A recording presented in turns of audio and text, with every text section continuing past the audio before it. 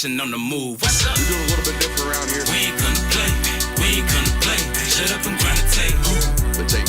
The tape. We ain't gonna play. We ain't gonna play. Them dogs in your face. Let's grind. We ain't gonna play. We ain't gonna play. Shut up and grind the tape. Shut up. Let's grind. We ain't gonna play. We ain't gonna play. Them dogs in your face. Shut up and grind. Let's grind. Grind the tape, bro. Let's grind. Grind the tape, bro. Grind the tape. The tape. The Shut tape. up and grind. Let's grind. Grind the tape, bro. Let's grind. Grind the tape, bro. Let's grind. Grind the tape, The bro. tape. Shut up and grind. Grind the tape, bro. Grind the tape, bro. Grind the tape. The tape. Shut up and grind. Grind the tape, bro. Grind the tape, bro.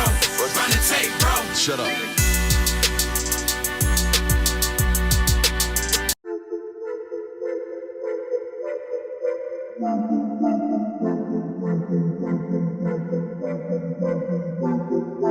Welcome in, ladies and gentlemen, to MBR, or as we like to call it around here, Nothing But Rants, the show where I find topics that I'm oddly passionate about and I pontificate upon them. These are not hot takes, but rather takes that I'm hot about. What's up? You really like that?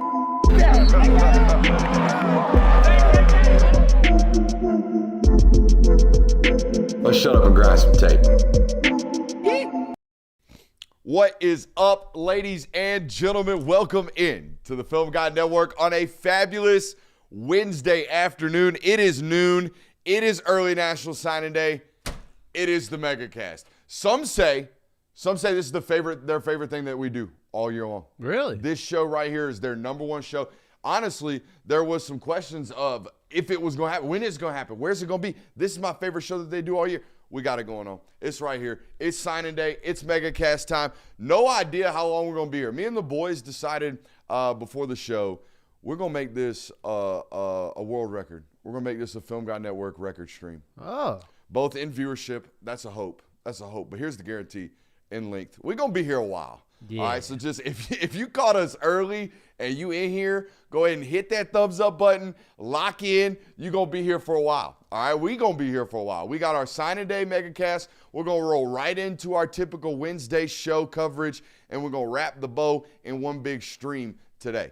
All right, and National Signing Day MEGACAST has changed a little bit around here, as has the platform. All right, we have not become total sellouts, but we're going to sell out a little bit today, and we're going to hope you're going to be all right with that, particularly you dog fans. We're going to go through every single football player that Georgia has signed, will sign, intends to sign. We'll tell you those that don't sign, why they didn't, okay? We will go through every single one of them. However, used to, we'd watch them all. Right. We were that crazy. Used to, we would watch all 33 signees, tapes, including the damn specialist.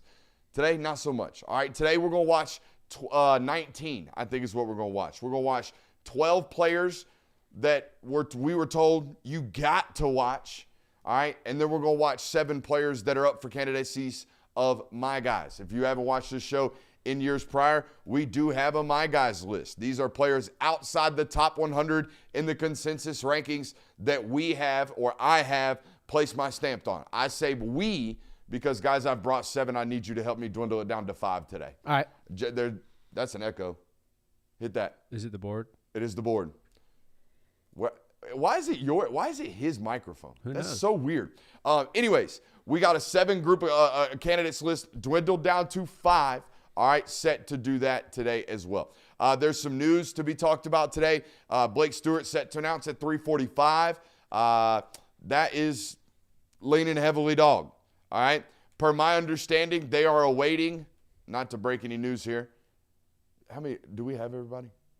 Who hasn't officially signed? Because I have the list of guys who they're waiting on. So people who have not officially signed are Caden Prothro, Jordan Smith, Justice Fitzpatrick, Chase Calicut, Zachary Lewis, Brady Marchese, Seven Cloud, and Wade Register. Okay. We'll go through the full list, but there are 2 that are, we'll find out. All right? But I think they feel good about it, per what we were told before the show. Okay? But Tyree Jemison committed this morning. We'll show you him today. Terrence Pinnock, the linebacker from South Gwinnett, just committed today as well. And he will sign his letter of intent. We will show you his film today as well. All right? Make sure you hit that thumbs up button, like, subscribe, rate, reviewing. We are going to go through all of these Georgia players. We're going to watch a lot of tape. And then we're going to go through a bunch of national stuff, all right? That's what I'm saying. We're going to be here for a while. We've kind of flipped the order of operations today on National Signing Day, but there is that, okay? All righty. Y'all excited? Let's do it. It's also going to be one of our more least formal shows, most likely. That's when we're at our Are we best. ever truly formal? No. At one point in time on this show, honest to God, I wore a suit. Ha. Y'all ever call me a sellout? Just remember that happened one time on this show. That was crazy. That was crazy.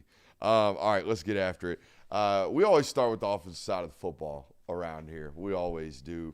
So let's go look at this offensive commits list. I wish I would have gotten graphics involved in this just a little bit, but let's go straight to the board. I'm going to be there most of the day with an inability to check that chat. So, boys, I need y'all to be in there. I need y'all to be paying attention to those guys behaving. Chat, I need you to behave. Super chats, y'all do whatever you want. Super chats, do whatever you want today. Let's get after it. It's probably a bad sentiment to start the stream off with, but that's on me. I will also be consuming a lot of caffeine in the midst of this show as well. Here is Jay Lamar. He is a Colquitt County running back. Anybody remember the last Colquitt County running back that signed at the University of Georgia? It was Dejon, wasn't Yes, it was. It was Dejon Edwards. It turned out pretty damn good. Now, the thing you should expect when you get a Colquitt County running back nowadays, very, very well coached. This is going to be a theme today. It's going to be a theme about certain programs, certain running backs, or certain players. Georgia recruits tough football players that come from really, really high-end football programs. That is consistent across the board. You'll hear me say that a lot about football players. Let me flip through my list here and get Jay Lamar. My list is different than y'all's list in terms of order and what we got going on the list. Jay Lamar, absolute lightning in a bottle. Absolute lightning in a bottle. 10.6 100-meter runner, all right? I think, will you check maybe 10.4. I think we might have gone sub that. 4.38 laser. 4.38 laser 40 on this cat. He is a real burner. You'll see it immediately once we turn the tape on, okay? So there's that. The other thing you need to know about this, ties to Josh Crawford, the running backs coach.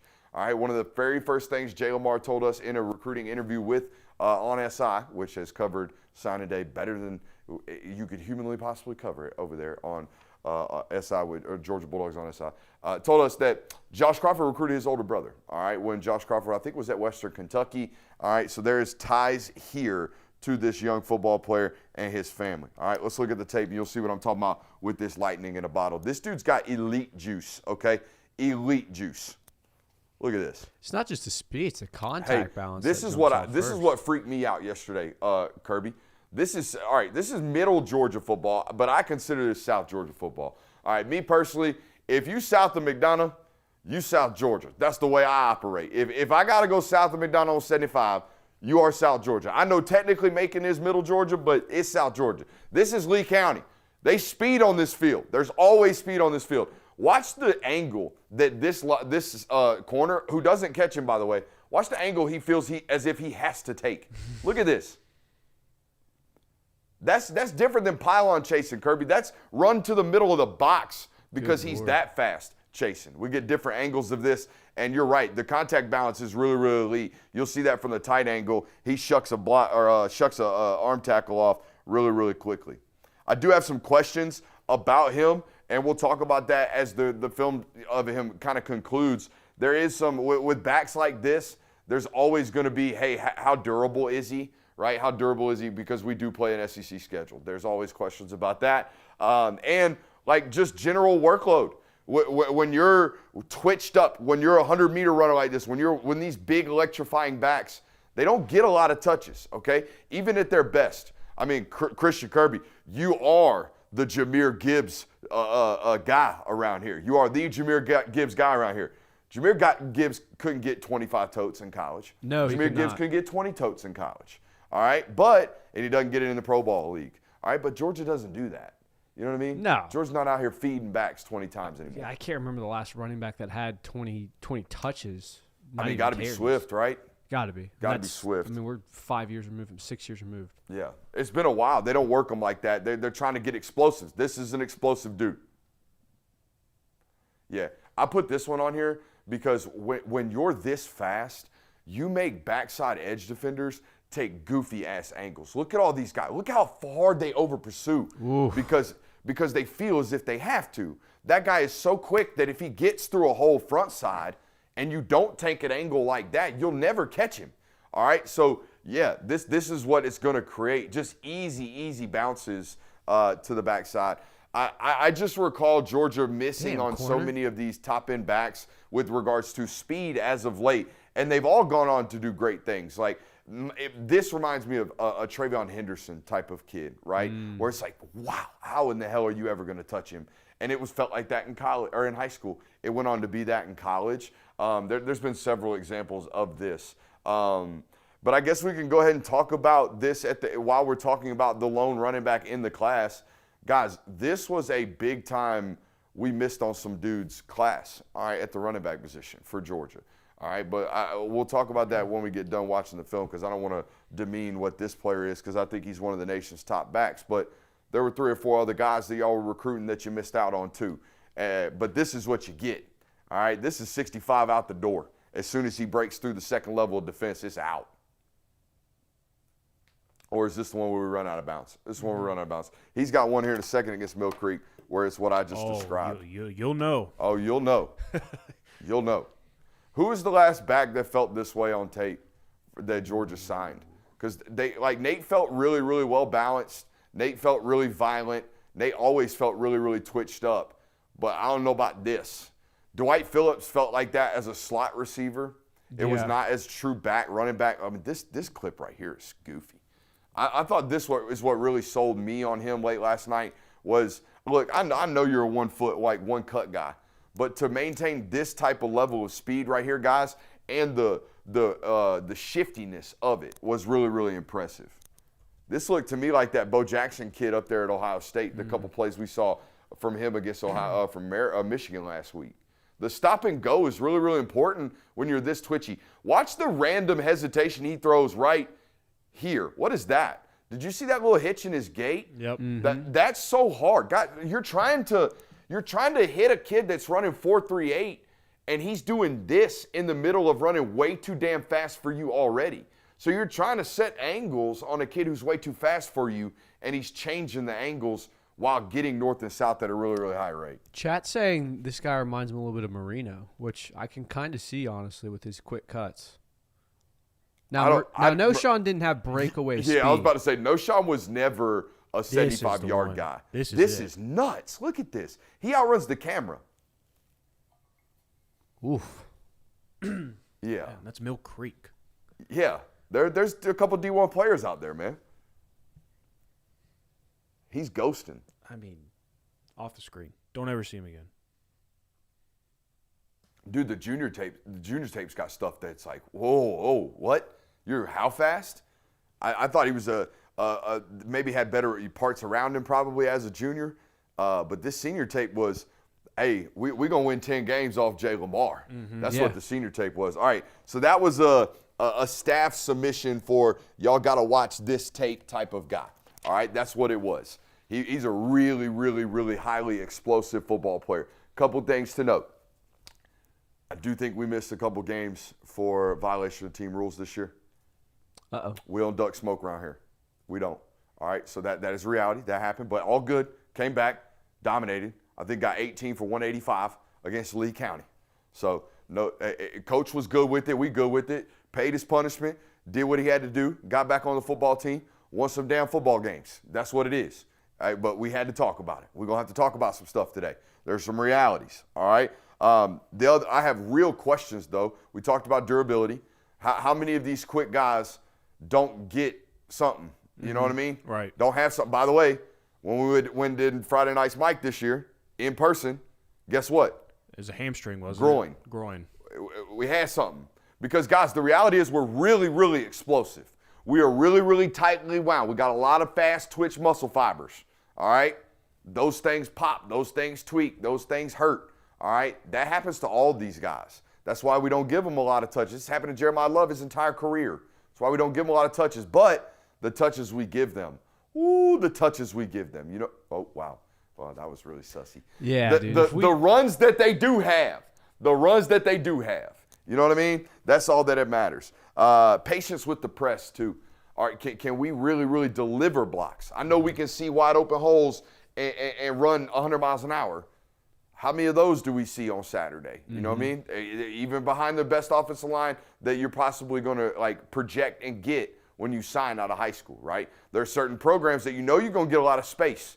You know you're going to play behind a good offensive line at Ohio State. You know you're going to play behind a good offensive line at Alabama and Georgia, or supposed to. That's what you're supposed to do, all right? So, yeah, he signed up for a place like that, but do we get all those opportunities? Now, the other thing we have to talk about with the running back class, there were some significant misses, and I'm sure the chat's maybe already pointed this out. All right, by the way, chat, make sure you hit that thumbs up button. Chat's just doing Diddy counter for us right now. Oh, dang, that's crazy. There's going to be a lot of that today. Yeah, there will. There's going to be a lot of that today. The other thing to note about this is the misses at the running back position, okay? I wrote them all down here. Derek Cooper, Savion Hyder, all right, Xavier Crowell. These are all guys we're going to talk about in the National Hour because they're great football players. Derek Cooper is really special. I think he's really, really, really, really special. The Savion Hyder kid is a guy that all the staffs in college football think is really, really special. I don't know. Check me right now, Jonathan. Is there new tape on Savion Hyder? Is there even public tape for us to give? All I know about Savion Hyder is sophomore tape because I ain't paying $20,000 for Huddle unless he cut a new tape. But I hope he did because I want to see it.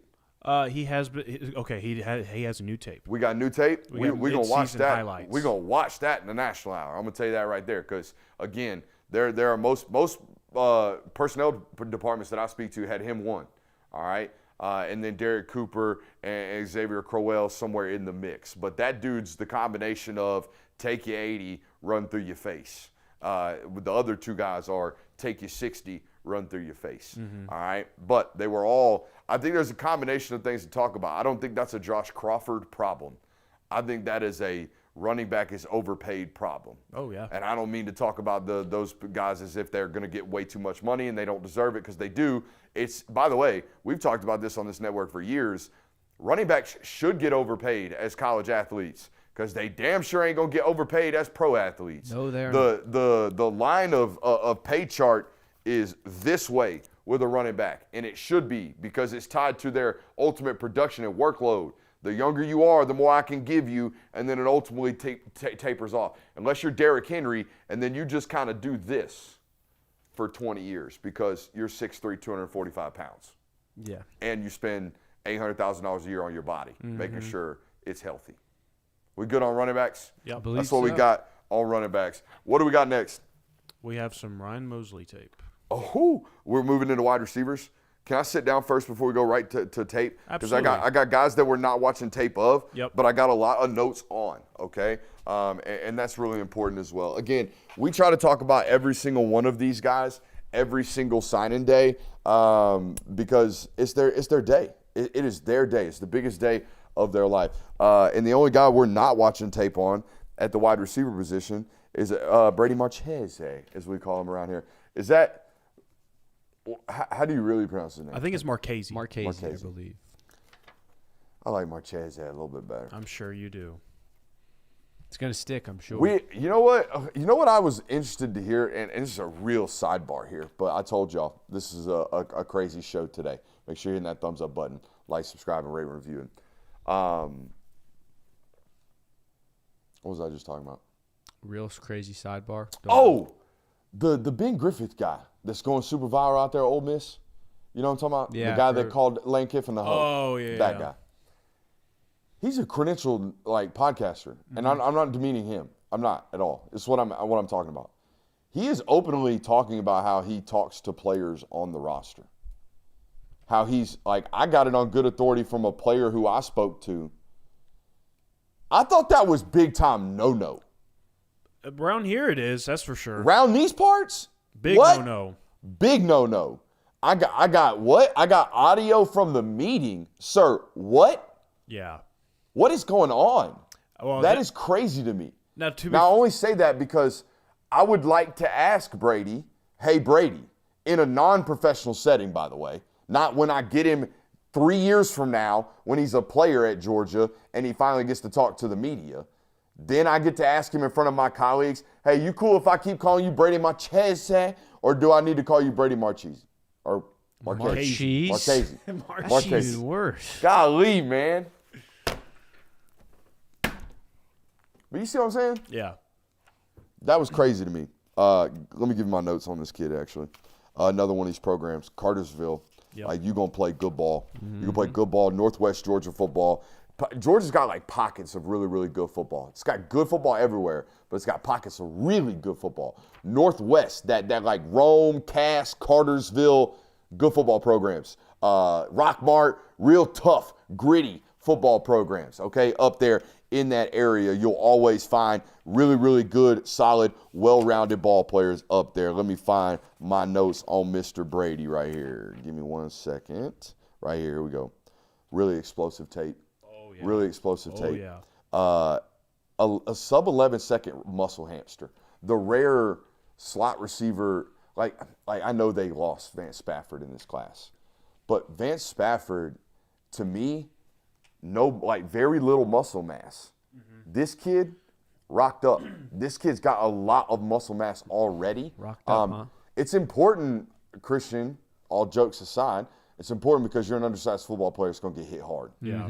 Every time you get the football or every time I ask you to do something, you're going to get hit hard. Like, imagine if Dominic Lovett had 18 pounds of muscle mass. Ooh. Remember how many times we would watch them ask him to do things and we're like, damn, he got to play tough today. Yeah. That helps when you're a physical person. Yeah. This kid is a physical person, and he can run, and he can go. Honestly, I got a lot of player comps today. You're going to hear a lot of this.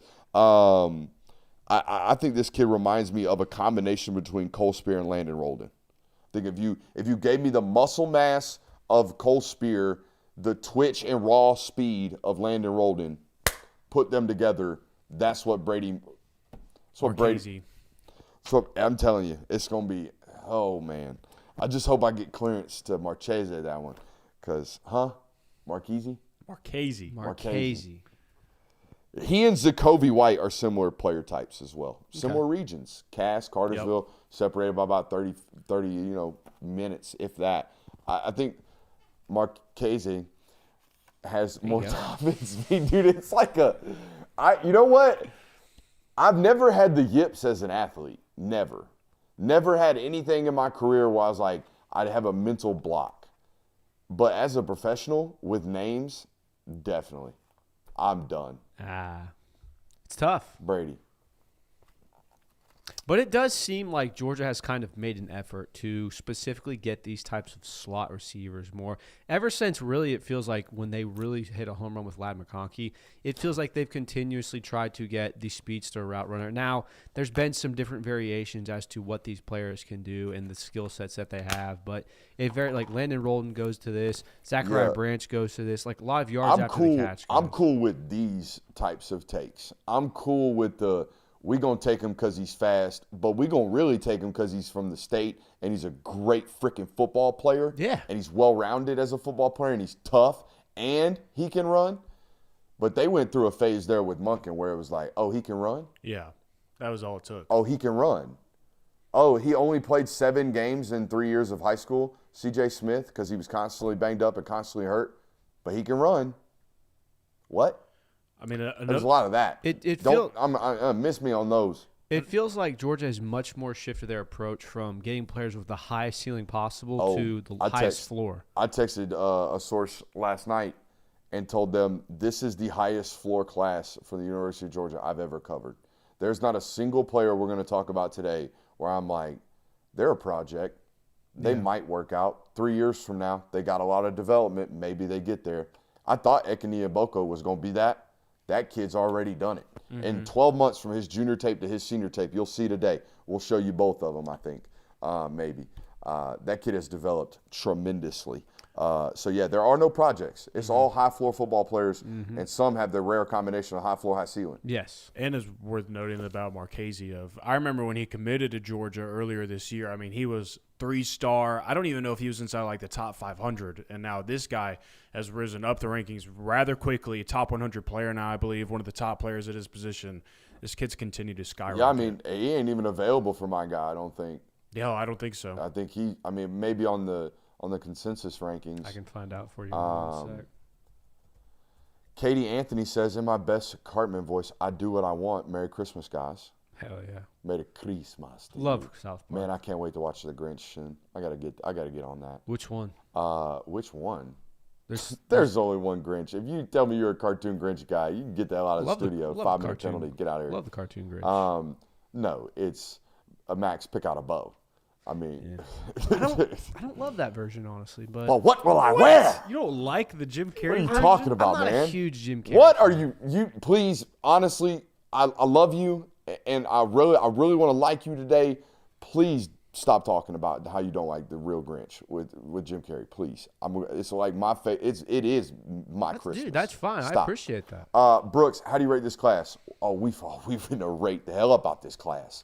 The next several hours. Lock in. Hit that thumbs up button. Give him hell for not liking the Grinch.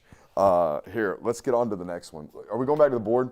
We got 2 tapes to watch. We have 2 tapes to We're watch. going to watch Ryan Mosley, who, Yes. spoiler alert, he's a candidate, but he's a lock. Oh, I love Ryan Mosley. How in the hell did the industry let us allow this to happen? I don't know. By the way, again, rules, my guys, it was stakes, claims, and stocks we're buying that apparently nobody else is have to be outside the top 100.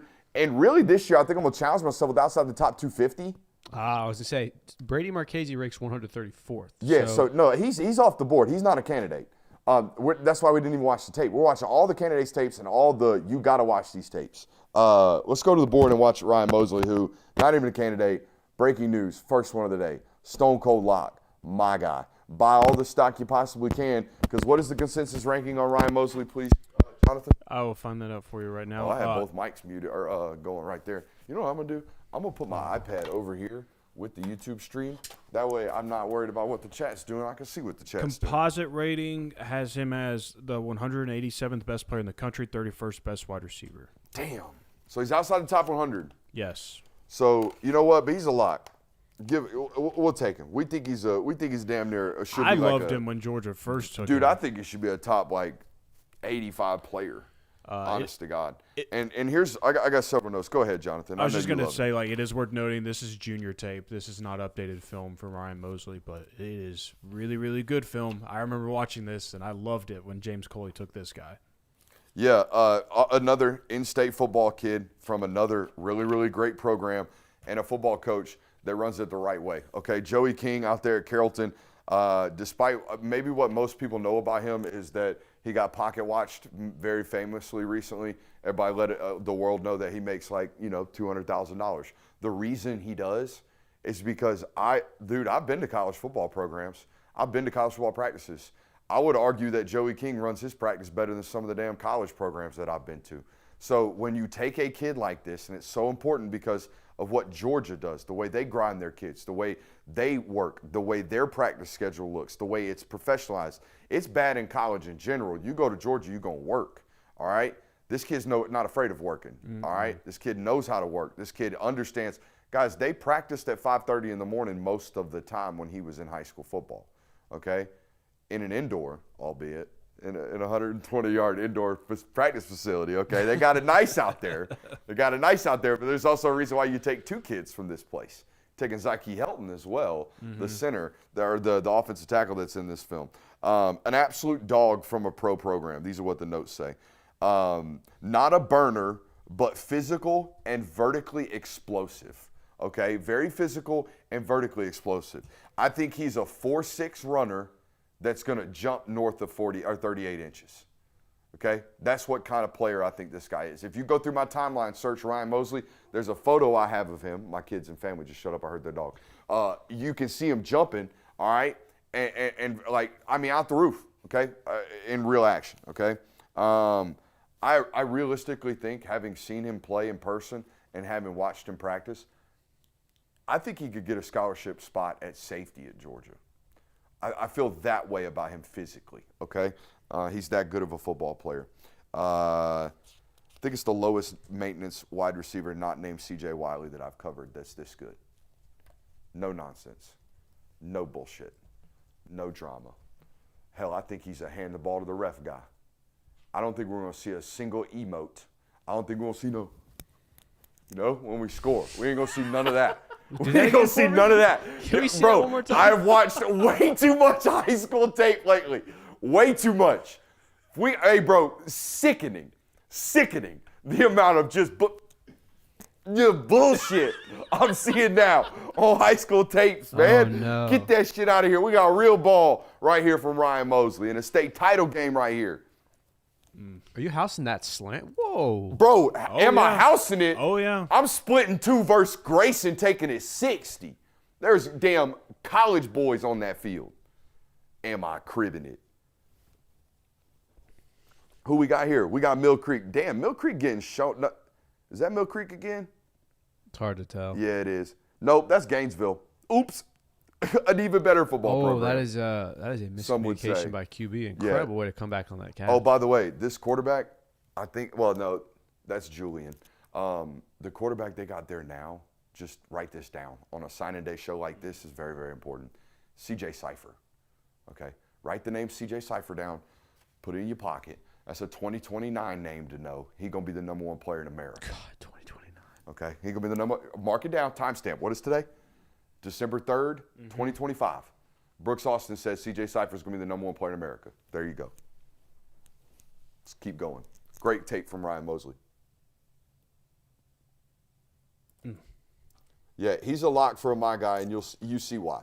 I mean, the physicality, the yards after the catch, the route running ability, the double move right there. It catches every ball away from his body, doesn't let it get in on his belly. I've seen. I mean, he's been playing big-time football for a long, long time. Hell, some of these games I'm at or calling. I was calling games as a sophomore for him or at games that he was in. Saw him in person as a junior. Seen him in, a couple times as a senior off-season. It just continuously got better, and there is no – apart from he is not, what do you call what's the name? What's the dude's name from Oregon, the wide receiver out there, the Benson kid? Moore. No, the Malik Benson. He's not Malik Benson fast. That's it. That's all I got in terms of a negative, for him. It's everything else is positives. He's obviously up there in age now, so this comp might be a little harder to make. But he reminds me of a This younger. play right here is stupid. Mm-hmm. What's up? He reminds me of a younger Devonte Adams. Okay, buddy. I don't think Devontae's 6'2.5", is he? He's pushing 6'2". Okay. I know this kid's listed on sites at 6'3", and now that I just loved up all on him, I'm gonna let you know he ain't 6'3", about 6'2.25", 6'2.5". But who gives a shit? He big. He ain't C.J. Wiley tall, all right. Yeah, Devonte But Adams is 6'1". also, dude, I like C.J. just as much as the next guy. I think C.J.'s great. C.J. don't move that fluidly. You know what I mean? C.J. We saw it in the tape. It's 20-60. Oh my God, who's gonna run that kid down? Mm-hmm. But it's we got to get. We're 6'5". We're a lot longer. This kid's a little bit more compact, and the movements are a lot more compact and concise. By the way, some national news. Virginia Tech just flipped another Penn State commit. Penn State now has 2 in their class. Do they have to chop the whole football program? I don't know. I don't mean to laugh at those people. It's not. Honestly, it's sickening. It's sickening. They got to fire that AD, don't they? Is that the only way they're going to be able to get big-time signees? I mean, look, bro, it's so well-rounded tape. Yeah, I mean, It's such well-rounded tape. This is a kid. Is he going to any? Will you look up his 24/7 or on-3 profile? Hopefully, these sites will tell you if they're confirmed. Is he going to play in any All-American games, or is that's done? Right? All these guys already play early, or they don't play at all. It doesn't say anything about him doing that. Because the reason I ask is this reminds me of it's like a wide receiver version of Juan Gaston. Juan Gaston was rated like 105 last year during this show. And suspiciously, after the Under Armour All-American game, now he's a top 28 player. Now he's a 5-star. Okay, because you got to see him. You finally saw him. You finally put your eyes on him and said, oh my God, what is that? That is a first-round draft pick. That's what that is. Mm-hmm. And then my man Cooper Patanga, because he was there. My man Andrew Ivins, because he was there. My man Charles Power, because he was there. Those guys then figured it out. Something that Jonathan and I figured out the first time you see it. Bro, it's impossible. You watch that guy do freaking Roman soldiers to high knee kicks, and you're like, what? Holy hell, the ground shakes, and he's moving like a damn wide receiver moves in them drills. All right, this is great tape. This is insane tape. We love this tape. This is a my guy. Mark it on the board. First one. You know what? We didn't do this last year. We did a big whiteboard. Should we put them on the blackboard? That way we got them permanent. We really, really got them permanent forever until somebody buys us out. We really, truly sell out, and then we got to paint the whole damn studio. So where should we put my guys on the wall over here? We're kind of running out of space. We all running out of space. We got 2025 pros over there. You know what? We'll put it right here by the helmet. Ooh, how about? Oh, no, I don't want to put them on my helmet. We'll put them on a piece of paper for now. No, we got them right here. All right. He's writing on the board in case anyone's wondering, because he is off camera right now. He's writing his my guys. My guy number 1, Ryan Mosley. And if you're guessing, no, the handwriting is not good. Bro, I think the handwriting's clean. I think it's a lot better than your other efforts. It is better. I think it's admirable. It is legible this time. Also, I have seen some really, really highly, funded broadcasts recently, like such as Fox, Big Noon Kickoff, and the chicken scratch I've seen on some of them boards. Yeah. Don't give me no hell. I'm in here self-funded with a big iPad, basically, we got going on right here. Yeah, I mean, I can touch it, and yeah, it works, but it ain't like what them boys got going on. So, hey, this tape right here. Now, I don't want to get ahead of myself. Rule Mr. Dangeridge. I really don't want to get ahead of myself, okay? But I think Craig Dangeridge, like you do simulations when you do comps. Right. The best simulation is Devonte Smith. And here's why I say this. The movement patterns, the way this kid moves. And Jonathan, what I want you to do right now is I want you to go over there and also pull up Devonte Smith's huddle tape, okay? Because I did this experiment the other day, and I want to brainwash this audience like I brainwashed myself, okay? We're going to watch this Craig Dangeridge tape, and then we're going to turn around and watch Devonte Smith. And I want you all to see what I see, which is, yes, he's 175 pounds, but my God, the wiry strength that he has, the easy speed that he has. These guys run away from people like Ichiro ran the bases. And I'll never forget, I'll always use this as a sporting analogy. I'm going to reference my grandfather here. All right? Tom Beach, he told me, he's like, this is the fastest player in baseball when we went and watched him, all right, when he played for the Marlins. He says, the fastest player in the baseball. He's playing against the Mariners. And I said, what do you mean? He don't look like he's running that hard. And they said, that's the point. He never looks like he's running that hard. This guy never looks like he's running that hard, and he's a 10,700-meter runner. He's the fastest in-person football player I saw this year, okay? And he can high point. I think this was one of the plays we watched when he committed originally. Just incredible tape. Yeah. I want to also maybe watch the junior tape, but the ability to catch the football naturally. But look at this, man. Look at him pull off. And the change of direction right there while never slowing down, you're not catching him in open field. No. You won't. He's also got a very interesting, this right here, just walking. Some of the plays that were posted of him this season were just insane. Like the game where Kirby Smart was in attendance, some of the grabs that he made in that game. That's why it sold me. The movement patterns for sure, but, I mean, dude, he's right behind Jonathan's shoulder over there making one of the craziest catches I've ever seen is Devonte Smith. Oh, yeah. That play against LSU on his Heisman season where he just turns around, finds the ball, and just snatches it one-handed. That's the type of stuff this kid started to do. He plays so confidently and so freely. I almost want to stop what we're doing right here and watch the junior tape because I don't mean to demean Cambridge, but he had a quarterback in his junior tape. Can we watch that? Mm-hmm. Can we pull that up right quick? The junior tape is just as good, and he's obviously gotten better. Would you like me to go ahead and give you Devonte Smith? Yeah, just so they can see the movements and just what I'm talking about, okay? Look, I know this is the best case scenario. This is if it turns out in its best, world. And it's, likely or probably unlikely to do this, but this is what he moves like. This is all I'm saying. Look at him starting to pull away, and the way he cuts and the way he changes directions, it reminds me a lot of Craig. Craig looks faster, too. Well, you got to remember that's the camera. Yeah, that's the camera, and that was in the Superdome. Right. All right, against Louisiana high school football players. But you see what I'm talking about with the frame, the gait, This cut here in a second, I think he gets him, boom. And then back up to speed, all right? It looks a lot to me like the way it felt like watching Craig in person, all right? And you have to bank on, like, the body frame. I don't expect Craig to put on a ton of weight. I don't expect, Devonte never did. It's not a matter of work. You can eat all the food you want in the world. You're not going to put the weight on because your frame just doesn't hold it, okay? But there's a level of toughness to these football players as well because they have what I would only describe as wiry strength. There you see the pull-away speed. Give me that junior tape, Jonathan. High tensile strength. Yeah, high tensile strength. That's a good little scouting term there for you. Look at this stuff. This first clip, exactly what I'm talking about. Just an absolute pull-away. Cambridge has some underrated unis, too. See his ability to run that slant, stop, and get back up? And houses it. Freak, dude. He's also another one of these babyface athletes. Yeah, he is. He's also a freaking dog. Yeah. He is a freaking dog. He knows. I think he knew everything that people were going to say about him because of his size. Oh, well, you ain't going to block? Watch me. Watch me take this corner and put him on a pylon. The preseason game I watched of him this year, I'm pretty sure we got a personal foul for you just bitched him too hard.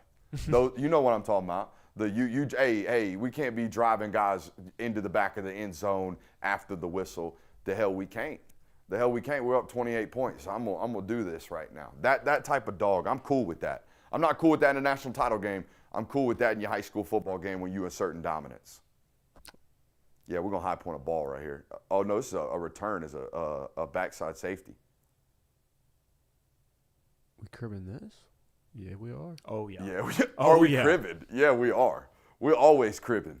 ABC, always be cribbing. Is that Campbell? Yeah, no, Centennial. I got this. Jeez, dude. Dude, see, look, I feel crazy saying he reminds me of a Heisman winner at the position, the only guy to ever do it. But tell me that guy don't move like him. He moves like him. He know what I moves mean? differently, that's for sure. Moves differently. All right, are we good on wide receivers? Yes. That is the class, right? They took That three? is the 3 names right now for the wide receiver class for Georgia. Right now, I think that's going to be it. And the reason being, obviously, you lost Van Spafford to Miami. Yep. Made that loss, if you will, feel a little bit better by adding a guy like Mark. Pronounce it with a K. Marchese? Ignore the H. Marchese. Marchese with Marchese. a K. K. Marchese. There you go. All right. Make sure you like the stream. But last year's class was so damn deep. Oh, yeah. And those are just 3 really good takes. Yeah. Like, those are just solid takes. And they feel as if all of those guys they took in 25 are dudes that they're going to play. They're going to play a lot for this football program. So they took 6 last class, didn't they? It was 6 or 5. I think it was 5 and then a transfer. It wasn't 6 or portal. 7? 6 or 5. 5 or 6. We're going to get him one of these days. Let me get back to my other notes. Where are we going next? We got the tight end room. Ooh. Oh, man. All right, so I got a take here. We got a potential my guy in the tight end class. There's 3 of them, all right? So let's start with Pro Throw. We're not going to watch Pro Throw tape, but I'm going to tell you about Caden Pro Throw, okay? Let me get back to my notes here. Really, really big, obviously, 6'6". I'd maybe even close to 6'7", honestly. He's close to it, to be honest with you. Really long. 35.5-inch arms. Oh. Already up to 230 pounds. Bowden football, it's 1A public, okay? They're not out here playing Grayson. They're not out here playing the dudes in the state of Georgia. He is the dude every single Friday night. He is the dude. Now, he's been the dude to the tune of, I think he's on verge of winning his 4th state title. He's a winner, okay? Other thing you need to know about Bowden, they ask the grass squat out there. Oh. They roll out the trash cans in January. I shit you not. They roll out the trash cans into the weight room, and they make them squat till they puke. That's what they do. In January, huh? Yeah. Like, that's how they open their off season. Hell yeah. Come in here, put the belt on, you're going to squat till you puke. That's what happens. I like it. Okay? And the head football coach does it with them. He's in his 50s. I like it. Okay? That's what we're talking about. That's the type of football program that we're coming from. All right? Big time winning, big time grit, big time grind, squat till you puke. That's what we're talking about. I think he's a 335-pound power cleaner at 6'6". Good God. Okay? And if you made him run 100, he's got to be close to 11 seconds, sub 11. I mean, he's a 4.6-ish 40-meter runner at 6'6". Okay? And he ain't got no suddenness to him, because how can you? How can you possibly have suddenness at this size? Really great at the point. Okay, really, really great at the point. This is my only concern. But you'll hear me say this about a lot of these tight ends nowadays. It's really not a concern, because Todd Hartley's the only guy in the world that I know where it's like, oh, you've never blocked? You've never even as much as gotten to a stance? Don't worry. I'll make you Darnell Washington in 6 months. Huh. Do people know that? Like, people know, but Darnell Washington is like this big physical blocker, right? And he's like always been this, and he's an inline guy, and he's a Y. He's not an H, and he's like 285 pounds. Go watch his high school tape. Yep. Go watch Darnell Washington's high school tape. Darnell Washington had no idea how to get into a three-point stance. By game 3, he was backside wall-offing a defensive end against South Carolina. And I really just spoke over people who maybe don't know what I just talked about. That's like Trent Williams figured that out year 6 in the league, how to do that. Instead of running your face across somebody, I'm just going to use my big body and literally like block him out like I do in basketball. That's the type of development that happened right now. So I almost don't even care anymore. Is he going to be able to block? He's never done it before. He'll probably be fine. They've all been fine. Has there been a bad blocking tight end at Georgia? They've had bad games. They've had bad moments. There's been one, but he did not start at Georgia. Correct. I'll just leave it at that. He was on the roster last year. That's about the only one. Don't have to name him. Okay. Yeah, they don't play or they leave. They played. Well, he played, but again, didn't. Oh, that dude came to Georgia being labeled as a well-rounded tight end, though, and just had bad days. Right. And it got better. It got better And by for the sure. season end, And by the way, he's absolutely. on an NFL roster. Playing by the way, in the NFL. Guys, Hunter Yurachek did not play well last year. Ben Yurachek. Ben Yurachek. Hunter Yurachek is the Arkansas. Good God. Holy hell. Yeah, no, didn't play well first 6 weeks. Got way better. Yeah, way better. Developed mid-season. Developed better. That's what I'm talking about. Yeah. You know what I mean? Like, you might come in here looking like you can't do nothing and then walk out being, like, draftable, make a rosterable, like, in the NFL from a blocking standpoint. But here's why we got to talk about this pre-show, okay? Because a lot of people will look at Elias Williams and compare Caden Prothro to Elias Williams. Yeah, if they work out at their highest rates, both of them, they have the pedigree, physical frame of that. But here's why I'm a little bit more cautious on this one. Or at least we got some seasoning to happen. Elias played 7A football. Okay, Elias played South Georgia 7A football. Elias played in a triple option his first 3 years as an inline tight end. And when he wasn't doing that, he played defensive end and had 10 sacks a season for the first 3 seasons, playing a line of scrimmage football. Like, I'm going to run my face through you football. So seeing him play with an aggressive line of scrimmage nature now, not surprising, okay? Caden comes from a very physical football program and knows how to work and is physically willing to put himself through hard things, but was used as a X receiver and a corner at Bowden. You see what I'm saying? Yep. So we got a lot more this is what this is about type of line of scrimmage stuff. There's going to be some, whoa, I got to do what? Has this guy ever ran his face through a 270-pound human? Probably not. That's all we going to do. Yeah. That's all we going to do when we get here. And then occasionally we're going to get to block a corner on a swing screen. And we're going to get to dominate out there and do what we do. But we going to have to learn how to do this first. By the way, Oscar Delp had to do this. Yep. Oscar Delp had to do this. So and he's great at it now. I'm not saying, again, it's something that I don't even, who cares? Oh, he's got to learn how to block? Okay. I think Todd Hartley will teach him how to do that. You want to watch development, go watch Oscar Delp this season and then go watch the Chick-fil-A Peach Bowl. Yeah. Completely different players. Yeah. Oh, God. That was Darnell's hurt. We need you to play true freshman. Yeah. Go block JT Tuimoloau and Jack Sawyer. Make sure you're in that thumbs up button. Make sure you're subscribing. Make sure you're firing off in the chat. It's going to be a good day. We're just getting started. Braden Fogel, another tight end in this class, because we're going to watch my man Lincoln Keys here in a second. Potential my guy, Lincoln Keys. On that verge, though, of that top 250, I think he's inside. I think he's like 176 or something like that, maybe 128, just outside the top 100s on 3, just outside the top 100s on 24/7. So that's the only concern there with Lincoln in terms of whether or not we're going to be able to call him a my guy. I'm vamping here to get to my Braden Fogel notes. All right, here's my take. I've been cooking this one up. You want the optimistic version of this or the realistic version of this? Let's go optimist first. Okay. Optimistically speaking, Ethan Barbour has a chance of being 90% of Brock Bowers. You know what I mean? Yep.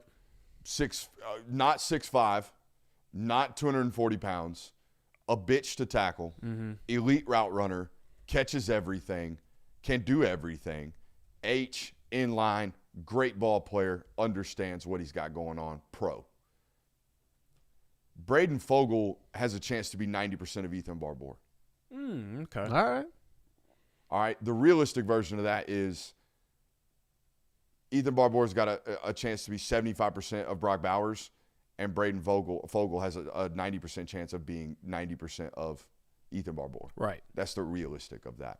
But this is the body type, okay? He's 6'3", he's 230 pounds, and if you're not going to be a freak size guy at Georgia, you better be a freak mover. This kid's a freak mover. In the tape that I watched, first and foremost, thick hips, thick thighs. Yeah. Thick hips and thick thighs on this kid. 6'3", 230, all right? And it's all from the belly button down, all right? It's a big, thick, hard-to-tackle football player that moves really, really well. He's a great ball carrier, all right? He's done everything in his high school football team. I love that about him as well. All right, he's been asked to be a running back. He's been asked to be a wide receiver. He's been asked to be a box player, an H, a sniffer, an inline tight end. He's been used as a wildcat quarterback.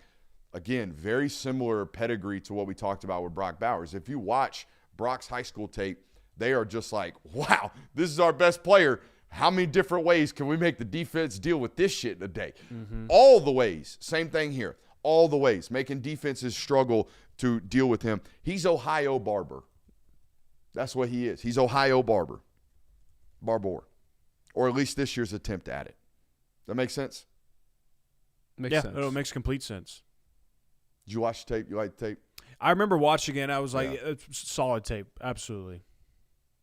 Again, if you're not a freak size, you better be a freak mover. One thing I remember specifically about him watching his high school tape is that I remember him doing a pretty good job, I believe, of high pointing the football, catching it away for like good natural hands. Yep. The senior tape shows a real progression in movement patterns. The junior tape, and maybe it's just the drip, the junior tape, hey, if you're wearing 3/4 ankle socks and you 230 pounds and thick-hipped, you ain't never going to look athletic. All right, but we start spatting ankles, a whole evolution of swag just changed. Agree or disagree? I've 230 pounds rocking mid-ankle socks, like 3/4 ankle socks, can't do it. The drip is not there, no. Nah, you got to spat the ankles. And then immediately it's like, whoa, that dude was like a totally different athlete. That's what happened. And he moves better. He just moves better. He's just gotten better. He's a better football player. All right, let's go watch a potential my guy in Lincoln Keys. I love this tape. I love this tape. Let's watch the junior tape, by the way. I think that's all he has. Here's my note. It looks like watching Josh Allen play tight end. Interesting take. You ever watch Josh Allen run an open field? Yeah. Super high, super tall, super lanky. Still never really takes a big hit. But also just pulling away from dudes at 6'5", 250 pounds. That's what we got going on. This kid's even bigger, though. He's 6'6". He's 245 pounds. How about this one? Colston Loveland. I love it. Colston Loveland, the first-round draft pick out of Michigan. That's what I'm feeling here with this football player. Love the tape. Got to learn how to play in the box like all these guys, but we'll figure it out. Let's watch this. This is really, really good stuff. It's a potential my guy. I think we're gonna make him a lock, honestly. But he's out. He's way too close. We can't take 2 top 250 kids. That's just too easy. Look at this deep over right here. Watch him high point this football, pirouette, pull it back down. One hand, boom. And here's where the Josh Allen comp comes in. I love the little head down at the 30. Did you see this? Nothing changed about our body lane here in a second, except we put our head down just for a couple of yards and then we pick it back up. It looked like he almost tripped and was looking at his shoes. But there is no good. Hey, bro, good sprinters got just a good bit of forward body lean and a good knee drive. This is good knee drive straight up and down because we're 6'6". But man, what a athlete at this size. Whew. High point, give me that. Mm-hmm. We got a toss back screen right here. You already know it. Look how big we are compared to everybody else. Oh, they got numbers there. Yeah, they do. They got big time numbers. Oh. Hey, good luck Yeah, tackling you it. thought you had numbers. Yeah, buddy, you're not tackling it. It's a tough task, man.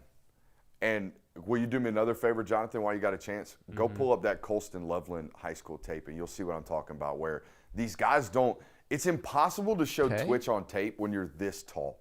When you're this big, it's really, really hard to show immediate suddency, all right? But you see them being absolutely impossible to tackle. I love this play, knowing where the space is, finding the space, and then, again, doing work after the catch, pulling away. Just absolutely running away from a dude at 6'6". It's really, really hard to do because you're already naturally a big target. We know that about you. We can use you in that form, right? Right here attached to the line of scrimmage, probably getting a yards after catch opportunity. How many guys this size are getting yak opportunities and doing this with it? Now, I think we get caught here. We do, but, I mean, shit, how do you expect not to? We're massive. Still got a 30-yard explosive. Exactly. Now, the stuff I'm sure we start to show later on in this film is what we can do as a blocker. But obviously with every high school tight end, when you're this good of an athlete and this good of a weapon. That's the most Josh Allen looking play. Yeah. That's why, I do a lot of these before the sign day shows late at night, and I feel like some of my best comps come to me late at night. But, yeah, that looks just like the dude in Buffalo right there. Mm-hmm.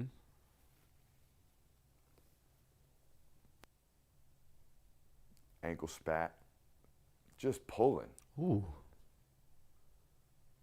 I mean, we got no gloves on right there, Curb. Don't need him, man. Don't need them. Old school. Old school. Now we got gloves on today. Must have been raining. Must have been raining. Is Chat loving it? Chat's involved. Do we get some blocking? We get some blocking. All right. Runs his feet. That's the most important thing. Yeah, he does. I feel Doesn't like- uncoil his hips, though. I feel like that running your feet is the most Out in space for sure. not only that, it's one of the hardest things to teach from what I've experienced. Good high point there, man. Catching it away from your body. Tough hands. Like you can teach bringing hips, you can teach hand placement. If your feet just consistently die, that's really hard to teach out and coach out. Yeah, there's a notorious example right now at backup right tackle for Georgia. What a great throw.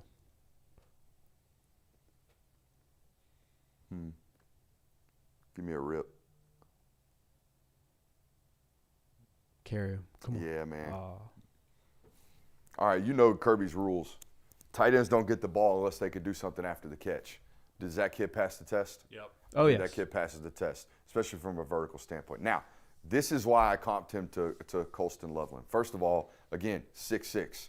It's a different – I don't know why it feels that way, but, like, 6'5" to me feels closer to 6'4" than 6'6" feels to 6'7". Like, 6'7" feels way bigger to me than 6'5" or 6'6". 6'6" feels huge. 6'5", big guy. You know what I mean? We're going to see him high point right here. I hope that was like an end of the half type It was. play. It was. Now we see him at Wildcat quarterback. See what I'm talking about with the top end speed, able to get up to it, but there's not a lot of twitch. You're not going to have it. No. All right. That's just But I'm mowing you down. yes, great, big, long mover. That's what we got going on here. I even missed this. Were we blocking there? We're probably blocking there. This is Loveland, right? Yeah, this is Loveland. So this is the former Michigan tight end. This is not a current Georgia Correct. signee for those. This is him right here. I'm just trying to give you why I gave him a Lincoln Keys comp. Yeah. I don't know what the hell that stance is, though. That's some goofy looking stuff. Oof. All right. Great catch. Colston went on to be a great football player. Indeed. Where's he at? Is he in Minnesota? Chicago. Chicago. Is he playing good ball? I don't really know, but the Chicago Bears are playing good ball. Yeah, I heard Ben Johnson ripped the top off. Yeah, dude, Ben Johnson kind of surprisingly jacked. I mean, Sleeper build. sleeper build. That's crazy. What? Y'all never heard that? I have. Make sure you're hitting that thumbs up button if you haven't already. Any other news right now? I mean, there has the signings. Has Tristan Keys turned in his signing? Yeah, he did that this morning. The biggest news that has recently hit is that Ryder Lyons is still holding off on signing his papers. I guess he's just probably wondering, like, making sure that. Well, he's got to go on sabbatical anyways, doesn't he? I think so. I don't know how that stuff I works. thought that was reported. He's going on one. Yeah, I don't. Honestly, I'm unfamiliar with that culture and religion, so maybe. What we got next? It looks like we got offensive line. Then we're wrapping up the offense. We got one film to watch here, or two? Ekini and Zaki. Okay. That's what I want to watch. I want to watch Ekini and Zaki. Let's talk about the guys that we're not going to watch on tape right quick. Let me pull up the show notes so I don't miss anybody. It's Graham Houston, Zachary Lewis, I believe. Correct. And Tyreek Jemison. No, we're watching Jemison, too. We're watching. You dang right we're watching Tyreek Jemison. We're watching Tyreek Jemison every time we get a chance. By the way, Tyreek Jemison, put him on the board. My guy. Never had so much fun watching an offensive line tape. How about this? Ogboko, new tape this morning. Hell yeah. We love that. We love that. I think that's an agent's thing. That's a trend. I've seen a lot of that. We're going to talk about a Texas football player in the national signing portion of this that is a dude that cut new tape this morning that's insane.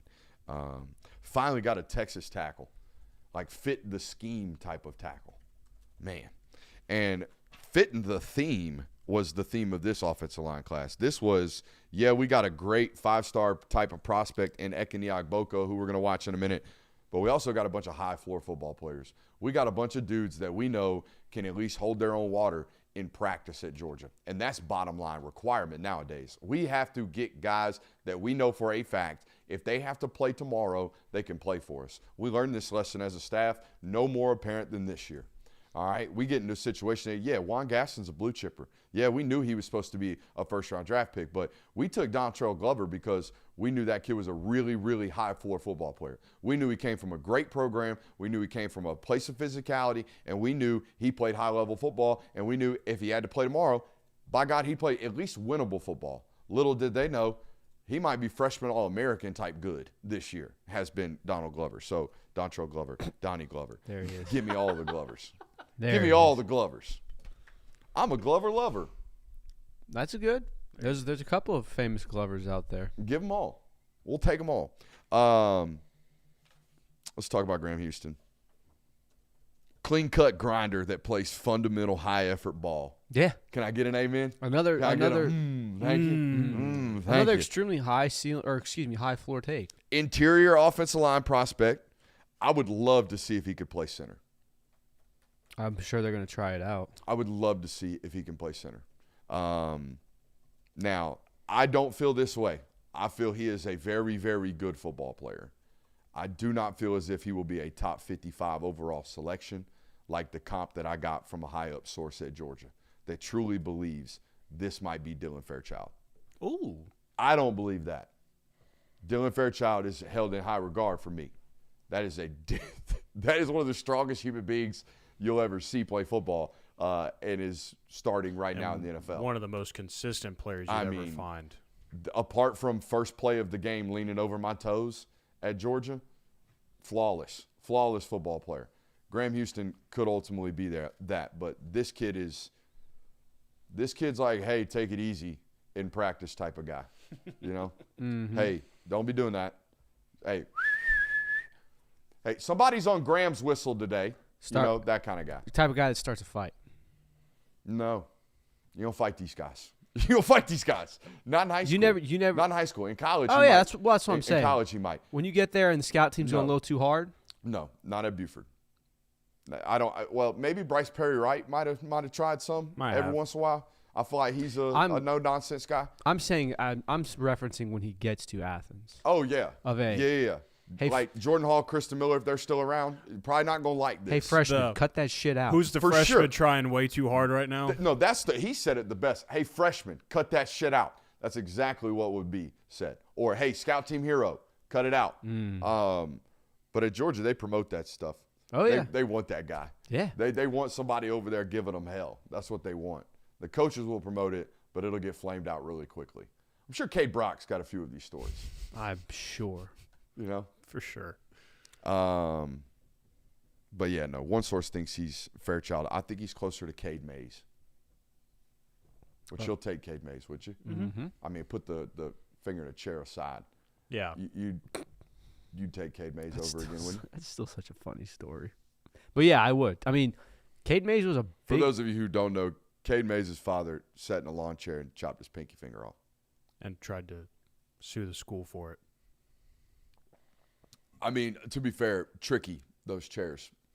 You know, I suppose. the metal folding chairs, pretty tricky. I suppose. But no, Cade Mays was a big take when he decommitted because he was originally a Tennessee commit. Oh, he's a 5-star, dude. yeah, he's I mean, it was a 5-star. Yeah, he was 5-star. big news. When I'm more talking about what it actually turned out to be, Mm-hmm. which is 2 or 3 years serviceable play, yeah. never a superstar. Yeah. That's what I got going on right here. Which, hey, take them. Need them. Need all Mm-hmm. of them. Give me all the winnable offensive linemen you can possibly take from the state of Georgia. Who we got next? On this offensive line. Yeah, list. that we're not watching. Zach Lewis? Zachary Lewis. Me mother effer. Me mother effer with elite foot fire. All right. These feet are never in the ground, ever. Now, there is no reps on the tape of pass protection. There are none. But that's because the dude was burying folks 19 yards down the field in the run game. This kid's a lunatic. I like it. I like what this kid put on tape. I like the fact that if you see a photo of this kid, I don't think he's got an ounce of body fat on him. Like he's 6'4 and a half, 285, and he moves really, really well. Honestly, if we weren't already an hour into this stream, I would make us watch this tape right here because it's great tape. It's the tape you need to see. It's the type of when I say, like, are we going to take this kid from an SEC tape standpoint? It's got a flash.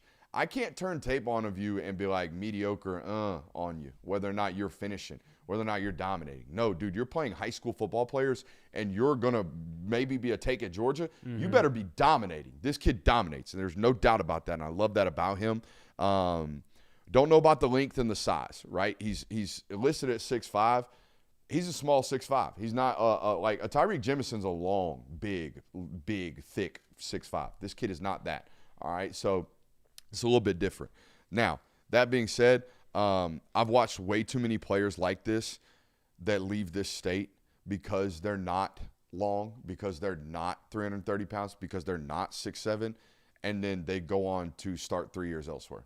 You know who he reminds me of? Anthony Knapp. I think they're taking this kid because they're going to watch Anthony Knapp start at Notre Dame for 4 years and say, why didn't we take that kid? Because he was only 6'3 3/4, coach, and we didn't know if he was big enough to kick inside the guard here, and we thought he was going to have to kick inside the guard. Oh, really? Because he's been on a playoff team for 4 years at left tackle. Who's going to answer for that? Zachary Lewis is going to answer for that. That makes sense? Yep, makes complete sense. Make sure you hit that thumbs up button. I mean, this is just immaculate ball knowledge getting dropped right about now. Absolutely.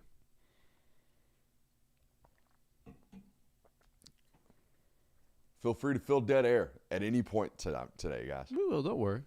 All right. We got to go watch 3 tapes now. Yeah. 3 offensive line tapes. Mm-hmm. We don't got to. We get to. Yeah. And that's a potential Way to correct maybe. him. That's a maybe my guy is shaping up to be a lock. Should we watch him first? Tyreek. Yeah. Yeah. This is the funnest offensive line tape that's ever existed. It is my favorite offensive line tape in the class. All right. So I'm going to pull up a chair. We're going to sit down and have a good time. Might be my favorite tape in the entire class. Really? You don't remember watching this? I can't remember. I remember watching. Oh being like, my oh, gosh, Lord. Christian. All right, so I do remember when he committed, or he's a great mover, plays with tremendous flash. I don't know if he watches this guy, but the number selection would indicate that he might. The way that he is built, the way that he stands, the way that he looks. This kid probably watches a ton of Trent Williams. A ton of Trent Williams. And I'm not saying he's going to be that. But this is the type of kid that always used to go to Kentucky and then always was a top 60 pick like that left guard. Yeah, kind of like what they have now. School. Yeah, kind of like what happened now. That kid's from Eastside High School. He is from 45 minutes down the road from Georgia, and he is playing at Kentucky. He's going to be a first-round draft pick and whipped y'all's ass for 4 quarters. So, yeah, no, ain't happening no more. Can't let this stuff happen. So they made sure this kid ended up at Georgia. Let's go watch it. Isn't Eastside the name of the high school in High School Musical? I can't remember why I just pulled You're that. asking the wrong guy. You asked me if I knew something about High School Musical. Yeah, dude, I had a younger sister. High School Musical Gotta was get your head in the game. There you go. Yeah. No, dude, that was on routinely in the household when I was growing up. Get your head in the game. All right, let's watch this. Long arms on this cat, man. Yes, sir. Yes, sir. Come on. Dude, I can feel the air Yeah, leaving this my- is the best. That's the best part of the tape. Oh, the flexes, the surprise. Dude, That's what it was. He's going to lay on his butt and hit one of these here in a minute, dog. This kid has so much fun beating the shit out of other humans. That's what it was. It was the celebrations. He's a lunatic, and I love it. Bro, he loves playing offensive line. I mean, Look at this. Yes, sir. And the other thing that's really, really important to note, okay, always his own sideline. Always his own sideline. He's always hyping his own teammates up. All right, never getting personal fouls, never doing none of that. Just having a good time beating ass. We love that. Oh, a little defensive rep? You already know. Big time 4th down stop, I would imagine. Oh, ball out. Oh, we going back to the crib? We're going back to the crib. Hell yeah. Paulding County High School, home of... Smile London. Oh, man, I thought you were going to make it difficult. Yep, Smile Mondon. Yeesh. Yep. Come on, man. Good I love Lord. ball. That's what I now I'm remembering this. Just an I love the ball. awareness on that play to realize that the immediate threat you had is no longer a threat. Yeah, MDM, right? And Most dangerous man out there. We got to pick immediate- him up. Boom. Get redirected. It was almost like he was programmed to know exactly where the next guy was. Do you think he has to bend over to tie his shoes? I don't know. That's a I great don't question. know. That's a great question. Probably a little bit. I want to text somebody in the building right now and get some measurements on this kid. I bet he's got 35+ inch arms. Oh, And my favorite part about this was like I The remember walk over. when there was like the initial of, hey, Georgia's kind of interested in this guy. I was like, oh, I'll just go watch his tape. And then it's one of those tapes where you watch and you're like, why is nobody talking about this guy? Why has Yeah, this what- guy not been all over the internet? How is this guy available to be able to say, yeah, I'm grabbing stock in that because nobody else is? Right? What? What are y'all watching?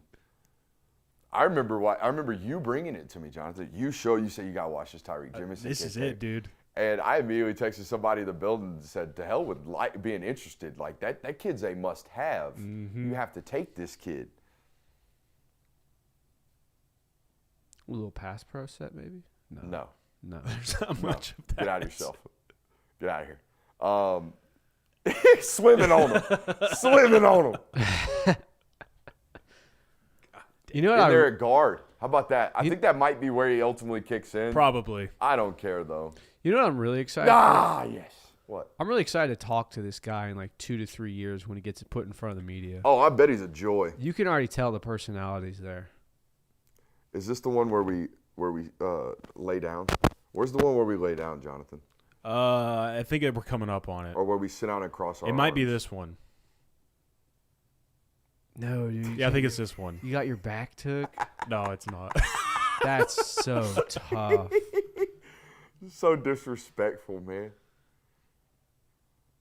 Bro, what's crazy is he's playing an area of football where getting embarrassed is not really like tolerated. You know what I mean? Yeah. Like, most of the time, if you do shit like this and you try to embarrass a kid, we're going to either start a fight or you're going to have to see about me. It's going to be one of them conversations. Unless you're the one not to be seen about. Right. You know what I mean? And I think that's, again, the Trent Williams thing. Like, Trent Williams is known. You don't mess with that guy. He's crazy. He'll kill you. I see a guy that knows he can do whatever the hell he wants. Ain't nobody going to do nothing to him on a football field. This might be the I lay on you. Yep, Yeah. Cross my arms right here. Watch this one. What a great pose. What a dude, man. I don't ask you guys to go hunt down interview requests very often, but I think this kid would be great on this show. Oh, man. Oh, probably. I would love to watch this with him. Tyreek, if you're watching today, or if Kamari's watching, who's a friend of the show, y'all in the group chat, find a way to get this kid on this show. I bet this is a blast to watch with him. Dude, this is against McEachern. Little D-line play. Oh, man. Oh, yeah. Jump on his back. Oh, put it on his back. Take me for a ride. Excuse me? Just watch tape, man. I'm talking about he was telling the running back to take me for a ride. Yeah. Right. How long is this, dude? Just 5 minutes of just Oh, it's nastiness. just 8 minutes of dude. It's 5 minutes and 9 seconds of look at me play elite football. All right, so Bro, the freaking motor to be able to play both ways in high school football and emote like that every time you make a play. Like, I couldn't celebrate using the effort. Do you know how hard it is to drive another human 20 yards downfield, finish, like on top of them, get back up off the ground, and then run back, like emote, and then run back to the huddle and do it again? Yeah, no, and it's play hard. both sides of the football at 335 pounds? Yeah. I love this kid. I love it too. I hope it works. I do really want to ask, though, is pass pro like a concern for him? Or I mean, it's a concern for all these guys. Yeah. But more from a, not from a us standpoint. They know about this. They camp these kids. They get them in one-on-one pass sets. That's all they do at camp, all right? At camp, they get them against the best defensive line prospects. They get good on good in the summer, and they do one-on-one pass rush with helmets on. And they get to see how good his pass pro is. Is his pass pro correctable? Does he have the twitch enough to work backwards? Can he do these things? All I want to watch on his high school tape is does it flash? Does he finish? Does he have the raw foot speed and the aggressiveness to play this position? All right? And some of these takes in years prior, the answer was no. They were just a big dude. I'm not here for that anymore. And they don't have any of that in this class. It's all great football players at the line of scrimmage. That's what you need, all right? And eventually, if they're big enough, physical enough, and fast enough, they'll turn into first-round draft picks. Okay? Let's watch the next guy. Who's up next? We have Zyke Helton or we have Ekene Ogboko. Give me the Helton tape. This one's fun too. This one's really, really fun. I got some notes on this one. Again, another kid from Carrollton High School football. This is really, really good high school football. This is a really good player that went through a gastrointestinal thing. Okay? Oh, Lord. As a freshman, if you dig deep enough in my Twitter account back in who God knows what, I saw this kid as a freshman at spring football practice. He was already 6'1.5", 305 pounds as a 14-year-old. And he was playing center at Carrollton and playing defensive tackle as a 14-year-old, starting as a true freshman. And then I think some point in the spring of that year after he plays as a freshman that spring, has some type of intestinal tummy thing that, I mean, buddy, we couldn't eat. We got down to 225 pounds. Diverticulitis or what? Something. Bro, the football guy, you asking about this? My bad. Okay, You're right.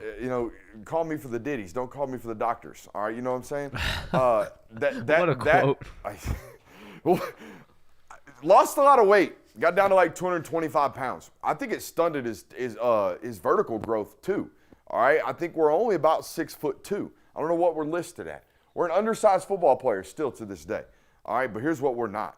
We ain't no bitch, okay? And we are impossible to move at 285 pounds, okay? Only continuously growing. Saw him at a ton of visits this year at Georgia, and he continuously gets heavier. There was a point in time where I didn't know. I didn't know if he was ever going to put the weight back on. He's starting to do it, all right, and that's good news. But what you're going to see now on this tape is, holy hell, what an athlete, okay? There is legitimate, serious talks about maybe letting this kid play defensive end at Georgia. okay? Because good luck running at him. You know what I mean? Because he's that strong. All right, and I've seen this kid at a ton of camps. I don't worry about the weight because I've seen him hold one-on-one pass rush sets against 330-pound nose tackles at Under Armour camps. You know what I mean? With no pads on. And doing that means you got really, really good anchors because I think he's a close to 600-pound squatter. It's like that. Here we go. 600-pound squatter? My God. Wait, when you see the frame, you'll understand why. This is him. Okay? He's not one of these 6'5", super freak, like huge football players. He is a big, sawed-off, explosive football player, You leave guys. your feet on a double, you're a bad person. You have bad intentions, at least. I don't want to. Mm-hmm. Just pushing a Rome defensive end against his will at the point. Oh, yeah, we're going to rush right here. Oh, Yeah. God. Yeah. Again, serious talks. Maybe let him do it. I mean, would you want to block this kid? No. 6'1", 6'2", 285 pounds, plays with his hair on fire, gonna run through your face. Like, Yeah, relentless. That's a great way to put it. He's over here. Dude, that's in knee braces. He's moving like that in knee braces. good Lord. Get out of my way. Yeah. Ow. Immediately see if he can. Like, I know he can play center. He's got center in his background. Immediately, if we play offensive line, that's what we got to do. You know who my comp is? And Jonathan, you'll love this because I remember you loving him coming out of college. The Willie Lampkin kid out of North Carolina. The center that's now playing for the Los Angeles Rams. That's what he reminds me of. Jesus. He's over here. There's a lot of defensive tape on here. Is there any possibility that that's where he ends up playing? Or That's what I'm saying. There's it's not, hey, we love you, kid, or we'll let you do whatever you want. Recruiting that you get with most of these kids. Like Lamar Brown's getting told, we'll let you do whatever you want. Darius Gray was getting told, we'll let you do whatever you want. This kid's getting told, I mean, based on the tape, buddy, you might be able to do that here. If it doesn't work, it will work. You know what I mean? It's that kind of thing. It's an upside thing for an in-state football player like this that the recruiting services, I think, have ranked a 3-star. Yeah, I believe so. So this is why he's a candidate for a my guy because the tape is absolutely insane. Yes, he is a 3-star. Run through your face. Bro, we throw a ghost move here in a second. Yeah. Yeah, I remember that. We dip underneath a tackle's hand shoot here in a second. Just throw your ass on the ground. Yeah. Throw your ass on the ground, dude. There's I'm telling you, man. There's nothing worse than getting up off the ground after a play like that and going, shit, that's going on somewhere. I'm gonna assume. Oh no, we were just redirecting there. I would assume he buried that kid. Oh, we let you thought you win. Oh, oh, Dude, bro, these How? guys that's just mean. Bro, it looks like a bunch of Gunner Stockton. You know hits what's going even on. crazier about this? Guys, this is a scrimmage. Dog. This is scrimmage. The quarterback's in an opposite jersey. This don't matter. Have you seen? All right, we've all seen Django, right? You know the ending when he shoots the lady and she comically Yeah, flies out. yeah. That's what happens Yeah. in this. Watch this corner. This poor soul. Oh, Jeez. I can't help but comically laugh because It looks, bro. It's like if there's- Gunner Stockton was getting blocked by someone. this is the tightest 2.5-minute tape you can find. This is the best play. There aren't no mediocre plays here. It's all great. Oh, plays. and no, and he falling went on for the- top of him. Oh, finishing. Jeez. That's not falling. That's finishing. Yes, sir. Dude, the twitch to Ooh, get the out hand- there like that. Is Hey, that yo. against? Oh, Hey, yo. is this against Xavier Griffin? That's what I was about to say. Look like Xavier Griffin. This isn't. Nah, no, it's not. It's the defensive end that's going to Alabama, though. Okay. That's the edge rusher that's going to Bama. Look how quickly we got out to that. How quickly we did this quick set. Look at this. Boom. This is one of the worst huddle films I've seen. Like, Oof. bro, how you gonna let a man do that? To Oh you? my. That's tough. That's Elijah Griffin. Or Xavier Griffin. That's tough. Letting the guy do that to you on huddle. Ooh, good bend. Oh, that quarterback got murked. That kid's going to Clemson, the quarterback. It's Kareem Hewley. 2027, though. Oh! Golly, man. Ow. Love it. I love that. That might be one of my favorites of the day so far. That's a door being opened. Sounds like We have a guest. We have a guest? Sounds like guest on the someone's show? coming downstairs. Is my man about to make his first ever appearance? Is that what's about to happen? I hope so. Oh, I wait. hope so too. That would be really, really cool. Be a strong introduction. I have no idea what's going on, actually. No. We got mail. Everybody got mail. Mail? Oh, we got Oh. mail. Thank you, honey. Oh, appreciate you. What a wife. I love you too. We got What a mail. wife. We've got mail. Let's do this right now. I know what this is. I have no clue what This it is from, if you've ever seen him in the chat, it's Another Dame, all right? It's Another Day in Paradise. Is that what it is? You got scissors. Thank you. Is that what his username is? Yes. It's Another Dame? It's another day in paradise. All right, so this is yours, Jonathan. All right, so these are all 3D digital printed by Damien. He designs these. I'll get his information. He might be here today. Let's get his information. And if you want some of these handmade or personally made, you can get these. All right, so your Twitter handle name is obviously Dr._J.Will. All right, so I don't know if you know the doctor's emblem. I do. here in the state I'm of familiar with Georgia. it. The little Yep. needle with the snakes around it. Check that out, Dr. J. Ooh. Look at that right I there. like that. Clean. How about that? Also, by the way, as you can see, there's a cord coming out of the back of these. Lights light up. These light up. We can light it up Also, here. you can change the color scheme of what is lighting up. Dame cooked. So Dame cooked. Dame always. He is in the cooked. chat, by the way. All right, so that is yours. He is in the chat. Yeah, Damien, cold, man. Jay, let just everybody unplug know one of what we these got cords. going on and how to get some of stuff like this going on. All right, let's That is open up cold. something else. Oh, hoo-hoo, this one's yours, Christian Kirby. Now, this one's really, really cool. And this one was probably the most difficult one he's probably ever made based off what we had to go through for this. Well, I hate being difficult. Obviously. So your name is Kirby. That's correct. As you can see in camera 4 back there, he likes my man Kirby. We got a lot of Kirbys going on. But you also like to take a lot of vacations. You know, like to take a lot of Oh, vacations. no. Some people in the chat call you Vacation Kirby. So we got Kirby on vacation. Look at him. Sitting there in a nice little life preserver. Yeah, and he's got his sunglasses on. Look at him. Don't he appreciate look that. dope? Look at that right there. That's sick as hell. Shout out to Dame. thank Shout you. out to that right there. Oh, it looks hand painted. Yep, it is hand painted. I'm telling you, sick. he put in a lot of work and effort into all of these, as he does all of these. He's made some for the folks in Discord. There's some Georgia ones that he's made, and I'm sure this one. I hope he saved a print of this because I think we might have a merch item right here based off the way it looked and what I saw. Ooh, son, Oh, yeah. look Oh, at yeah. that. Ooh. Sir, that's going to look sick as hell on the desk. Look at that. Shout out to Dame. Based on the sticker on the box, ADHD or ADH Dame Designs. ADH Dame Designs. Shout out to Dame. We also have a, Yeah, drop all the info in the chat, Dame. yeah, we do. We have a, we have something to talk about in Discord after the show that Dame's going to do. We're going to try to get some money together for some people in need. Yeah. All right, by selling some of these as well. All right, shout out to Dame. I'm glad these showed up midstream. Now we got a bunch of Yeah, that was dope. we got a bunch of stuff on the I gotta floor. figure out where That's I can all put right. this to where it's gonna be on camera. Right there to the left of the switcher. No, it won't be on camera. Dang. All right, We'll find a let's nice get back to spot work. for it. Thank you, Dame. put 'em Shout over out to here. Dame. Big dubs in the chat for Dame. Thank you, Dave. Hey. That's sick. That boy Dame. That boy Dame. Give him 3.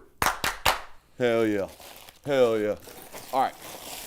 What else we got going on? Oh, we got Ekene Egboko tape to watch, Yes, we right? do. All right, let's watch some Ekene Egboko tape. Now, what I want you to do first, Jonathan, I want you to pull his junior tape up. Okay. I want to show progression of the athlete. That's what I want to show.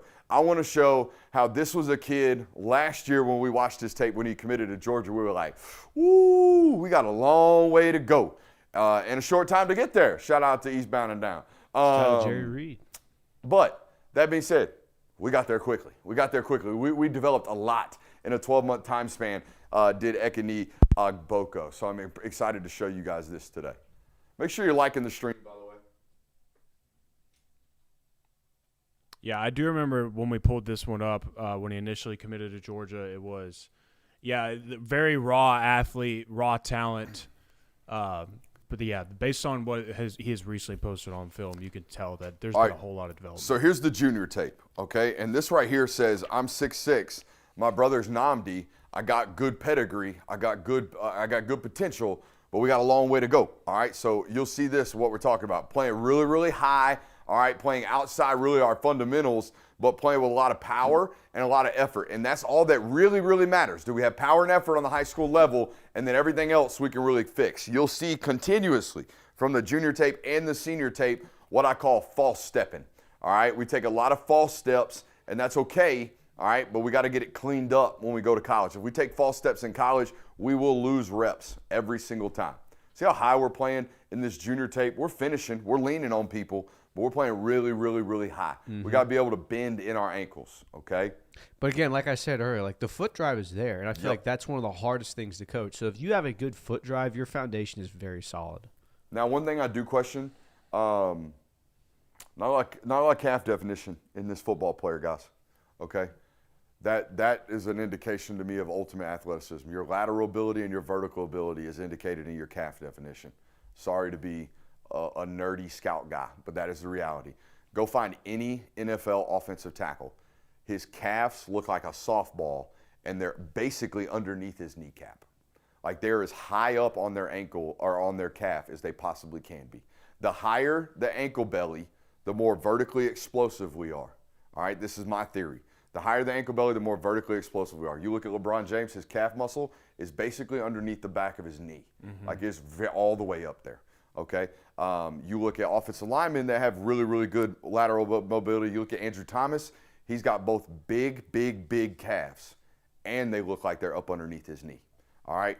That's what we're looking for. We got kind of we don't have a lot of calf definition. That's all I'm saying. But we don't always need it. Okay, we can overcome it if we're almost 6'7", which we are. And Nigerian bloodlines. We love Nigerian bloodlines right here. Very important. Very important. All right, show me the senior tape. Senior tape's much better. We got a minute and a half of that right there. Show me the senior tape. Get that pulled up for you in just a second. Show me the money. Show me the money. Show me the likes in the chat. Show me big dubs in the chat. We like big dubs in the chat. Chat's been interactive the entire time. They so have shout been. out They to have them. been. They need to be. We're going to be locked in for a while. We ain't even scratched the surface yet. We're going to be here. I don't think we're fully halfway yet, so we're not halfway. All right, senior tape. Here we go. Yeah, we're not even through all the offensive players yet. Oh, yeah. Much better. Different, Oh! completely different player. Talk to me. All right, here's a good look at what I'm talking about with the calves. You see what I'm saying? Let's see. I didn't. Yeah. See what I'm saying? We're kind of one straight leg. All right, we got to do some calf raises. We got to jump some rope. All right, we got to work on the ladder. We got to do all that stuff. All right, it'll make us better in these areas as a counter player. Okay. Ugh. That would hurt, huh? That Dude, wouldn't feel all that anytime a good. man over 300 pounds lands. You said this tape was cut today? Yeah, 2 hours ago. We love that. We love that. Oh. Hell yeah. Hell yeah. That's a big boy he's about to bury. That is a big man. That is a big. That big kid's man. like 375, a biscuit short of 380. It's good foot fire. Ooh. Get a little chippy down here. The foot fire is great. Yeah. I mean, he's got it. Again, another extremely high floor player. All right. Ooh. So here's one thing we can Dude, talk about right the here. build waist up is beautiful. Oh, dude, long-armed, thick. All we got to do is worry about toning the lower halves up. We got to get some explosive natures in our lower half. But here's what I have a concern about on this clip. There's going to be a moment where we're doing this, and then we do this and get ready for contact. We got to play like this all day, every day. We got to play with one constant, consistent pad level. It's like a hitter in the batter's box dropping his eyes as the ball approaches. We can't do that. Let's just play here. If we're going to contact the ball here, let's just stay here in our stance. Same thing as a blocker. Do you see how we rose our pad level and then immediately had to drop our head for contact? No, buddy. We got to be able to play with that type of bend, and we can't be bending at the waist. We got to bend at the knees and at the ankles. Okay? See how we absorb that contact in our belly? I don't know if y'all can see that quite. Nonetheless, really good tape. Really good prospect, and a family that filled with dogs, right? Brother Namdi is a reserve defensive lineman right now for the University of Georgia. Mm-hmm. Is that all of our offensive linemen? I believe That is all of our offensive linemen. All right, let's go back to the desk. Yeah, just whenever is a great opportunity for you to just check your phone. That's it. We can talk about the defensive class while you do that if you want to.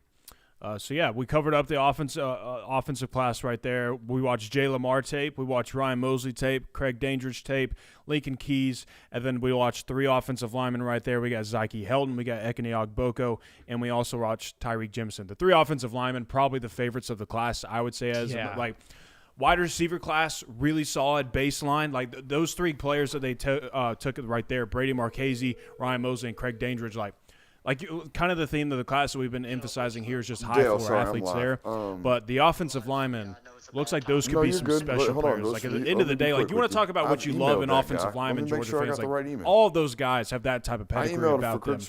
So delivery incomplete. A really solid opportunity for those guys there. And we talked about it, and it's been kind of a theme this entire entire season with this year's roster in particular, and you see it bleeding into the next recruiting classes. They very much care, and they very much have emphasized we need players that want to play football. We need players that are going to play their asses off for whatever team they are on. They've always taken stabs at these, hey, this player could be an extremely high ceiling guy. Mute your mic. Yes, sir, I got you. Mute mic. Yeah. Apparently. Sorry about that, guys. Continuing, Kirby. What was I talking? Oh, they've basically just placed an emphasis on getting absolute dogs that are going to play very, very hard. It's a cultural thing. They've done a complete cultural reset with this year's roster, and you see it bleeding into the recruiting classes. I mean, I didn't say anything that they couldn't hear.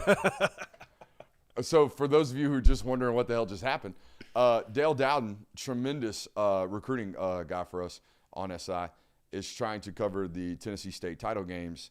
And I apparently had the wrong email address for Mr. Gillespie, who handles the TSAA credential application requests. So there's what that happened.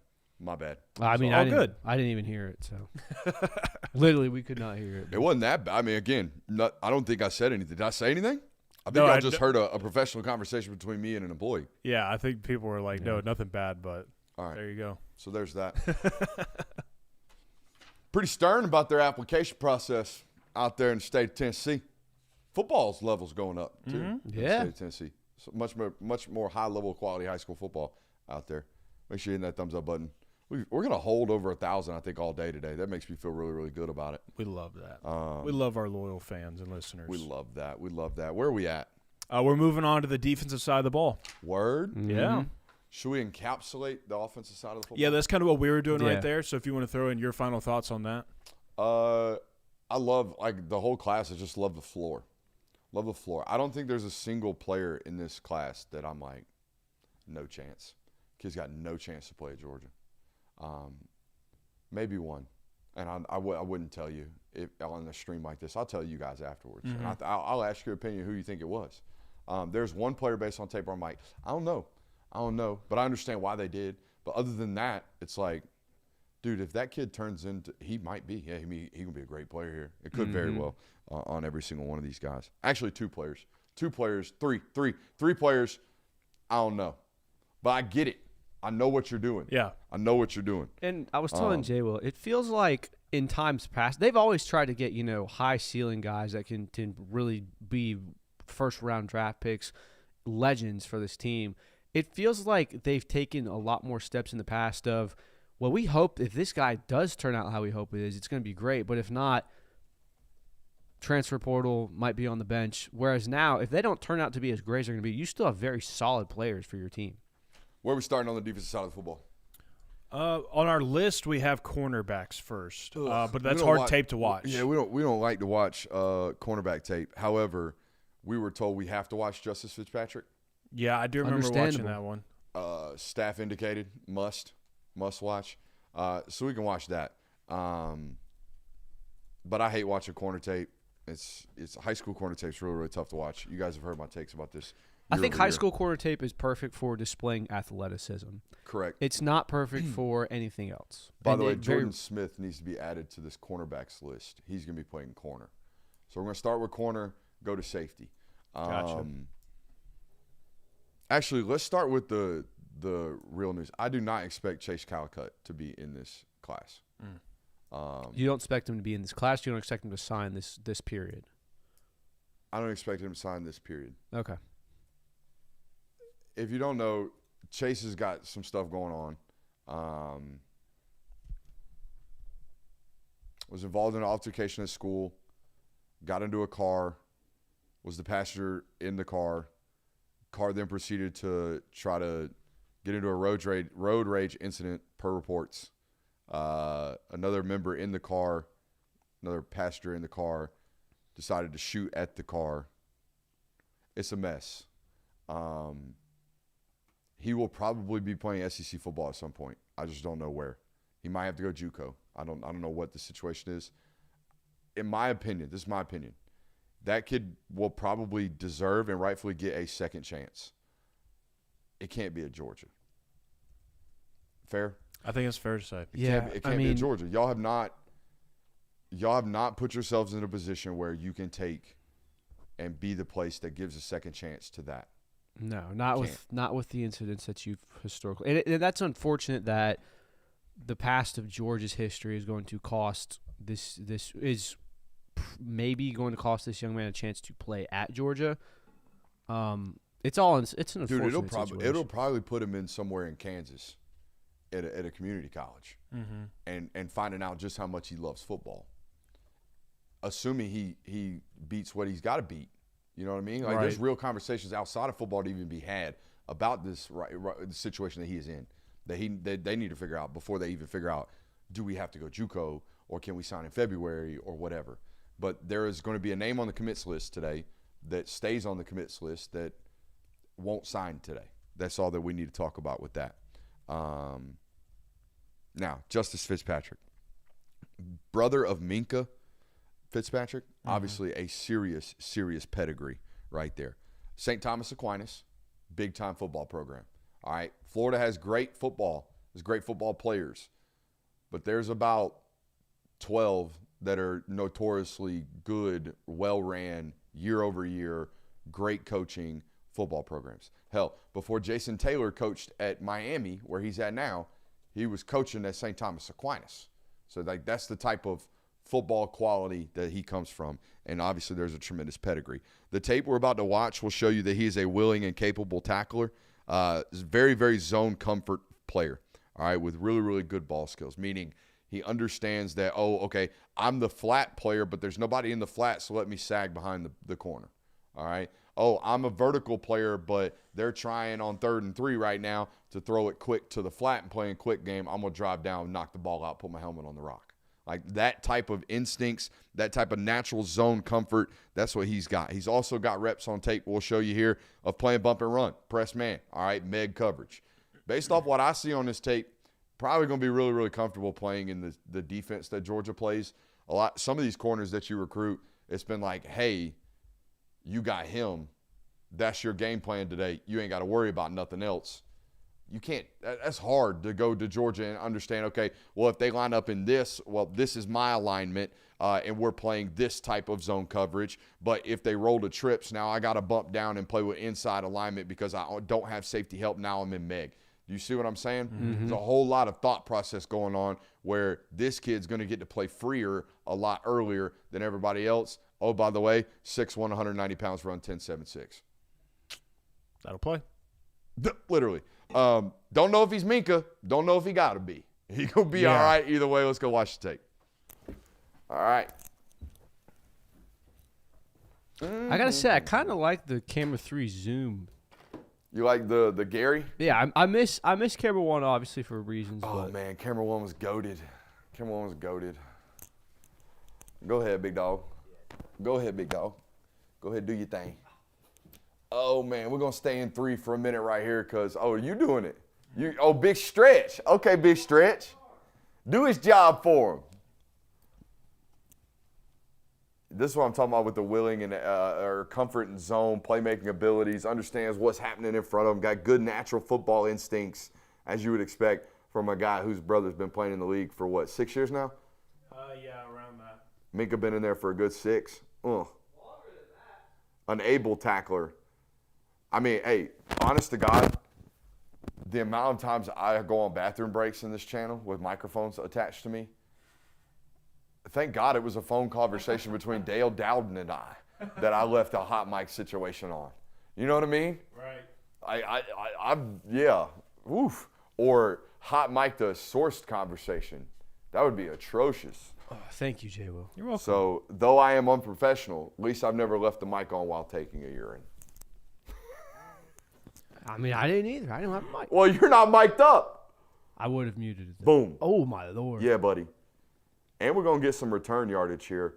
Doesn't look like the 10.76 kind of confused me because there's not like a suddency to him. He's just a great mover. You know what I mean? Mm-hmm. It's almost like if you told me Kamari Lassiter ran 10.76. Ball out, playmaker, gotta be. I remember when we watched this when he first committed, just being impressed by the instincts of it. And it was very obvious that, this guy very clearly has a brother who plays in the NFL. Mm-hmm. Good natural football player and instincts. Like even in this play in particular, and this is one of the rare occasions where film can help you be a cornerback. My bad. He sinks very early. You'll probably want to zoom it. I got you. He sinks at about the 35-yard line. And you can recognize right there. Nothing here. Exactly. No threats. But you can tell when the camera pans off him, he's dropped even more. Yeah. Because this ball is intercepted at the 40. Yeah. So he's continued to drop when he realizes there's no lower threats. Yeah. Which is just an instinctual play. It's kind of what we were talking about with him. Oh, also, he used to that thing. If his teammate doesn't hit him right here, I think this ball spins for a while after this celebration. He used to getting that thing. That's an old Miko Hardman scouting trick I learned watching him work out. See what I mean? Like, bro, he's running away from really fast football players. I think that's Chaminade in the state title game that he's playing. Now, granted, he's outrunning the kicker and the field goal kicker. Have you Mike changed is the batteries? Might in your need to lab? change batteries or something. But That makes sense. It's been on for about 2 hours. So. yeah, it's dying on us. But are y'all surprised? No, like if I told you, if I didn't tell you prior, what would you guess he ran? You know what I mean? Because 10.76 is fast as shit. Very fast. He looks like an 11-1 guy, but he runs 10.7. So that just tells me that I'm being lied to on tape. He's probably just a really fluid mover that's moving really quickly that doesn't look like he's doing it this way. And that's what you see. I mean, there's guys that run fast and look like it. Like, I think Nate Frazier is the epitome of this, where Nate Frazier runs fast and he looks fast doing it. There's also guys that glide, where you have to see them next to other players to be like, oh, wow, this player is moving extremely fast. And it's not to say that there's one that's better than the other, but there are no wasted movements on this kid at all. And he is a very fluid player. And when it comes to changing direction, straight line speed, like, it's very impressive. It's very polished. Do they have his signing papers yet? No, and that's what everybody in chat's asking is he going to sign today? I think so. Whoa. Oh, never mind. That's the 3-star white receiver from Tennessee that was committed to Alabama, just flipped to Vandy. Oh. So, I mean, hey, I don't mean to say he's just a white receiver. He's 6'3", 200 pounds, and runs 10.7, I think, in the 100. The kid was a tremendous scouting evaluation by Alabama, but I'm sure that kid, I mean, he's local Tennessee product. He probably bought the same sauce that Jared Curtis bought. We'll talk about that in the National Hour whenever we get there. I have no idea when we're going to get there. But we're going to get there eventually. We might be here 6 hours today. Who's next? We're not watching Caden Harris film, I don't believe. No, but I got notes. Let me tell you. I watched Caden Harris tape. Probably the best defensive player in the state of Tennessee. Are they still complaining about my microphone? I think that some might be people are a somewhere little on bit delayed. delay, yeah. Here, Okay. wait. Do we have the audio plugged in? I had to turn it off when the board started You're good. echoing. Oh, They'll God. fix this. I think it should be fixed now that I changed the battery on that. But there's some people that think this might be the best player in the state of Tennessee that's not a quarterback. You know what I mean? Like, he's that good. He's that good of an athlete. Really, really, really good return tape, but no track times. I was very curious to see that. Normally, if they're taking DBs out of state, they're probably running sub 10.9. They're all burners. I mean, most recently, Andre Evans. Remember that tape out of nowhere? Yeah. Who, by the way, what a beautiful looking football player. Every time I'm like, who the hell is 20? Oh, Andre it's Evans. Andre Evans. But no, plays corner like a bully. Has great strike in his hands. Tracks the ball as really, really well as a wide receiver. Like over the shoulder, doesn't turn around when he doesn't need to. Has good understanding when the ball's in the air. Has natural comfort. Does not panic. That's really, really important for corners. That's not something we really ever can teach, by the way. I heard Nick Saban talk about this. He said, I used to only recruit track athletes at corner because I wanted them to be able to run. Then I started recruiting baseball players that played outfield because they could find the ball. And running and putting your eyes on it is really hard. It's hard. Because your eyes are doing this and the ball's moving really, really high and really fast and it's oblong shape and it's only got 2 stripes on it. It's hard. Okay, it's hard to find it and dislodge it. This kid's natural. He's got a really, really natural ability to do that. He also understands how to use the sideline. The amount of times on his tape where he's like, "Oh, you want to run a go? Well, you have to run a go through the sticks. Literally, I'm gonna long arm you and ride you out of bounds to where you're gonna have to run through the first down marker before you even get to the verticality of your route." Has a real natural understanding of where that sideline is and how to bully people out of it. I love that he helped his team everywhere. He was a returner. He's a wide receiver. I watched him line up at running back. He's played corner. He's just a good, well-rounded football player that's got elite physical measurements. There you go, Caden Harris. Yeah, and again, it's hard to quantify that on film through high school, but I think that this is another classic Georgia stab where just a really elite athlete that has the ability to make plays and that you can develop schematically. I think that it's really understated how much these players develop, not just from a physical standpoint. Yeah, that does happen when you get into a collegiate program that does this.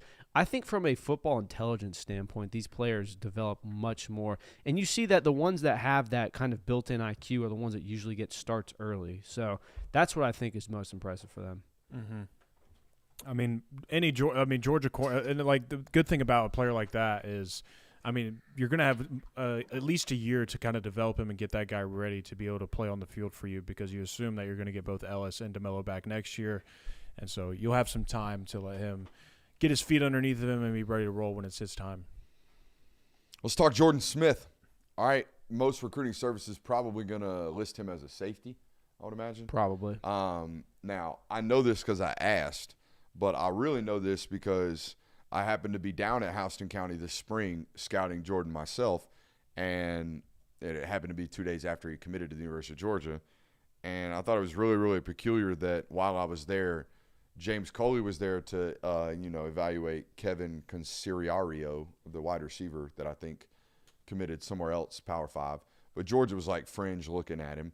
But then I look on the other sideline, and there's Dante Williams of all people, not Todd or Travaris, not Schumann, not somebody that would indicate this kid's going to play safety. It was Dante, the specific corners coach. I'm like, so I start asking around. I don't like to bother those guys when they're there. They're there to scout. They're not there to develop a relationship with a guy they're not allowed to talk to. You know what I mean? But I started asking around to people that are allowed to talk to me, and I was like, why is he here? Like, that kid's playing corner here. What? 6'2", 200 pounds, 10.78. Yep, that's why. Return tape is insane. The return tape is So absolutely that was insane. definitely like he's going to play corner. They're going to let him try to play corner first, and whatever happens, happens. Interesting. By the way, not a thumper. Not one of those. If he does play safety, he's going to play center field safety. Like, go find the ball, impact the ball, take it to the house once you get it. So kind of like Malachi was never a thumper. Malachi wasn't scared to tackle. Honestly, Malachi's first year on tape, all I talked about was, dude, you hit people and get dragged for 3 every time. And we got to get our play strength better. His play strength's pretty damn good now. Oh, it's great. It's great now. But, yeah, I mean, it is I like chat right here, Tyson Campbell. Kid moves like that. Like, it's that type of athlete. And if you look at the tape, that's exactly what they got going on. Return tape's insane. But, again, I said played safety – you would expect a striker, but that's not what you get. You get a good, sound, fundamental tackler, which is going to be good because if he plays corner, you still got to tackle. Absolutely. But I wouldn't consider this like a super, super thumper. He must have had one play on his highlight tape at 340 that I said that's what you scout. His speed, length, and patience scream UGA corner. I know what it was. He was sitting in the slot, had speed at number 3. Against Langston Hughes, and took the dog for a walk. Dude's pressing him vertically, trying to threaten him with speed, and like that clip we saw a couple years ago, KJ just been like, So when you running vertical, you're running vertical now that we're even? Okay, turn, run, in the hip pocket. That's the type of athlete they got going on. Okay, who's next? Now we move on to safeties, I believe. That's the cornerback room that we just wrapped up. Oh, man, that's safety's room. It's Zach Fort, it's Tyreek Green, and who else? That's it, right? Because Chase Calicut would have been a safety. Correct. In our list. There's a potential addition there. Oh, you want to talk about Blake Stewart now? Yeah, we can go ahead and do that. We've already done it. He's set to commit at 3:15. Something around there that I can All right, double check. we'll be live when it happens. We'll just let that happen when it happens. Okay. That works for me. Yeah. Or will we already be into national stuff by then? I don't know, but We might be in the national stuff. I mean we got 3:45. Oh, no, we got almost 2 hours. Might want to go ahead and talk about him now. All right. So I'm expecting Blake Stewart to be a member of this Georgia class. I don't even know who it's down to. Is there even a finalist list? Yes. Georgia Tech probably. I think He Miami decommitted from was Clemson. around there. Miami messing around. I think Vanderbilt's also in the mix or something. Yeah, I talked about this cat when he originally, kind of, what was it, 2 weeks ago on our channel? Yeah. Started as a true freshman at my alma mater at 6'1", 185 pounds, and was a strap. Let's just leave him over there. He's by himself, bump and run corner. Don't have to worry about it. 4 quarters, he's fine. Left Landmark. I was notified about him then because, again, played at my alma mater, Landmark Christian School, and got a phone call saying, hey, you need to pay attention to this. It's like, all right. Actually, I don't even think I got a phone call. I think I saw it on social media that he got a first Power 5 offer or a mid-major offer and was like, wait, what? There's a kid at my school that's balling now? He didn't stay at my school very long. Ended up at Woodward, where he played his way into a Georgia take. But at 14, his first ever visit to Georgia was during the spring game of 2023. Hey, can y'all get this kid on campus? I think he might be really, really good, guys. Yeah, we got you, Brooksy. We'll let him get a spring day visit. We're got hundreds of kids up here. We'll take him. Yeah. And they're going to take him. I think they're going to take him. Hell He's a yeah. Georgia Bulldog. So that's pretty cool. That's awesome. Love that. Very, very well-rounded football player. I've got notes on him. Like I said, started his high school career, did Blake Stewart, as a bump-and-run corner. And as he continued to grow, he grew back into a safety position. So now you have this football player that has a natural bump-and-run coverage instinct and has now learned to play safety with regards to run fits, coverages, how to play half field, how to play midfield, how to do it all, how to disguise coverages, how to do it all at a place like Woodward where they teach high levels of caliber football. He played his way into a take. He's always been on the board, but he's played his way into a winnable grade that they felt like they might need to start recruiting after the junior tape. And then first 3 games of the senior tape, it immediately got changed into no. The Blake Stewart kid cannot go to Clemson. We cannot allow this to go anywhere else. This kid's got to play at Georgia. And credit, Kirby Smart, and credit Glenn Schumann, and credit, T-Rob for being able to get them back into a recruitment that normally when they slow play these things, dude, it's hard. It's hard to get back into the mix for a kid who's being told from jump, we love you at a place like Clemson. Yep. Like they don't lose a lot of these kids normally when you're late. And I'm not saying you were late, but you were late to make him a take. And this was a kid who wanted to be a take, and he's a take now. So Awesome. We love stuff like that. we love that. Who we got next? You go Zach Fort. Ooh, yeah, I got Zach Fort. I've seen this one in person. Also, happened to be close with his defensive coordinator the first 2 years of his high school career down there at IMG Academy. And this kid loves ball, man. This kid loves football. He plays at a very, very highly competitive institution that's all about football. They treat football like college football programs treat football. They treat football like it is life, like it is breath, like we have to. The other thing you notice about these competitive environments, you turn that tape on. Now, they got great players, but I don't think anybody plays harder than IMG's defense because there's 11 Division I football players on the field. So if I'm going to put any tape on, you know how hard I got to sprint my ass to the ball to make sure I'm the one who gets it? Yeah, dude. Like Too many mouths to feed. way too many. So you see this. You see this competitive, I ain't got no time to wonder if it's that. No, it is. I got to go. You see that on his tape, and it's all over it. A thumper that absolutely loves football. This kid's built like a linebacker. Like Ooh, that's he looks like if you gave Kyron Jones the muscle package. Oof. How does That's what he looks like. How does he turn and run? Because you've seen him in person. Turns and clicks. The top end speed. Like, dude, I don't want this kid playing middle field safety. But Kyron, we saw what they did with Kyron. Mm-hmm. Kyron's the boundary safety. Mm-hmm. Good luck running into the boundary.